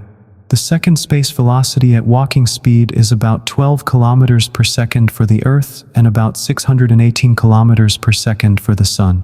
These speeds are much higher than the speed of a real cannonball, but very small compared to the speed of light, which is 300,000 kilometers per second. This means that light flies away from the Earth without much difficulty. However, Mitchell noted that there are probably stars much more massive than the Sun that have a second cosmic velocity greater than the speed of light, and these stars we will not see because all the light they emit is pulled back by the star's gravity. Mitchell called such stars dark stars, and we call them black holes. Mitchell's hypothesis of dark stars was based on Newton and physics, where time absolutely goes forward no matter what. Therefore, in the classical Newtonian new picture, dark stars did not prevent us from predicting the future. But in general relativity, where massive bodies and space-time are bound together, things are very different. In 1916, shortly after Einstein proposed his theory, Karl Schwarz, shortly before his death from a disease contracted in Russia during World War I, found a solution to the equations of general relativity that described a black hole. For many years, scientists did not realize the significance of this discovery. Schiller's Schwarz-Einstein never believed in black holes, and his attitude was shared by most of the old guard of general relativity experts. In 1963, quasars were discovered, triggering an avalanche of theoretical work on black holes and experimental attempts to observe them. And this is the picture that emerged. Consider the evolution of a star with 20 times the mass of the Sun. Such stars form from gas clouds like those in the Orion Nebula. The clouds of gas are compressed by their own gravity. The gas heats up and eventually accelerates enough to trigger a fusion reaction that turns hydrogen into helium. The heat generated in this process creates a pressure that helps the star resist its own gravity and keeps it from shrinking any further. The star can remain in this state for a long time, burning hydrogen and emitting light into space. The star's gravitational field affects the trajectories of the light rays coming out of it. You can draw a graph with time on the vertical axis and distance from the center of the star on the horizontal axis. In this graph, the surface of the star is represented by two vertical lines on either side of the center. Let us agree that time is measured in seconds and distance is measured in light seconds. This is the distance that light travels in 1 second. When using such units, the speed of light is equal to 1. That is, the speed of light is 1 light second per second. This means that away from the star and its gravitational field, the trajectory of the light beam on this graph is a line at a 45-degree angle to the vertical. Closer to the star, however, the curvature of spacetime caused by the mass of the star changes the trajectory of the light rays, and the angle to the vertical becomes smaller. Massive stars change from hydrogen to helium much faster than the Sun. This means that they will run out of hydrogen in just a few 101 million years. After that, such stars are in a crisis situation. They can burn their helium and convert it into heavier elements like carbon and oxygen. But such nuclear reactions release less energy, and stars lose heat, and with it the thermal pressure that helps them resist gravity. That's why they shrink when their mass is more than twice that of the Sun. There isn't enough pressure to stop the contraction. Such stars will collapse to zero size and infinite density, and a so-called singularity will form. A diagram showing the relationship between time and distance from the center of the star. You can see that as the star shrinks, the trajectory of light rays from its surface comes at smaller angles to the vertical. When the star reaches a certain critical radius, the trajectory on the graph becomes vertical, which means that the light hovers at a constant distance from the center of the star, but does not escape. The critical trajectory of light slows down the surface of what is called the event horizon, which separates the region of spacetime from which light can still escape from the region from which it can no longer escape. All light emitted by a star reaches the event horizon, but there, the curvature of spacetime traps it back into the star. Such a star becomes a Mitchell dark star, or as we say today, a black hole. So how do you detect a black hole if light can't escape from it? The answer is that the black hole serves as a source of the same gravitational force that slammed into it, the star, and that force acts on neighboring objects. If the Sun were to become a black hole and not lose some of its mass, the planets would orbit it just as they do now. So to look for a black hole, you can look for matter orbiting around an invisible, compact, massive object. Scientists have observed a number of such systems. Perhaps the most impressive are the giant black holes found at the centers of galaxies and quasars. All of the properties of black holes that we have discussed so far pose no particular obstacles to determinism for an astronaut caught in a black hole, and upon encountering a singularity, time will stop. However, in general relativity, it is possible to measure time differently in different places, so it is possible to speed up the astronaut's clock as he approaches the singularity, and he intends infinite time. In the time diagram, the distance from the surface of a constant value of such time cluster in the center below the point where the singularity appears, but they are consistent with the usual measurement of time in a nearly flat space-time, away from the black hole. We can plug this time into the Schrödinger equations and calculate the evolution of the wave function.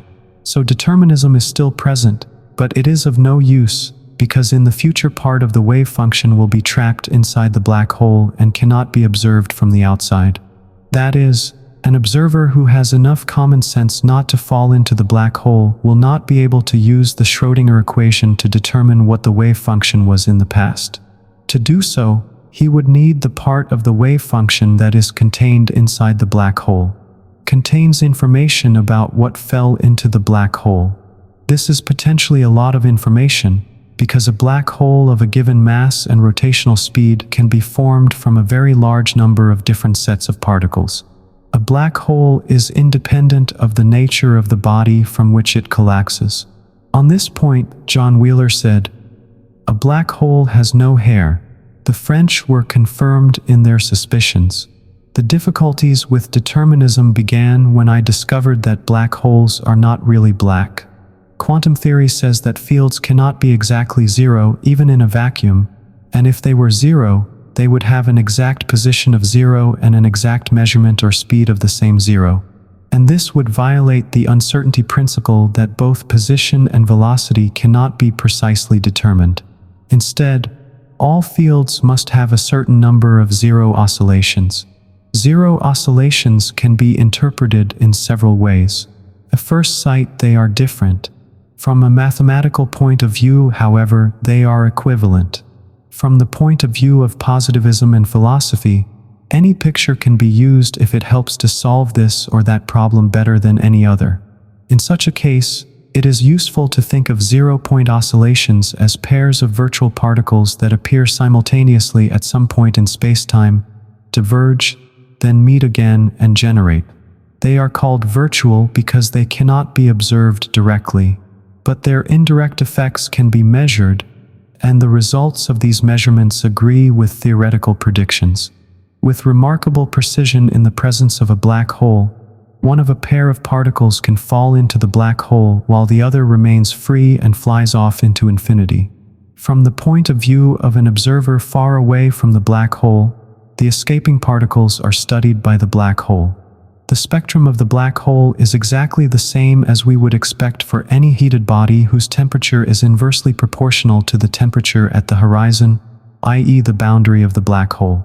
In other words, the temperature of a black hole depends on its size. A black hole with a mass of a few solar masses has a temperature of about 1/1,000,000th of a degree above absolute zero. And if the black hole is larger, its temperature is even lower. So any quantum radiation from such black holes is completely overwhelmed by the radiation left over from the Big Bang, since its temperature is 2.7 degrees. It would probably be possible to detect radiation from much hotter and smaller black holes, but there don't seem to be many of them. That's a shame. However, we do have indirect evidence that such radiation does exist, and that evidence comes from the early universe. It's thought that in the very early stages, the universe went through a period of inflationary expansion, where the rate of expansion was constantly increasing. The expansion during this period was so rapid that some objects were so far away from us that their light would not have reached us because the universe would have expanded too much and too fast during its propagation. So there was an event horizon in the universe like a black hole, and it separated the area where the light reached us from the area where it didn't. This very similar. It follows that the thermal radiation must have come from that horizon, just as it did from the event horizon of the black hole. We already know that the source of the thermal radiation must have a characteristic spectrum of density fluctuations. The density fluctuations would then expand with the universe. When their scale became larger than the size of the event horizon, they would have frozen. And today we would observe them as small variations in the temperature of the cosmic microwave background radiation left over from the origin of the universe. In fact, the observed results of these variations are very close to the predicted magnitude of the thermal density fluctuations. But even the observations of black hole radiation are not entirely straightforward. Everyone who has studied the problem agrees that there must be radiation. Otherwise, there is a discrepancy with our other theories which have been tested by observations. There are important conclusions to be drawn from this. From a deterministic point of view, radiation from a black hole takes away energy, which means that the black hole necessarily loses mass and shrinks. This in turn means that the temperature of the black hole increases and the rate of radiation increases. Sooner or later, the black hole's mass will decrease to zero. We don't know how to calculate what will happen at that point, but it seems logical and natural that the black hole will simply disappear. What then happens to the part of the wave function inside the black hole and the information it contains about what fell into the black hole? The first thing that comes to mind when the black hole finally disappears is this. It is part of the wave function and the information it carries will reappear. However, you have to pay to carry information, which is obvious if only for your phone bill. It takes energy to carry information, and in the last stages of a black hole's life, there is very little energy left. So the information in a black hole has only one reliable way to get out, and that is not to wait for the final stage, but to gradually descend along with the radiation. However, according to the picture in which one particle of the virtual pair falls into the black hole and the other remains free, one cannot expect that the free particles are somehow connected with the fallen one and carry some information about it. So the only answer is that the information contained in the part of the wave function that found itself in the black hole is lost forever. Such a loss of information has profound implications for determinism. First of all, we notice that even if you know the wave function, after the black hole disappears, it is impossible to reverse the Schrödinger equation and calculate what the wave function was before the black hole formed. It depends on the fragment of the wave function that went into the black hole. We used to think that we knew exactly what the past was like. But if information gets lost in black holes, we don't. Anything could have happened.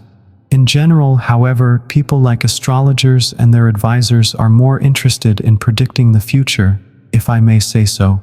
In the post-telling of the past, It would seem at first glance that the loss of part of the wave function in a black hole would not prevent us from predicting what the wave function would be outside the black hole.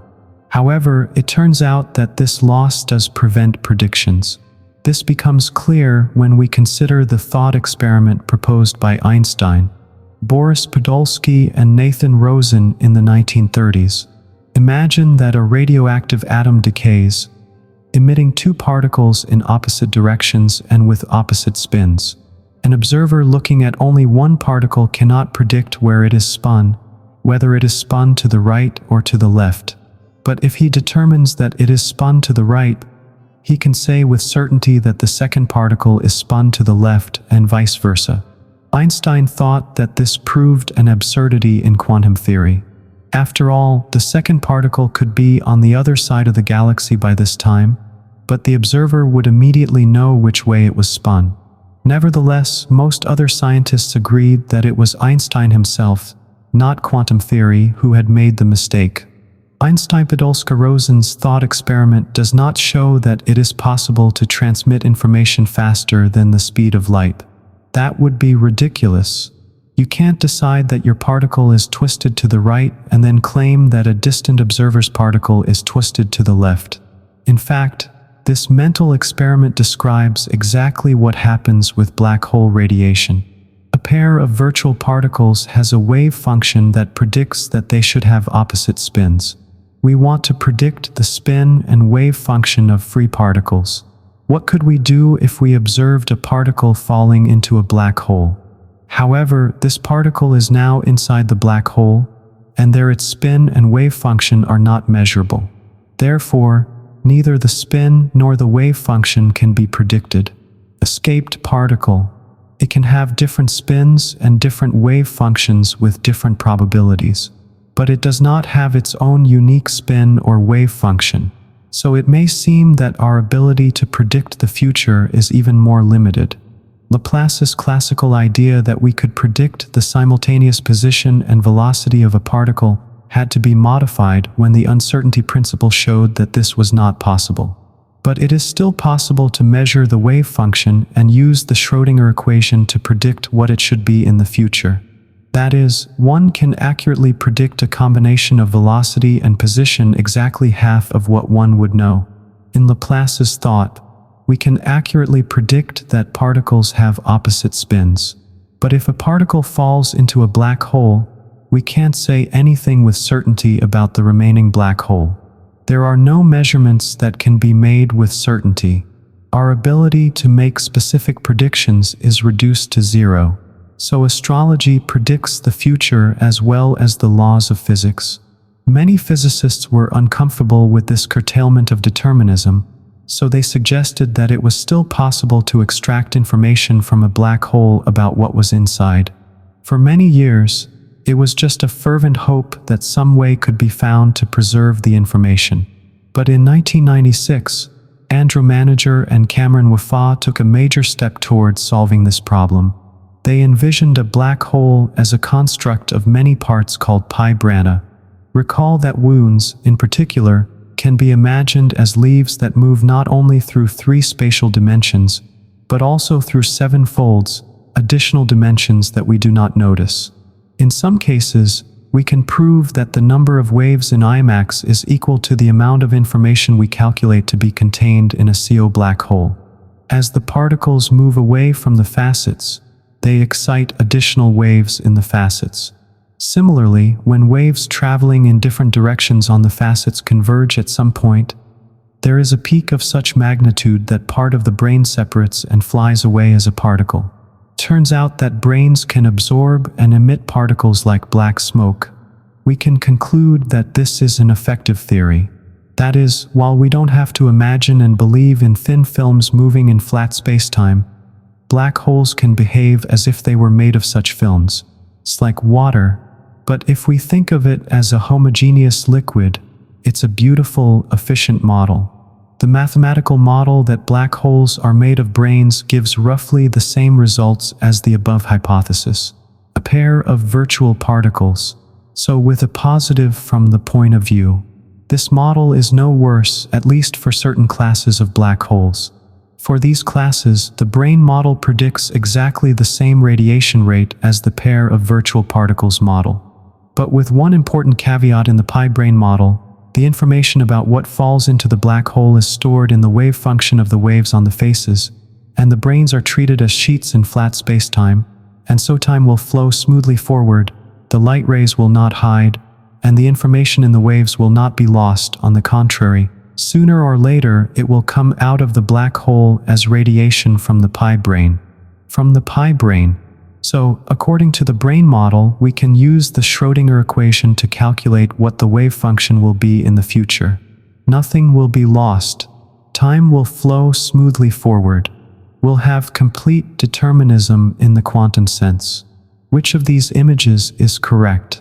Does part of the wave function get lost in a black hole, or does information still find its way out? The pi brain model is considered one of the most important questions in modern theoretical physics. Many believe that recent research shows that information is not lost. The world is predictable and safe. Nothing unexpected can happen. But this is not certain. If one takes Einstein's general theory of relativity seriously, one would have to allow for the possibility that spacetime is knotted and that information is lost in the folds. How can the past be preserved? Is time travel possible? Can an advanced civilization go back in time and change the past? Considering that Stephen Hawking, who lost previous bets on this topic because he did not demand a universal, or still firmly believes that naked singularities are evil and should be banned in the name of the laws of classical physics, and considering that John Q and Kip Thorne, who won a previous bet, still consider naked singularities to be objects of quantum gravity that may well exist uncovered by the event horizon of the entire universe. On the show, Hawking suggests April, and Thorne accept the wager that if any form of classical matter or field that cannot become a singularity in flat spacetime is combined with general relativity via the classical Einstein equations, then dynamical evolution from initial conditions of the general kind, that is, under an open set of initial data, will never result. Naked singularities do not extend into the past. Zero surveyor from the loser must reward the winner with a veil to cover the winner's nakedness. The veil should be appropriately long. The best conditions themselves indicate complete surrender. Stephen Hawking, John Prague, and Kip Thorne, Pasadena, California, February 5, 1997. Talking openly about time travel is a dangerous business. You risk either public outrage for wasting taxpayers' money that should not be spent on such nonsense, or being told that your research is classified because it is a military secret about how to defend against an adversary who has a time machine. He has the power to change history and take over the world. Few have the ruthless courage to work on such a politically slippery subject. The basis of all modern time travel controversies is Einstein's general theory of relativity. According to Einstein's equations, space and time are dynamic. These equations describe how matter and energy behave in the universe and constrain space and time. Within the framework of general relativity, personal local time, as measured by scientific clocks, only grows. Like Newton's theory or flat spacetime special theories regarding personal. However, there are now emerging a variant in which spacetime is excluded to such an extent that one can travel in a spaceship and return before it starts. Specifically, this could be the case if there are ready-made spacetime conduits connecting different regions of space and time in the world. The idea is that if you direct a spaceship into one mouth of Krotov in Nora, it will emerge from the second mouth at a different time and place. Krotova and Nora, if they exist, would in principle allow you to bypass the speed of light in space. If the ship flies at a speed less than the speed of light, to cross the galaxy on it, according to the theory of relativity, will take hundreds of 1,000 years, and by Krotova and Nora to skip to the other end of the galaxy will hurry back to lunch. However, it can be proved that if ready caves exist, with their help it is possible to return before departure. So, in principle, there is nothing to stop you from blowing up a rocket on the launch pad and preventing yourself from flying away. This is a variant of the Grandpa paradox. What happens if you go back in time and kill your grandfather before he can conceive your father? Of course, this is only a paradox if you think you have the ability to go back in time and do whatever you want. We will focus on whether the laws of physics allow for such a severe distortion of space-time that an epic body like a spaceship could return to its own past. According to Einstein's theory, a spaceship is forced to travel at a speed lower than the local speed of light and to follow a so-called time-like trajectory in space-time. Therefore, we can reformulate this question in physical terms. Does space-time, closed time allow for time-like curves, i.e. curves that constantly return to the starting point? We can answer this question on 3 levels. The first is Einstein's general theory of relativity, which assumes that the universe has a well-defined history without uncertainty. For this classical theory, we have a fully established picture.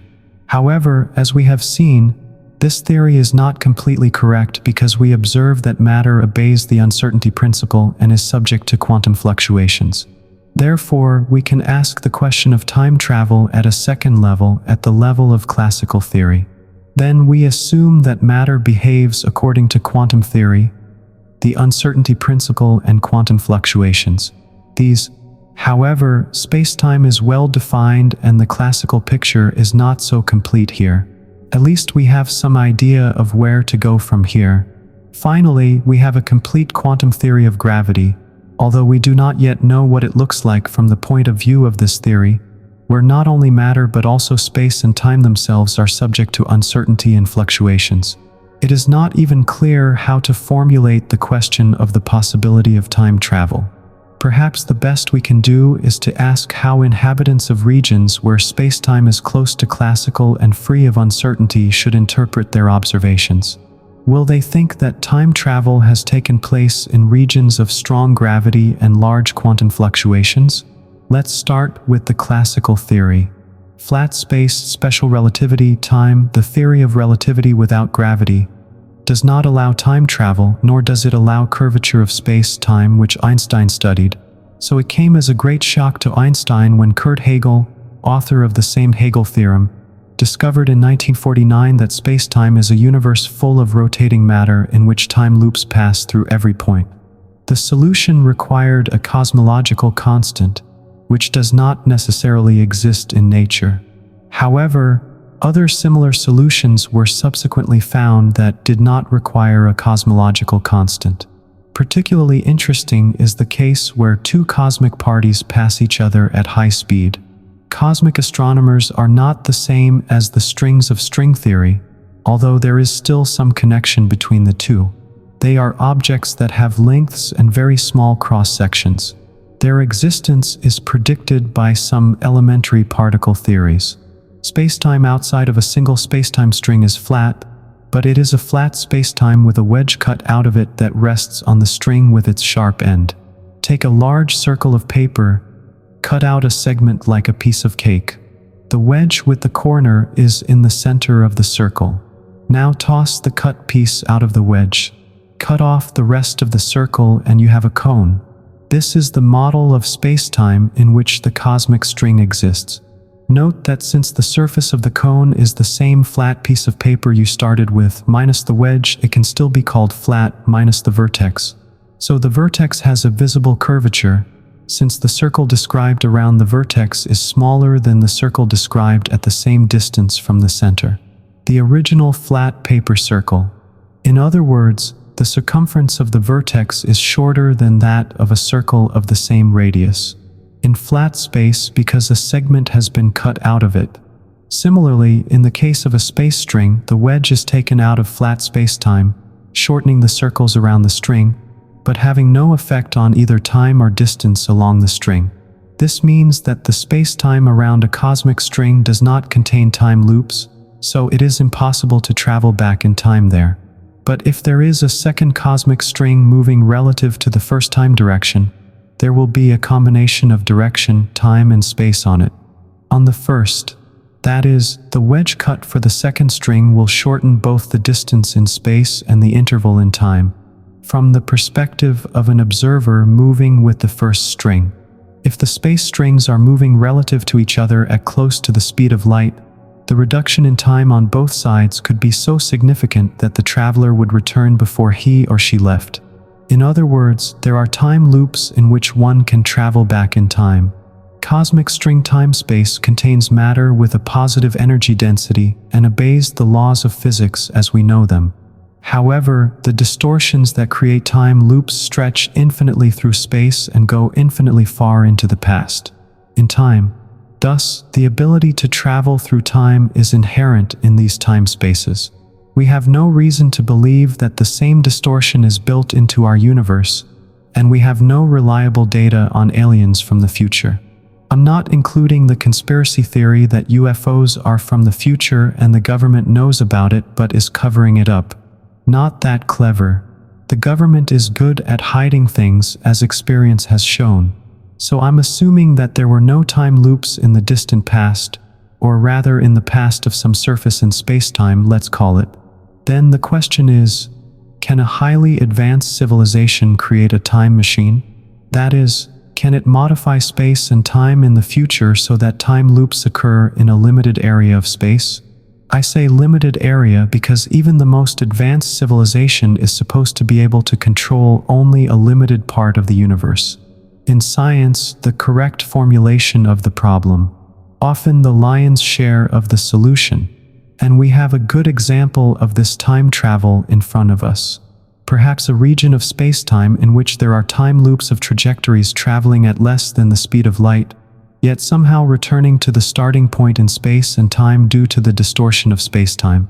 Since I assumed that there are no time loops in the distant past, there must be a horizon, so to speak, a time travel, a boundary that separates the area where there are time loops from the area where there is no horizon. Time travel is similar to the horizons of black holes.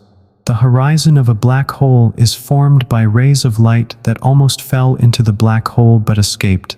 And the horizon of time travel is made up of light rays that almost hit themselves.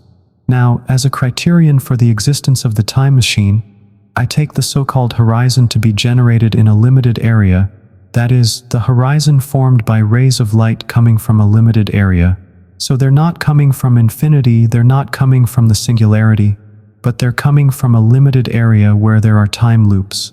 That's exactly the kind of region that the very advanced civilization we're talking about had to create. Even without Einstein's equations, I can show that, in general, the horizon to be created in a bounded region contains a ray of light that hits itself, that is, a ray of light that returns to the same point over and over again. Each time, the light around it will shift more and more to the blue side of the range, so the images will become more and more pigeonholed. The peaks of the light pulse waves will be closer and closer together, and the light will orbit in shorter and shorter intervals of its own time. In essence, a light particle will have a finite history according to its own time dimension, even though it spins in a finite region and does not fall into a curvature singularity. So what is the big deal about a light particle completing its history in finite time? But I can also prove that there are trajectories traveling at less than the speed of light that have only a finite duration. These are probably the stories of observers trapped in a confined region in front of the horizon. They will move faster and faster, eventually reaching the speed of light in a finite amount of time. So if a beautiful alien from a flying saucer lures you into a time machine, be careful. Or, God knows, you'll find yourself in such a repetitive story of finite duration.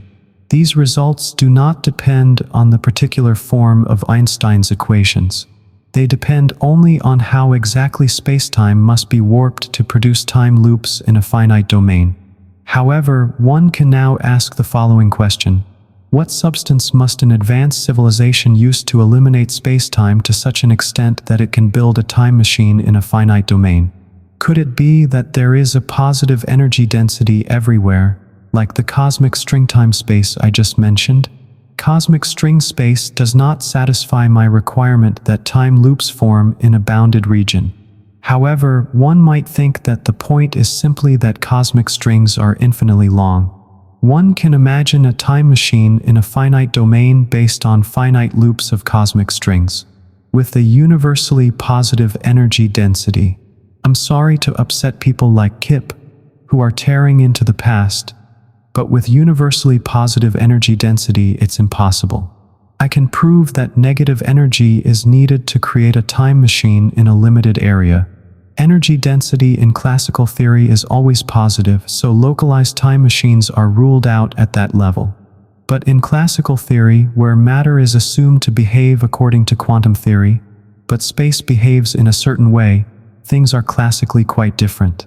As we have already seen, the uncertainty principle of quantum theory means that fields are always unstable and oscillate up and down, even in empty space, and therefore have an infinite energy density.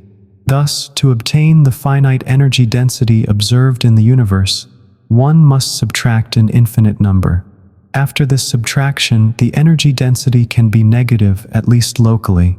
Even in flat space, one can find quantum states in which the energy density is locally negative, even though the total energy is positive. The listener may wonder if all these negative quantities really make space-time and fight just right to build a time machine in a finite domain. But it seems to be, and there is no other way.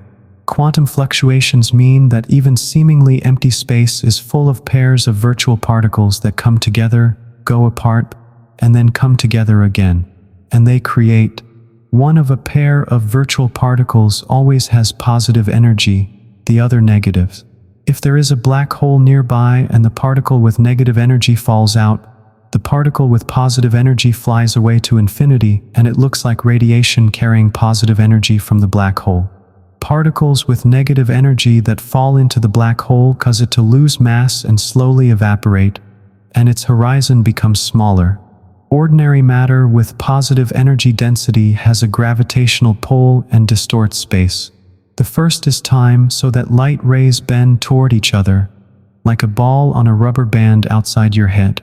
The second is always forcing. Small balls run up to it and keep it from rolling away.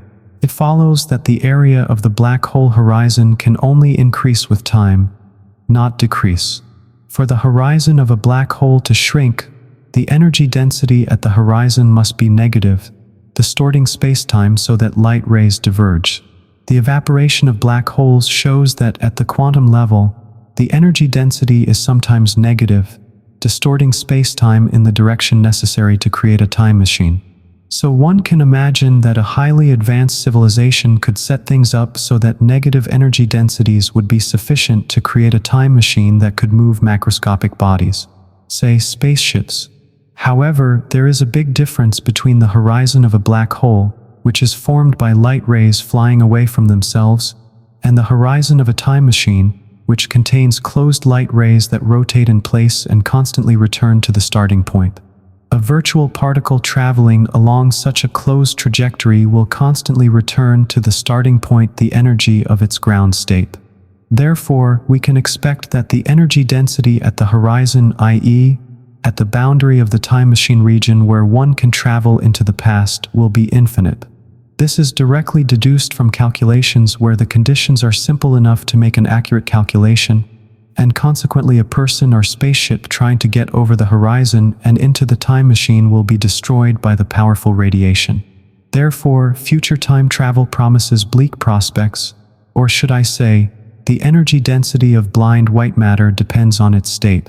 It is therefore possible that a highly advanced civilization could make the energy density at the boundary of the time machine finite by expressing or removing virtual particles running around a closed time loop.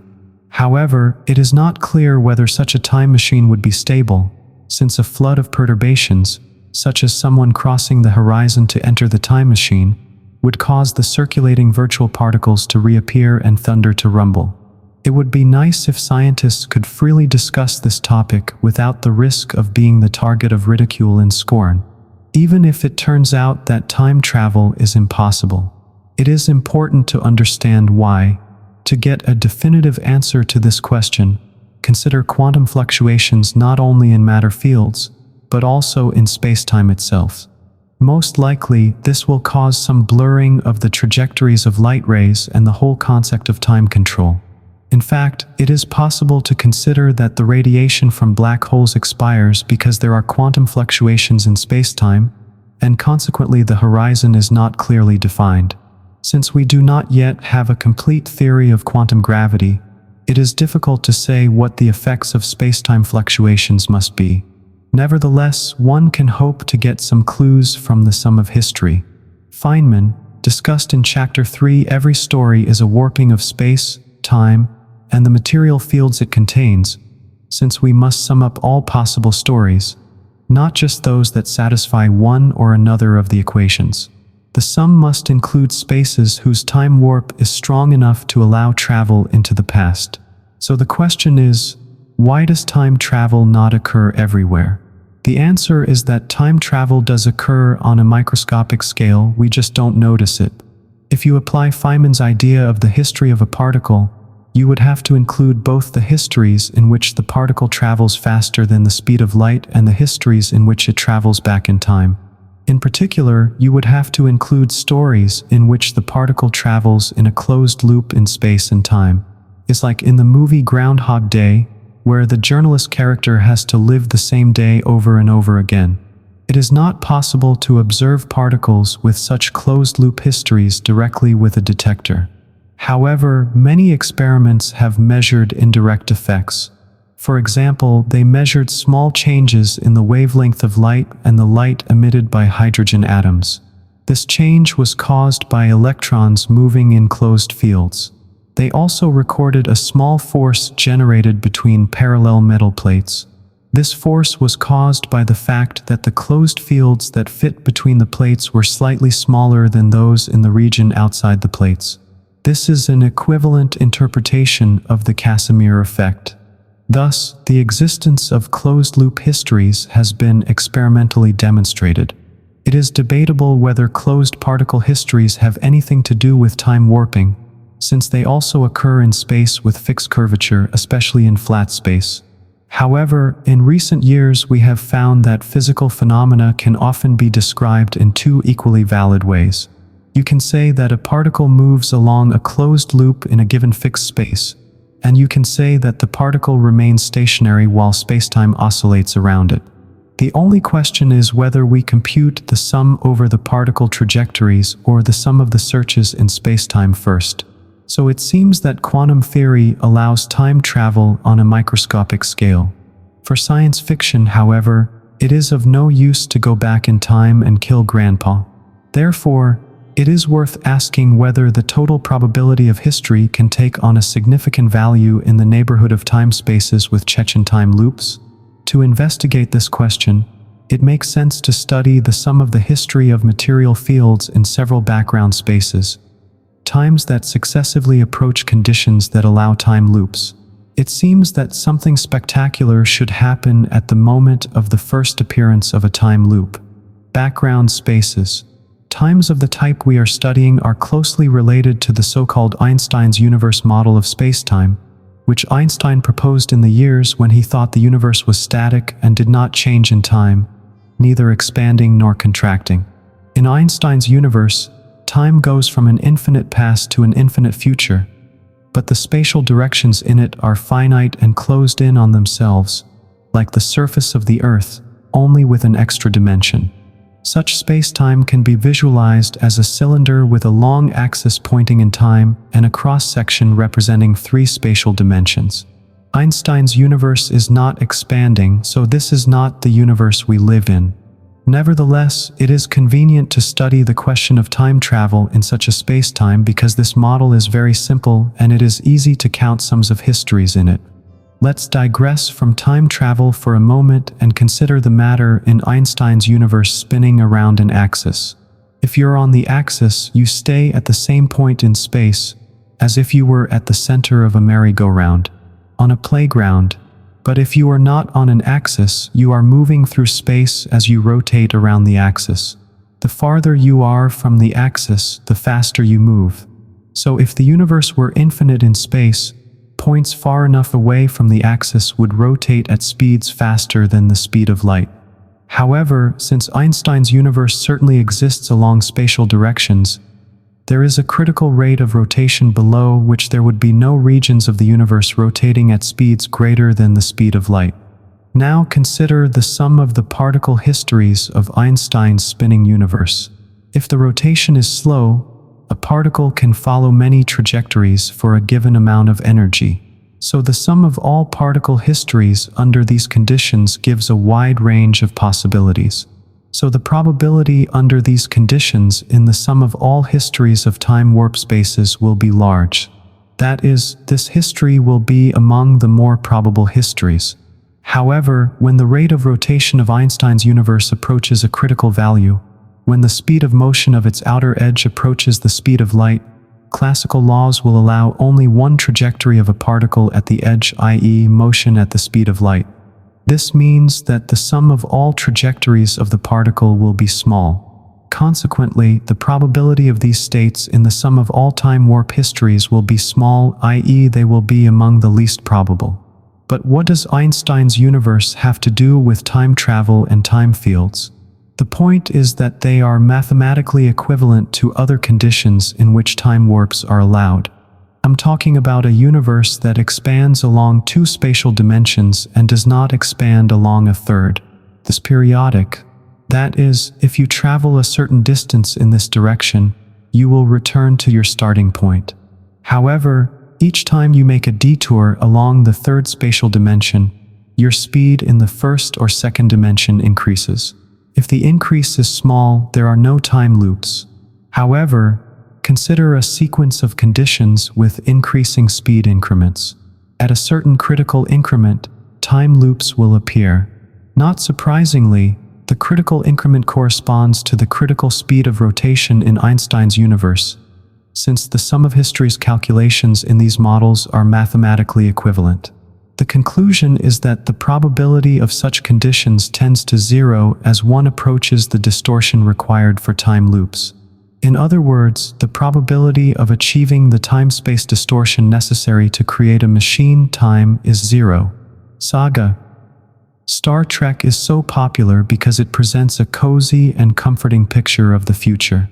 Star Trek shows a society far ahead of ours in science, technology, and political structure. The latter, however, is not hard to see. Surely great historical changes must have taken place during this time, with inevitable periods of hardship. However, we are shown an era in which science, technology, and political organization have almost reached perfection. I would like to question this picture and ask if we will ever reach the final stage of scientific and technological progress, the stability of the last 10,000 years or so since the last ice age. Humanity has never been in a state where the sum of knowledge has been constant and technology has not progressed. There have been some setbacks. For example, in the Middle Ages after the fall of the Roman Empire. But the world's population, which is the measure of our technological ability to keep us alive and fed, has steadily increased. Not counting individual failures, including the Black Death. Over the past 200 years, the population has grown exponentially, that is, by the same percentage every year. The population growth rate is now 1.9% per year. That doesn't seem like much, but it means that the world's population doubles every 40 years. There are other measures of technological development. Over the last 10 years, these are electricity consumption and the number of scientific articles. These also show exponential growth with a doubling time of less than 40 years. There is no indication that the scientific technological process will slow down and stop in the near future. And it certainly won't happen in the relatively near future of Star Trek. But if population growth and increased electricity consumption continue at their present rate, by the year 2600, the entire world's population will be shoulder to shoulder with electricity consumption. The Earth will split in two. If you put all the new books that are published side by side, you would have to travel at 140 kilometers per hour to keep track of the end of the line. Of course, by the year 2600, new literary works and scientific papers will exist in electronic form rather than in the form of paper books and journals. One way or another, and if their number continues to grow exponentially, 10 articles per second will be published. It will be impossible to read them all. Obviously, the current exponential growth cannot continue forever. What will happen? One possibility is that we will destroy ourselves as a result of some man-made catastrophe, such as nuclear war. A common dark joke is that we have not yet made contact with aliens because every civilization that reaches the lowest stage of development loses stability and destroys itself. However, I am an optimist. I don't think the human race has come so far only to implode just as the most interesting things are starting to happen. The picture of the future painted by Star Trek is not impossible. We have reached a very high level of scientific and technological development. However, we have reached a plateau as far as our knowledge of the basic laws of the universe is concerned. Perhaps there is a general theory of everything, and we will discover it in the not-too-distant future. If such a theory exists, it will allow us to determine whether Star Trek's dream of a time-warp space engine can be realized. According to current thinking, we would have to explore our galaxy slowly and nerdy, to a star that travels slower than the speed of light. But since we don't have a theory of everything yet, it can't be ruled out that we will be able to build a space warp engine. On the other hand, we already know the laws that apply almost always, except in the most extreme situations. Laws that govern the crew of the Enterprise, if not the ship itself. Yet we never seem to reach the plateau. In the way we apply these laws, and in the complexity of the systems we are able to create with them, the system we have to deal with is by far the most complex. It is undoubtedly our organism. It seems that life originated in the primordial oceans that covered the Earth 4 billion years ago. We don't know how it happened. Probably a random collision of atoms led to the formation of macromolecules capable of reproducing and self-organizing into more complex structures. But we do know that about 3.5 billion years ago, the most complex molecule, DNA, appeared. DNA is the basis of all life on Earth. It has a double helix structure like a spiral staircase. It was discovered by Francis Crick and James Watson at the U.S. Stone Laboratory in Cambridge. In 1953, the two sides of the double helix are connected by base pairs, like steps. DNA has 4 bases, 1 Guan-Deming, the pizza jing. The order in which they appear in the spiral staircase carries the genetic information that allows DNA to build a living organism and reproduce itself. When DNA copies itself, it sometimes gets the proportions or order wrong. The bases in the helix. In most cases, copying errors rob DNA of its ability to reproduce or greatly reduce it. As a result, these genetic errors, called mutations, die out. But in some cases, a mutation error increases the DNA's chances of survival and reproduction. Such changes become fixed in the genetic code. Thus, the information contained in the DNA sequence gradually evolves and becomes more complex. Because biological evolution is mostly random wandering in the space of all genetic possibilities, it has been very slow. The complexity or number of bits of information encoded in DNA is roughly equal to the number of bases in the molecule. For the first 2 billion years, the increase in complexity seemed to be 1 bit of information per 100 years. The increase in DNA complexity gradually increased, reaching 1 bit per year in the last 1 million years. But then, about 8,000 years ago, there was a big leap. We invented written language. This meant that it became possible to pass information from one generation to the next, without waiting for the results of a very slow process of random mutation and natural selection. Complexity exploded. A single paperback novel contains as much information as the differences in DNA between humans and apes, and 30 encyclopedias can hold the code for the entire sequence of human DNA, and most importantly, the information in books can be changed and added to rapidly. Now, human DNA changes about a bit per year during biological evolution, but 200,000 new books are published every year, so new information comes in at a rate of over 1 million bits per second. Most of this information is garbage, of course, but even if it contains 1 useful bit per 1 million, it's still growing at 100,000 times the rate of biological evolution. The transfer of data by external, non-biological means has allowed humanity to dominate the planet and our population to grow exponentially. But here we are on the cusp of a new era where we can increase the complexity of our internal DNA archive without waiting for the slow process of biological evolution.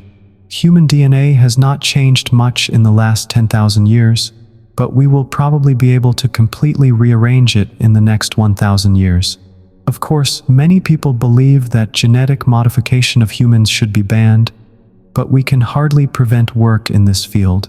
Large-scale genetic modification of plants and animals will be allowed for economic reasons, and someone will surely try to do the same with humans.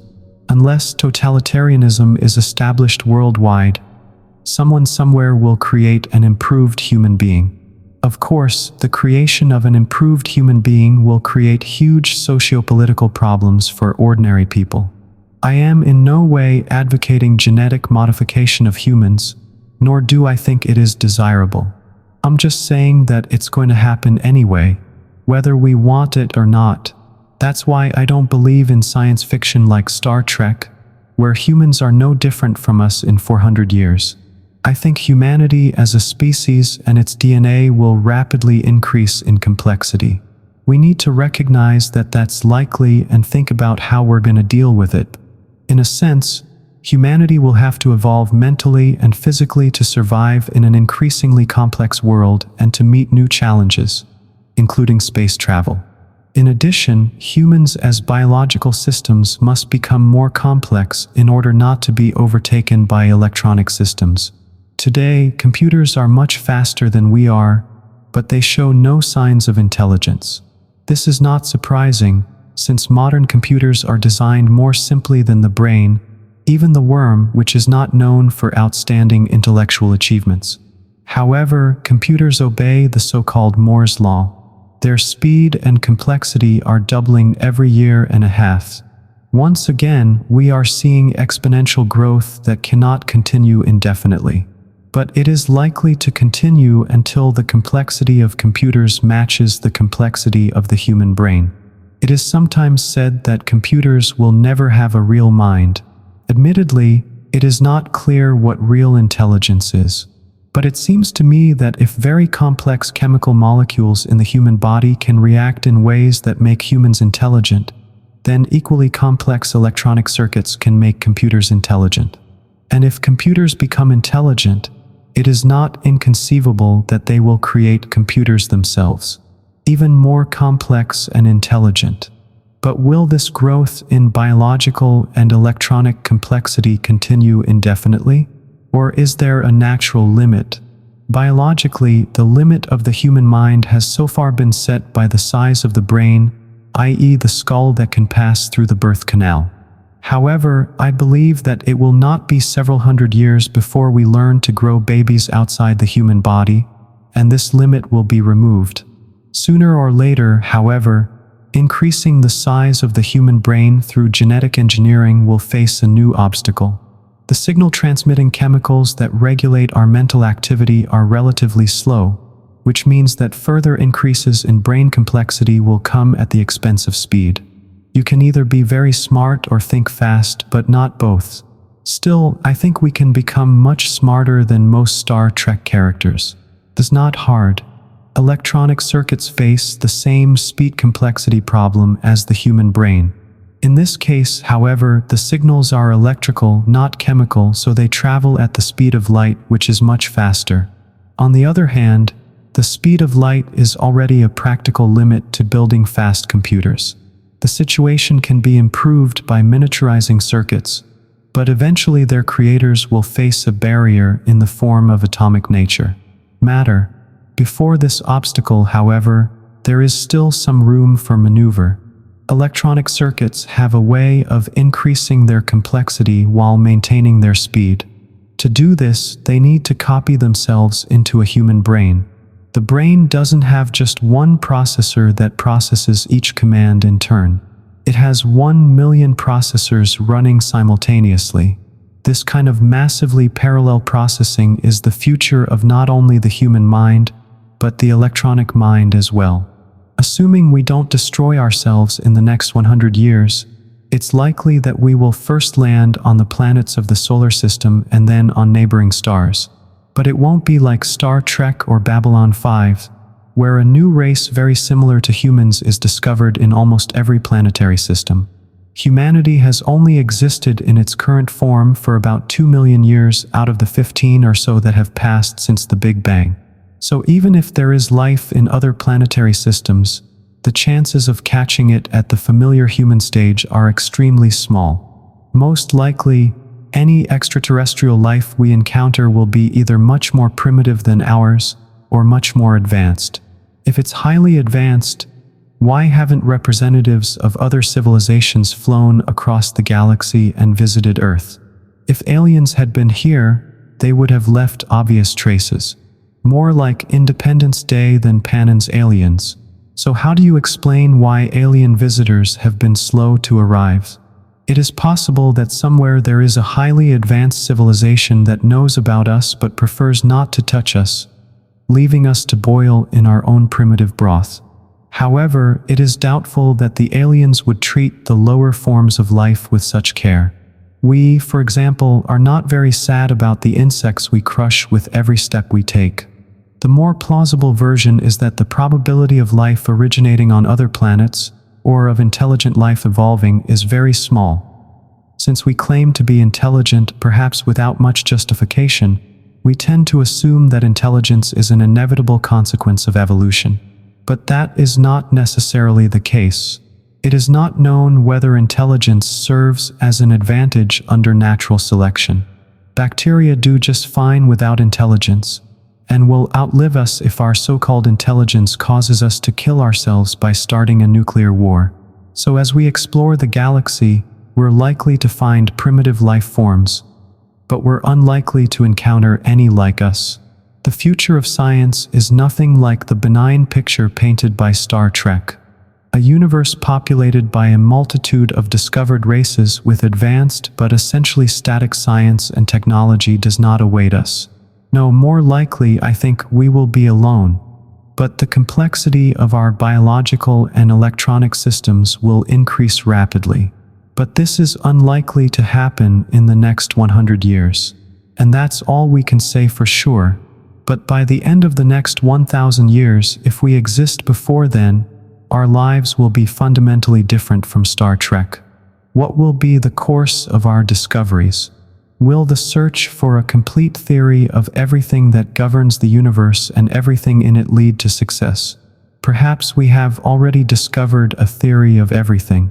This theory, as far as we know, it doesn't have a single formulation. Instead, we have discovered a number of seemingly different theories that appear to be approximations of the same underlying theory. In various limiting cases, such as Newton's theory of universal gravitation, the theory of universal gravitation is an approximation of Einstein's theory of relativity. In the limiting case of a weak gravitational field, the theory is like a puzzle. It is easiest to find and arrange the pieces at the edges of the theory where certain quantities are small. We have a pretty good idea of those edges, but there is still a gaping hole in the center of the theory puzzle, and we have no idea what is going on there. Until we fill that gap, we have no right to claim to have discovered a theory of everything. What is at the center of the theories? Will we find dragons or something as wonderful as the ancient maps of unknown lands? Accumulated experience shows that whenever we move to observations on a smaller scale, unexpected new phenomena are usually found there. At the beginning of the 20th century, we understood how nature works at the scale of classical physics, which perfectly explains everything on a scale from the distance between stars to about 100 ths of a millimeter. According to classical physics, matter is a solid medium with properties such as viscosity and elasticity. Over time, however, evidence suggests that matter is inhomogeneous. It is made up of tiny building blocks called atoms. The word atom is of ancient Greek origin and means indivisible. But it soon became clear that atoms themselves are also made up of electrons orbiting a nucleus of protons and neutrons. Advances in atomic physics in the first 30 years of the 20th century allowed us to move down to the scale of a millionth of a millimeter. And we discovered that protons and neutrons are made up of even smaller particles called quarks. Recent research in nuclear and high-energy physics has shown us what happens at scales 1 quadrillion times smaller. It seems that this can go on forever. We will continue to discover structures on smaller and smaller scales. But this sequence has a limit, like a set of nesting dolls that eventually runs out. Eventually you get the last, smallest nesting doll, which is no longer divisible. In physics, the smallest nesting doll is called a rod length. To get to even shorter distances, you would need particles of such high energy that they can only be found inside black holes. We don't know exactly what the fundamental length would be in theory, but it's probably only a millimeter divided by 100,000 billion, 1,000 billion. We will never be able to build accelerators that can explore such small scales. They would have to be bigger than the solar system. So with the current economic situation, the government will hardly fund such a project. However, some data has recently come to light that gives us hope that it will be somewhat easier and cheaper for us to discover at least some dragons and theories. As discussed in chapters 2 and 3, space-time has 10 or 11 dimensions in the set of mathematical models that make up the theory. Until recently, 6 or 7 additional dimensions were thought to be convoluted and very small. It's like a human hair. If you look at the hair with a magnifying glass, you can see that it has thickness. With the naked eye, however, we see only a line which has only length from the dimensions. There can also be space. Time is arranged in the same way on the human, atomic, and even nuclear scale. It appears three-dimensional and almost flat. On the other hand, if you look at very small scales with extremely high energy particles, you will see that space-time has 10 or 11 dimensions. And if all the extra dimensions are very small, it will be very difficult to observe them. Recently, however, it has been suggested that some of the extra dimensions are probably quite large, even infinite. From the point of view of a positivist like myself, this hypothesis has a great advantage. It could be tested with the next generation of accelerator pedals or with high-precision measurements of gravitational forces at small distances. Such an observation will either disprove the hypothesis or experimentally confirm the existence of other measurements. Large additional measurements are a very interesting finding on the way to a definitive model or theory of everything. If this is the case, it means that we live in an armored world, a four-dimensional armored surface spatially in time which has even more dimensions. There are substances and non-gravitational forces concentrated in the armor. For example, electricity. So everything that has nothing to do with gravity behaves as if there were only 4 dimensions. In particular, the electrical interaction between the nucleus of an atom and the electrons orbiting it weakens with distance, to the point where atoms are stable and electrons would not fall on the nucleus. This would all be consistent with Andropov's principle that the universe should create all the conditions for intelligent life. If atoms were not stable, we would not exist and there would be no one to observe the universe and ask why it looks as for black. On the other hand, gravity in the form of space curvature permeates all multi-month space-time. This means that within this model, gravity behaves differently than the other forces we encounter because it extends into an extra dimension. It weakens with distance faster than one would expect the phenomenon to weaken. Gravity has also been observed to weaken with distance at distances accessible to modern astronomy. We would have noticed its effect on the orbits of the planets. These orbits would simply be unstable, as mentioned in Chapter 3, and planets would either fall toward the sun or fly off into the cold and darkness of interstellar space. However, this would not happen if the extra dimensions ended at another armature near Bran, where we live. Then, for distances greater than the distance between these lands, gravity cannot propagate freely, but will essentially be confined within the same armor, much like electrical forces, and will weaken with distance, just enough to ensure the stability of planetary orbits. On the other hand, if the distance is less than the distance between countries, gravity can change more rapidly. The very small gravitational forces between heavy bodies have been accurately measured in the laboratory, but so far experiments have not revealed the effects of brains separated by less than a few millimeters. Now new measurements are being made at even shorter distances. In this world on the screen, we may be living on an armor, but there is another shadow brain nearby because light is trapped in the baths and does not propagate in the space between them. We cannot see this shadow world, but we feel the gravitational influence of matter from it and from the brain.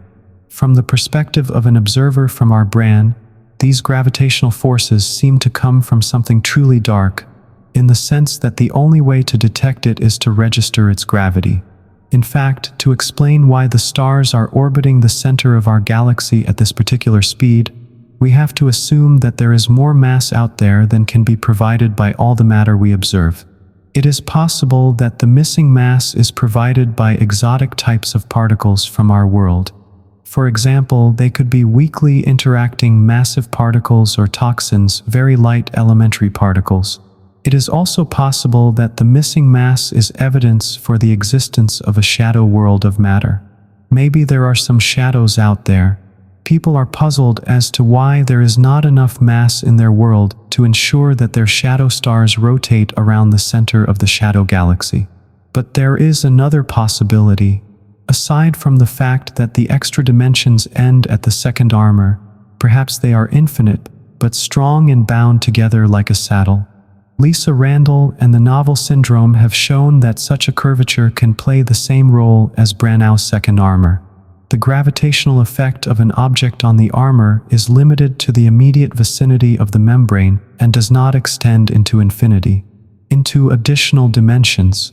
As in the shadow brain model, the gravitational field weakens with distance at the exact rate that explains both the stability of planetary orbits and laboratory measurements. Gravitational forces. At close distances, however, the gravitational field will change more rapidly. However, the Randall syndrome model also has a major difference from the shadow membrane model. Bodies moving under the influence of gravity produce gravitational waves, a wave of curvature that propagates through space-time at the speed of light. Gravitational waves, like light waves, carry energy, and this hypothesis has been confirmed by observations of the double pulsar 13+16. If we are indeed living on an armor, in a space-time with extra dimensions, gravitational waves generated by the motion of bodies on the armor would diverge into other dimensions. If there is a second shadow brain, the gravitational waves should reflect back and get stuck between the two screens. On the other hand, if there is only one brain and the extra dimensions diverge to infinity, then according to the Randall syndrome model, gravitational waves are able to leave our world brain forever, taking energy from it. This seems to violate one of the fundamental principles of physics, the law of conservation of energy. The total amount of energy is always constant. However, the law seems to be violated only from our perspective, as we are limited by our armor. An angel capable of seeing other dimensions would know that the total energy remains the same. It's just distributed throughout space. Gravitational waves and the descent of two stars orbiting each other should have a wavelength much longer than the radius of the saddle.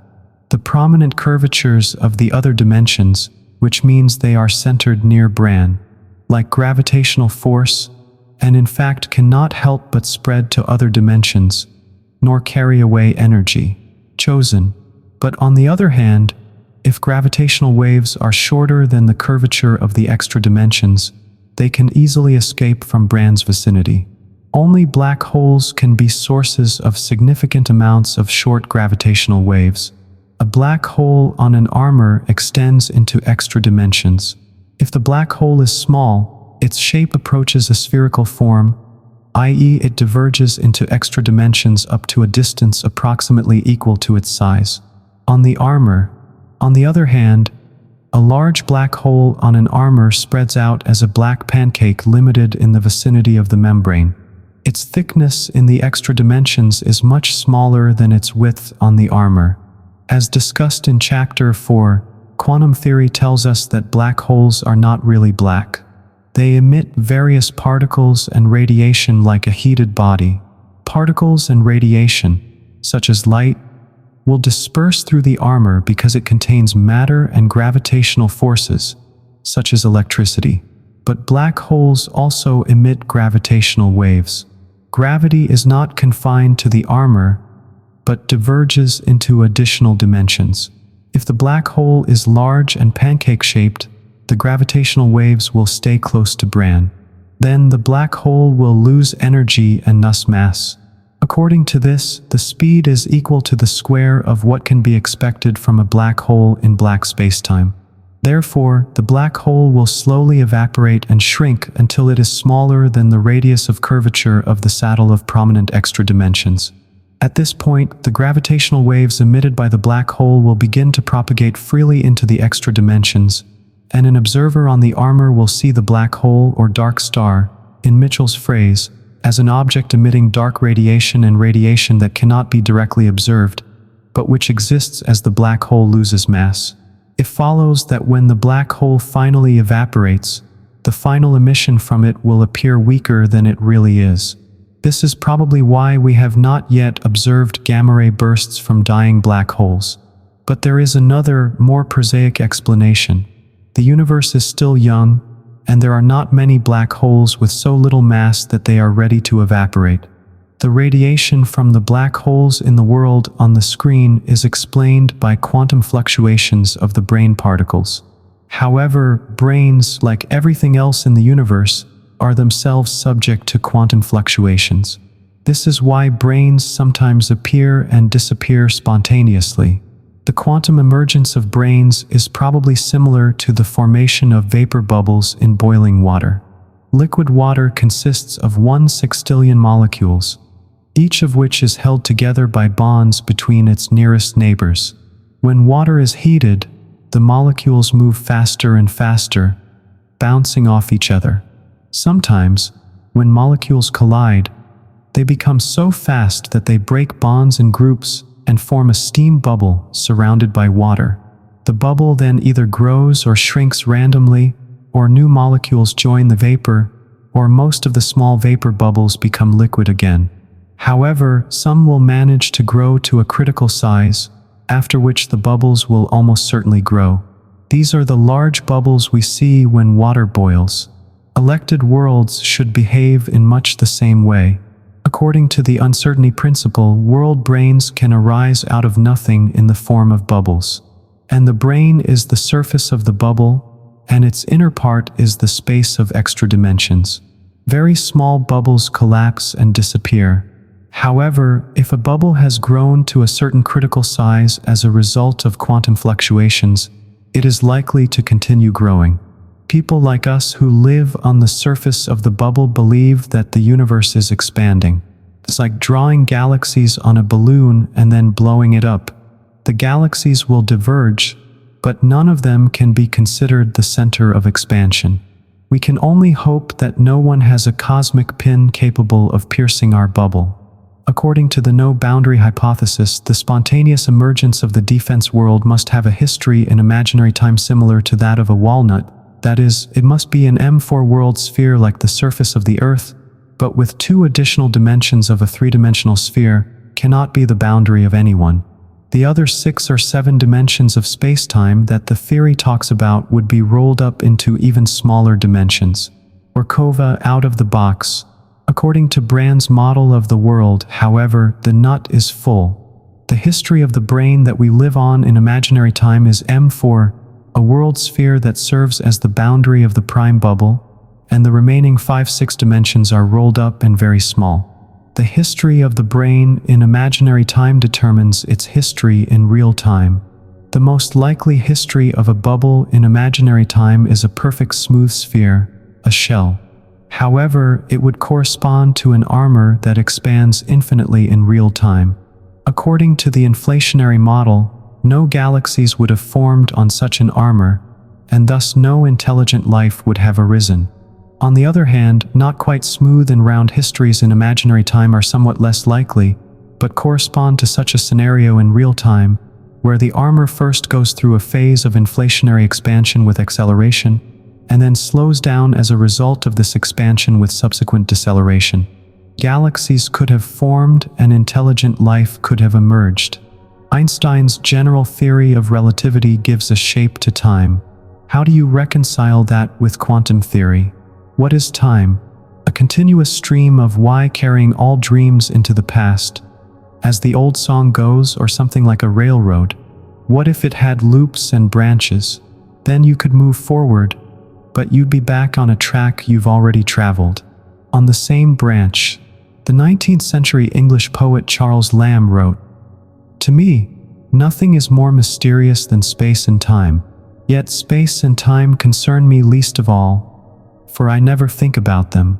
We forget space and time all the time, whatever that means. But sometimes we wonder what time is, where it began, and where it is taking us." It seems to me that any viable scientific theory, not necessarily a theory of time, must be based on the principles of the most robust and constructive philosophy of science. The positivism of this approach by Karl Popper and other philosophers according to their worldview. A scientific theory is a mathematical model that describes and captures the observations we make. A good theory describes a wide range of phenomena with a few simple postulates and makes a specific prediction that can be tested to see if the predictions match the observations. The theory passes the test, but it is impossible to prove that it is correct.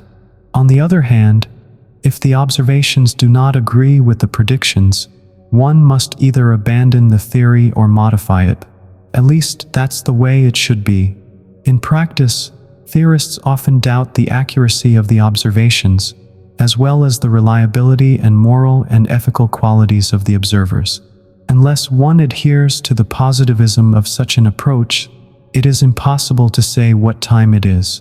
One can only quote a mathematical model of time, which scientists consider to be very bad, and say what predictions it gives. The first mathematical model of space and time was proposed by Isaac Newton in his work Mathematical Beginnings of Natural Philosophy, published in 1687. Newton held a chair at Cambridge, the Lou Kosofsky Chair, as a professor of mathematics. According to Newton's model, time and space serve only as a background for events that occur and do not affect anything.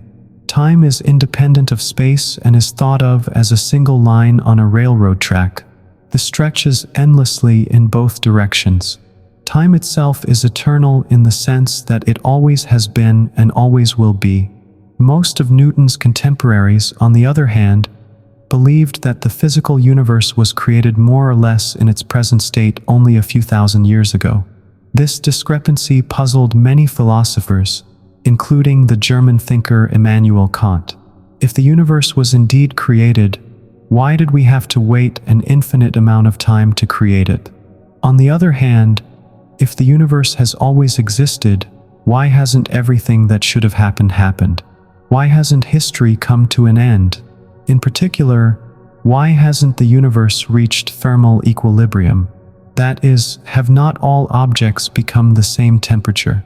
Kant called this problem Einstein and pure reason, because he saw a logical contradiction that could not be resolved.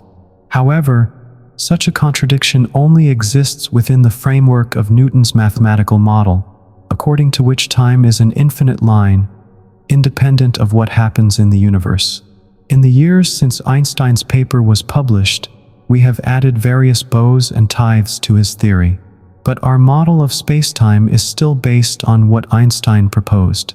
How have our ideas evolved since Einstein's revolutionary paper? It's a success story for many scientists. In general relativity, you add 3 spatial dimensions at the same time, and you get what's called spacetime. This theory describes the effect of gravity, the distribution of matter and energy in the universe, by distorting and collapsing spacetime, which is not flat. Objects in such spacetime tend to move in a straight line, but because spacetime is warped, their trajectories are curved and they move as if affected by a gravitational field. This is a crude analogy. Don't take it literally. Imagine a sheet of rubber. Now let's put a big ball on top of the sheet. That would be the sun. Under the weight of the ball, the sheet will bend and sparkle around the sun. If we now roll small balls, such as those from a bearing, across the sheet, they will not roll straight across the sheet, but will spin around the heavy object like planets around the sun. This analogy is incomplete because it is only a two-dimensional part of space. The surface of the rubber sheet and time remain unaffected, as in Newton's theory. However, according to the general theory of relativity, which has been confirmed by many experiments, time and space are inextricably linked. It is impossible to bind space without affecting time. So, time has a form from the Kremlin space and time. The general theory of relativity transforms them from a passive background on which events unfold into active, dynamic participants in what is happening.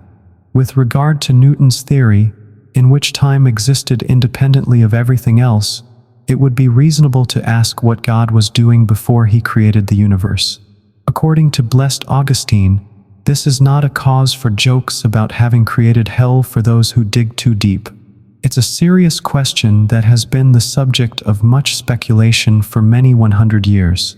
According to St. Augustine, God did nothing before creating heaven and earth. In fact, this is very close to the modern view. On the other hand, according to the general theory of relativity, time and space depend on each other and on the universe in which they exist. They are determined on the basis of measurements of some parameters of the universe.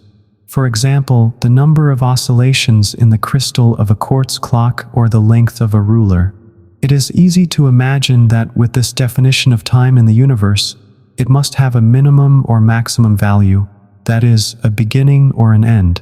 It is pointless to ask what was before the beginning or after the end, as this is outside the scope of the definition of time. Obviously, it was important to understand whether the mathematical model of general relativity predicts the beginning or the end of the universe and of time itself. In general, theoretical physicists, including Einstein, assumed that time stretches infinitely in both directions. Otherwise, uncomfortable questions about the creation of the universe began to arise, seemingly beyond the scope of science. There were famous solutions to Einstein's equation that suggested that time had a beginning or an end, but they were all reduced to very special cases that required a lot of symmetry. It was thought that in a real material body collapsing under its own gravity, pressure or lateral velocities would prevent all matter from collapsing into a single point of infinite density. Similarly, if you trace the expansion of the universe back in time, the matter in the universe should not have originated from a point of infinite density. Such a point was called the singularity, and it could be the beginning or the end of time. In 1963, two Soviet scientists, Eugene Lifshitz and Isaac Zlotnikov, announced that they had succeeded in proving that solving Einstein's equations from the singularity requires a special ratio of matter and velocities. The probability that the solutions describing the universe would satisfy such a relation was practically zero. Almost all solutions that could describe the universe avoided the infinite density singularity. Before the expansion of the universe, there should have been a phase of contraction, during which matter condensed but not infinitely, and then began to fly apart again, giving rise to the present phase of expansion. And in this case, time would last forever, from an infinite past to an infinite future. However, the arguments of Lifshitz and refrigerator did not convince everyone. According to the general theory of relativity, space-time curves not only under the influence of massive bodies, but also under the influence of the energy contained in them. Energy is always positive. Therefore, it gives a curvature to space-time, from which the trajectories of light rays bend towards each other. Now consider a past light cone formed in space-time. The trajectories of light rays from distant galaxies, reaching us at the present moment, in a coordinate system where time is placed on the vertical axis and space on the horizontal. It is a cone with its apex at the point where we are. As we move back in time from the apex to the base of the cone, we see what galaxies looked like earlier and earlier.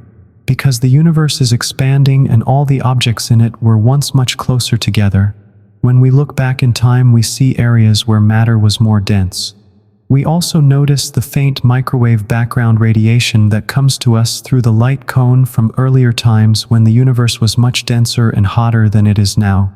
If you tune receivers to different frequencies of microwave radiation, you can measure its power frequency distribution spectrum and see that this spectrum is characteristic of radiation from a body at 270 degrees above absolute zero. Such radiation cannot be defrosted, but because its spectrum so closely matches the radiation pattern of a body at 5 degrees, it tells us that the radiation came from regions of space that are impervious to microwave radiation. We can therefore conclude that our backward-looking beam of light must have passed through a certain amount of matter. This matter is enough to bind space and time together. Therefore, the rays of light in our cone of light from the past both strengthen and converge. As we go deeper into the past, the sections of our cone of light reach maximum size and then shrink again. Our past is shaped like a pear. The further one goes into the past along the cone of light of the past, the more the positive energy density of matter forces the rays of light to converge. In a finite amount of time, the cross-section of the light cone will narrow to zero. This means that all matter inside the cone of light will be in a region whose boundaries are narrowing to zero. Time must have a beginning as a result of the Big Bang. Similarly, it can be shown that time will have an end when stars and galaxies collapse under their own gravity to form black holes. We have bypassed Kant's mummy of pure reason by abandoning the underlying assumption that time makes sense independently of the universe. Meanwhile, Lifshitz and Halit Negev found themselves in an awkward position. However, they found a way out by discovering more general families of singularity solutions that did not require as many special caveats as the previous solutions. This gave Lifshitz and Kolodilnik the opportunity to claim that singularities carry with them both the beginning and the end of time. The Soviet scientists' discovery. Most physicists were uncomfortable with the idea of the beginning and end of time, so they pointed out that such a mathematical model could not be expected to describe space well. Time near a singularity. General relativity, which describes gravitational interactions, is a classical theory and therefore does not take into account the uncertainty introduced by quantum theory, which governs all other interactions we know. This discrepancy does not matter almost anywhere in the universe, because the scales on which spacetime is curved are very large, and the scales on which quantum effects must be taken into account are very small. However, in the neighborhood of the singularity, these scales are comparable, so quantum gravity effects begin to play an important role. To understand the origin of the universe and what lies ahead, we need a quantum theory of gravity. But when scientists tried to extend the ideas of quantum mechanics to Maxwell's equations, which describe electricity, magnetism, and light, they initially failed. In 1865, the British physicist James Clerk Maxwell unified all known laws of electricity and magnetism. Maxwell's theory is based on the existence of fields that transmit action from one place to another. Maxwell realized that the fields that transmit electric and magnetic disturbances are dynamic entities capable of associating and moving through space. The resulting synthesis of electric magnetism can be described by just two equations that define the dynamics of such fields. Maxwell himself derived the first major consequence of these equations. Electromagnetic waves of any frequency propagate through space at the same constant speed, the speed of light. We can think of the electromagnetic field as a set of oscillations with different wavelengths. The wavelength is the distance between the crests of adjacent waves. The field in a wave oscillates from one value to another like a pendulum. According to quantum theory, a pendulum cannot be in the ground state. It is the same state with minimum energy in the position where it is pointing straight down and has minimum energy, because in that case the pendulum would have both a definite position and a definite velocity. 0. This would be a violation of the uncertainty principle, which does not allow simultaneous velocities to be accurately determined. The position of the product, uncertainty, position and uncertainty. The momentum must always be greater than a quantity known as Planck's constant. It is too long to write down this number each time, so we denote Planck's constant by a special symbol with a dash. Contrary to what one might expect, the energy of a pendulum in the ground state or in the minimum energy state is not zero. Even in the ground state, the pendulum, like any other system, must have a minimum number of so-called zero oscillations. This means that the pendulum does not necessarily point straight down. There is a possibility that it is slightly off the vertical. Similarly, even in a vacuum, in a state of minimum energy, the waves of the electromagnetic field are not zero. They may have some small amplitudes. The higher the frequency of the pendulum oscillation or the frequency of the wave, the number of oscillations per minute, the higher will be the energy of the ground state. Thus, a simple estimate of the zero oscillation energy of the electromagnetic field and the electron field shows that the charge and mass of the electron are infinite, which contradicts the observations. In the 1940s, however, the physicists Richard Feynman, Julian Springer, and Peter Much developed a method that consistently gets rid of such infinities, subtracts them, and works only with finite observed values of mass and charge. Nevertheless, zero-point fluctuations still produced small effects that could be measured and that agreed well with experimental data. The same subtraction schemes that avoided infinity also work in the Young-Mills field, a theory proposed by Jensen Young and Robert Mills. Young-Mills theory is a logical extension of Maxwell's theory. It combines two other fundamental interactions, the so-called weak and strong nuclear interactions. However, zero-point fluctuations play a much more important role in the quantum theory of gravity. Again, each wavelength corresponds to a zero-point fluctuation energy, since the wavelengths of Maxwell fields can be very small. Each region of spacetime contains an infinite number of different wavelengths and an infinite amount of ground state energy.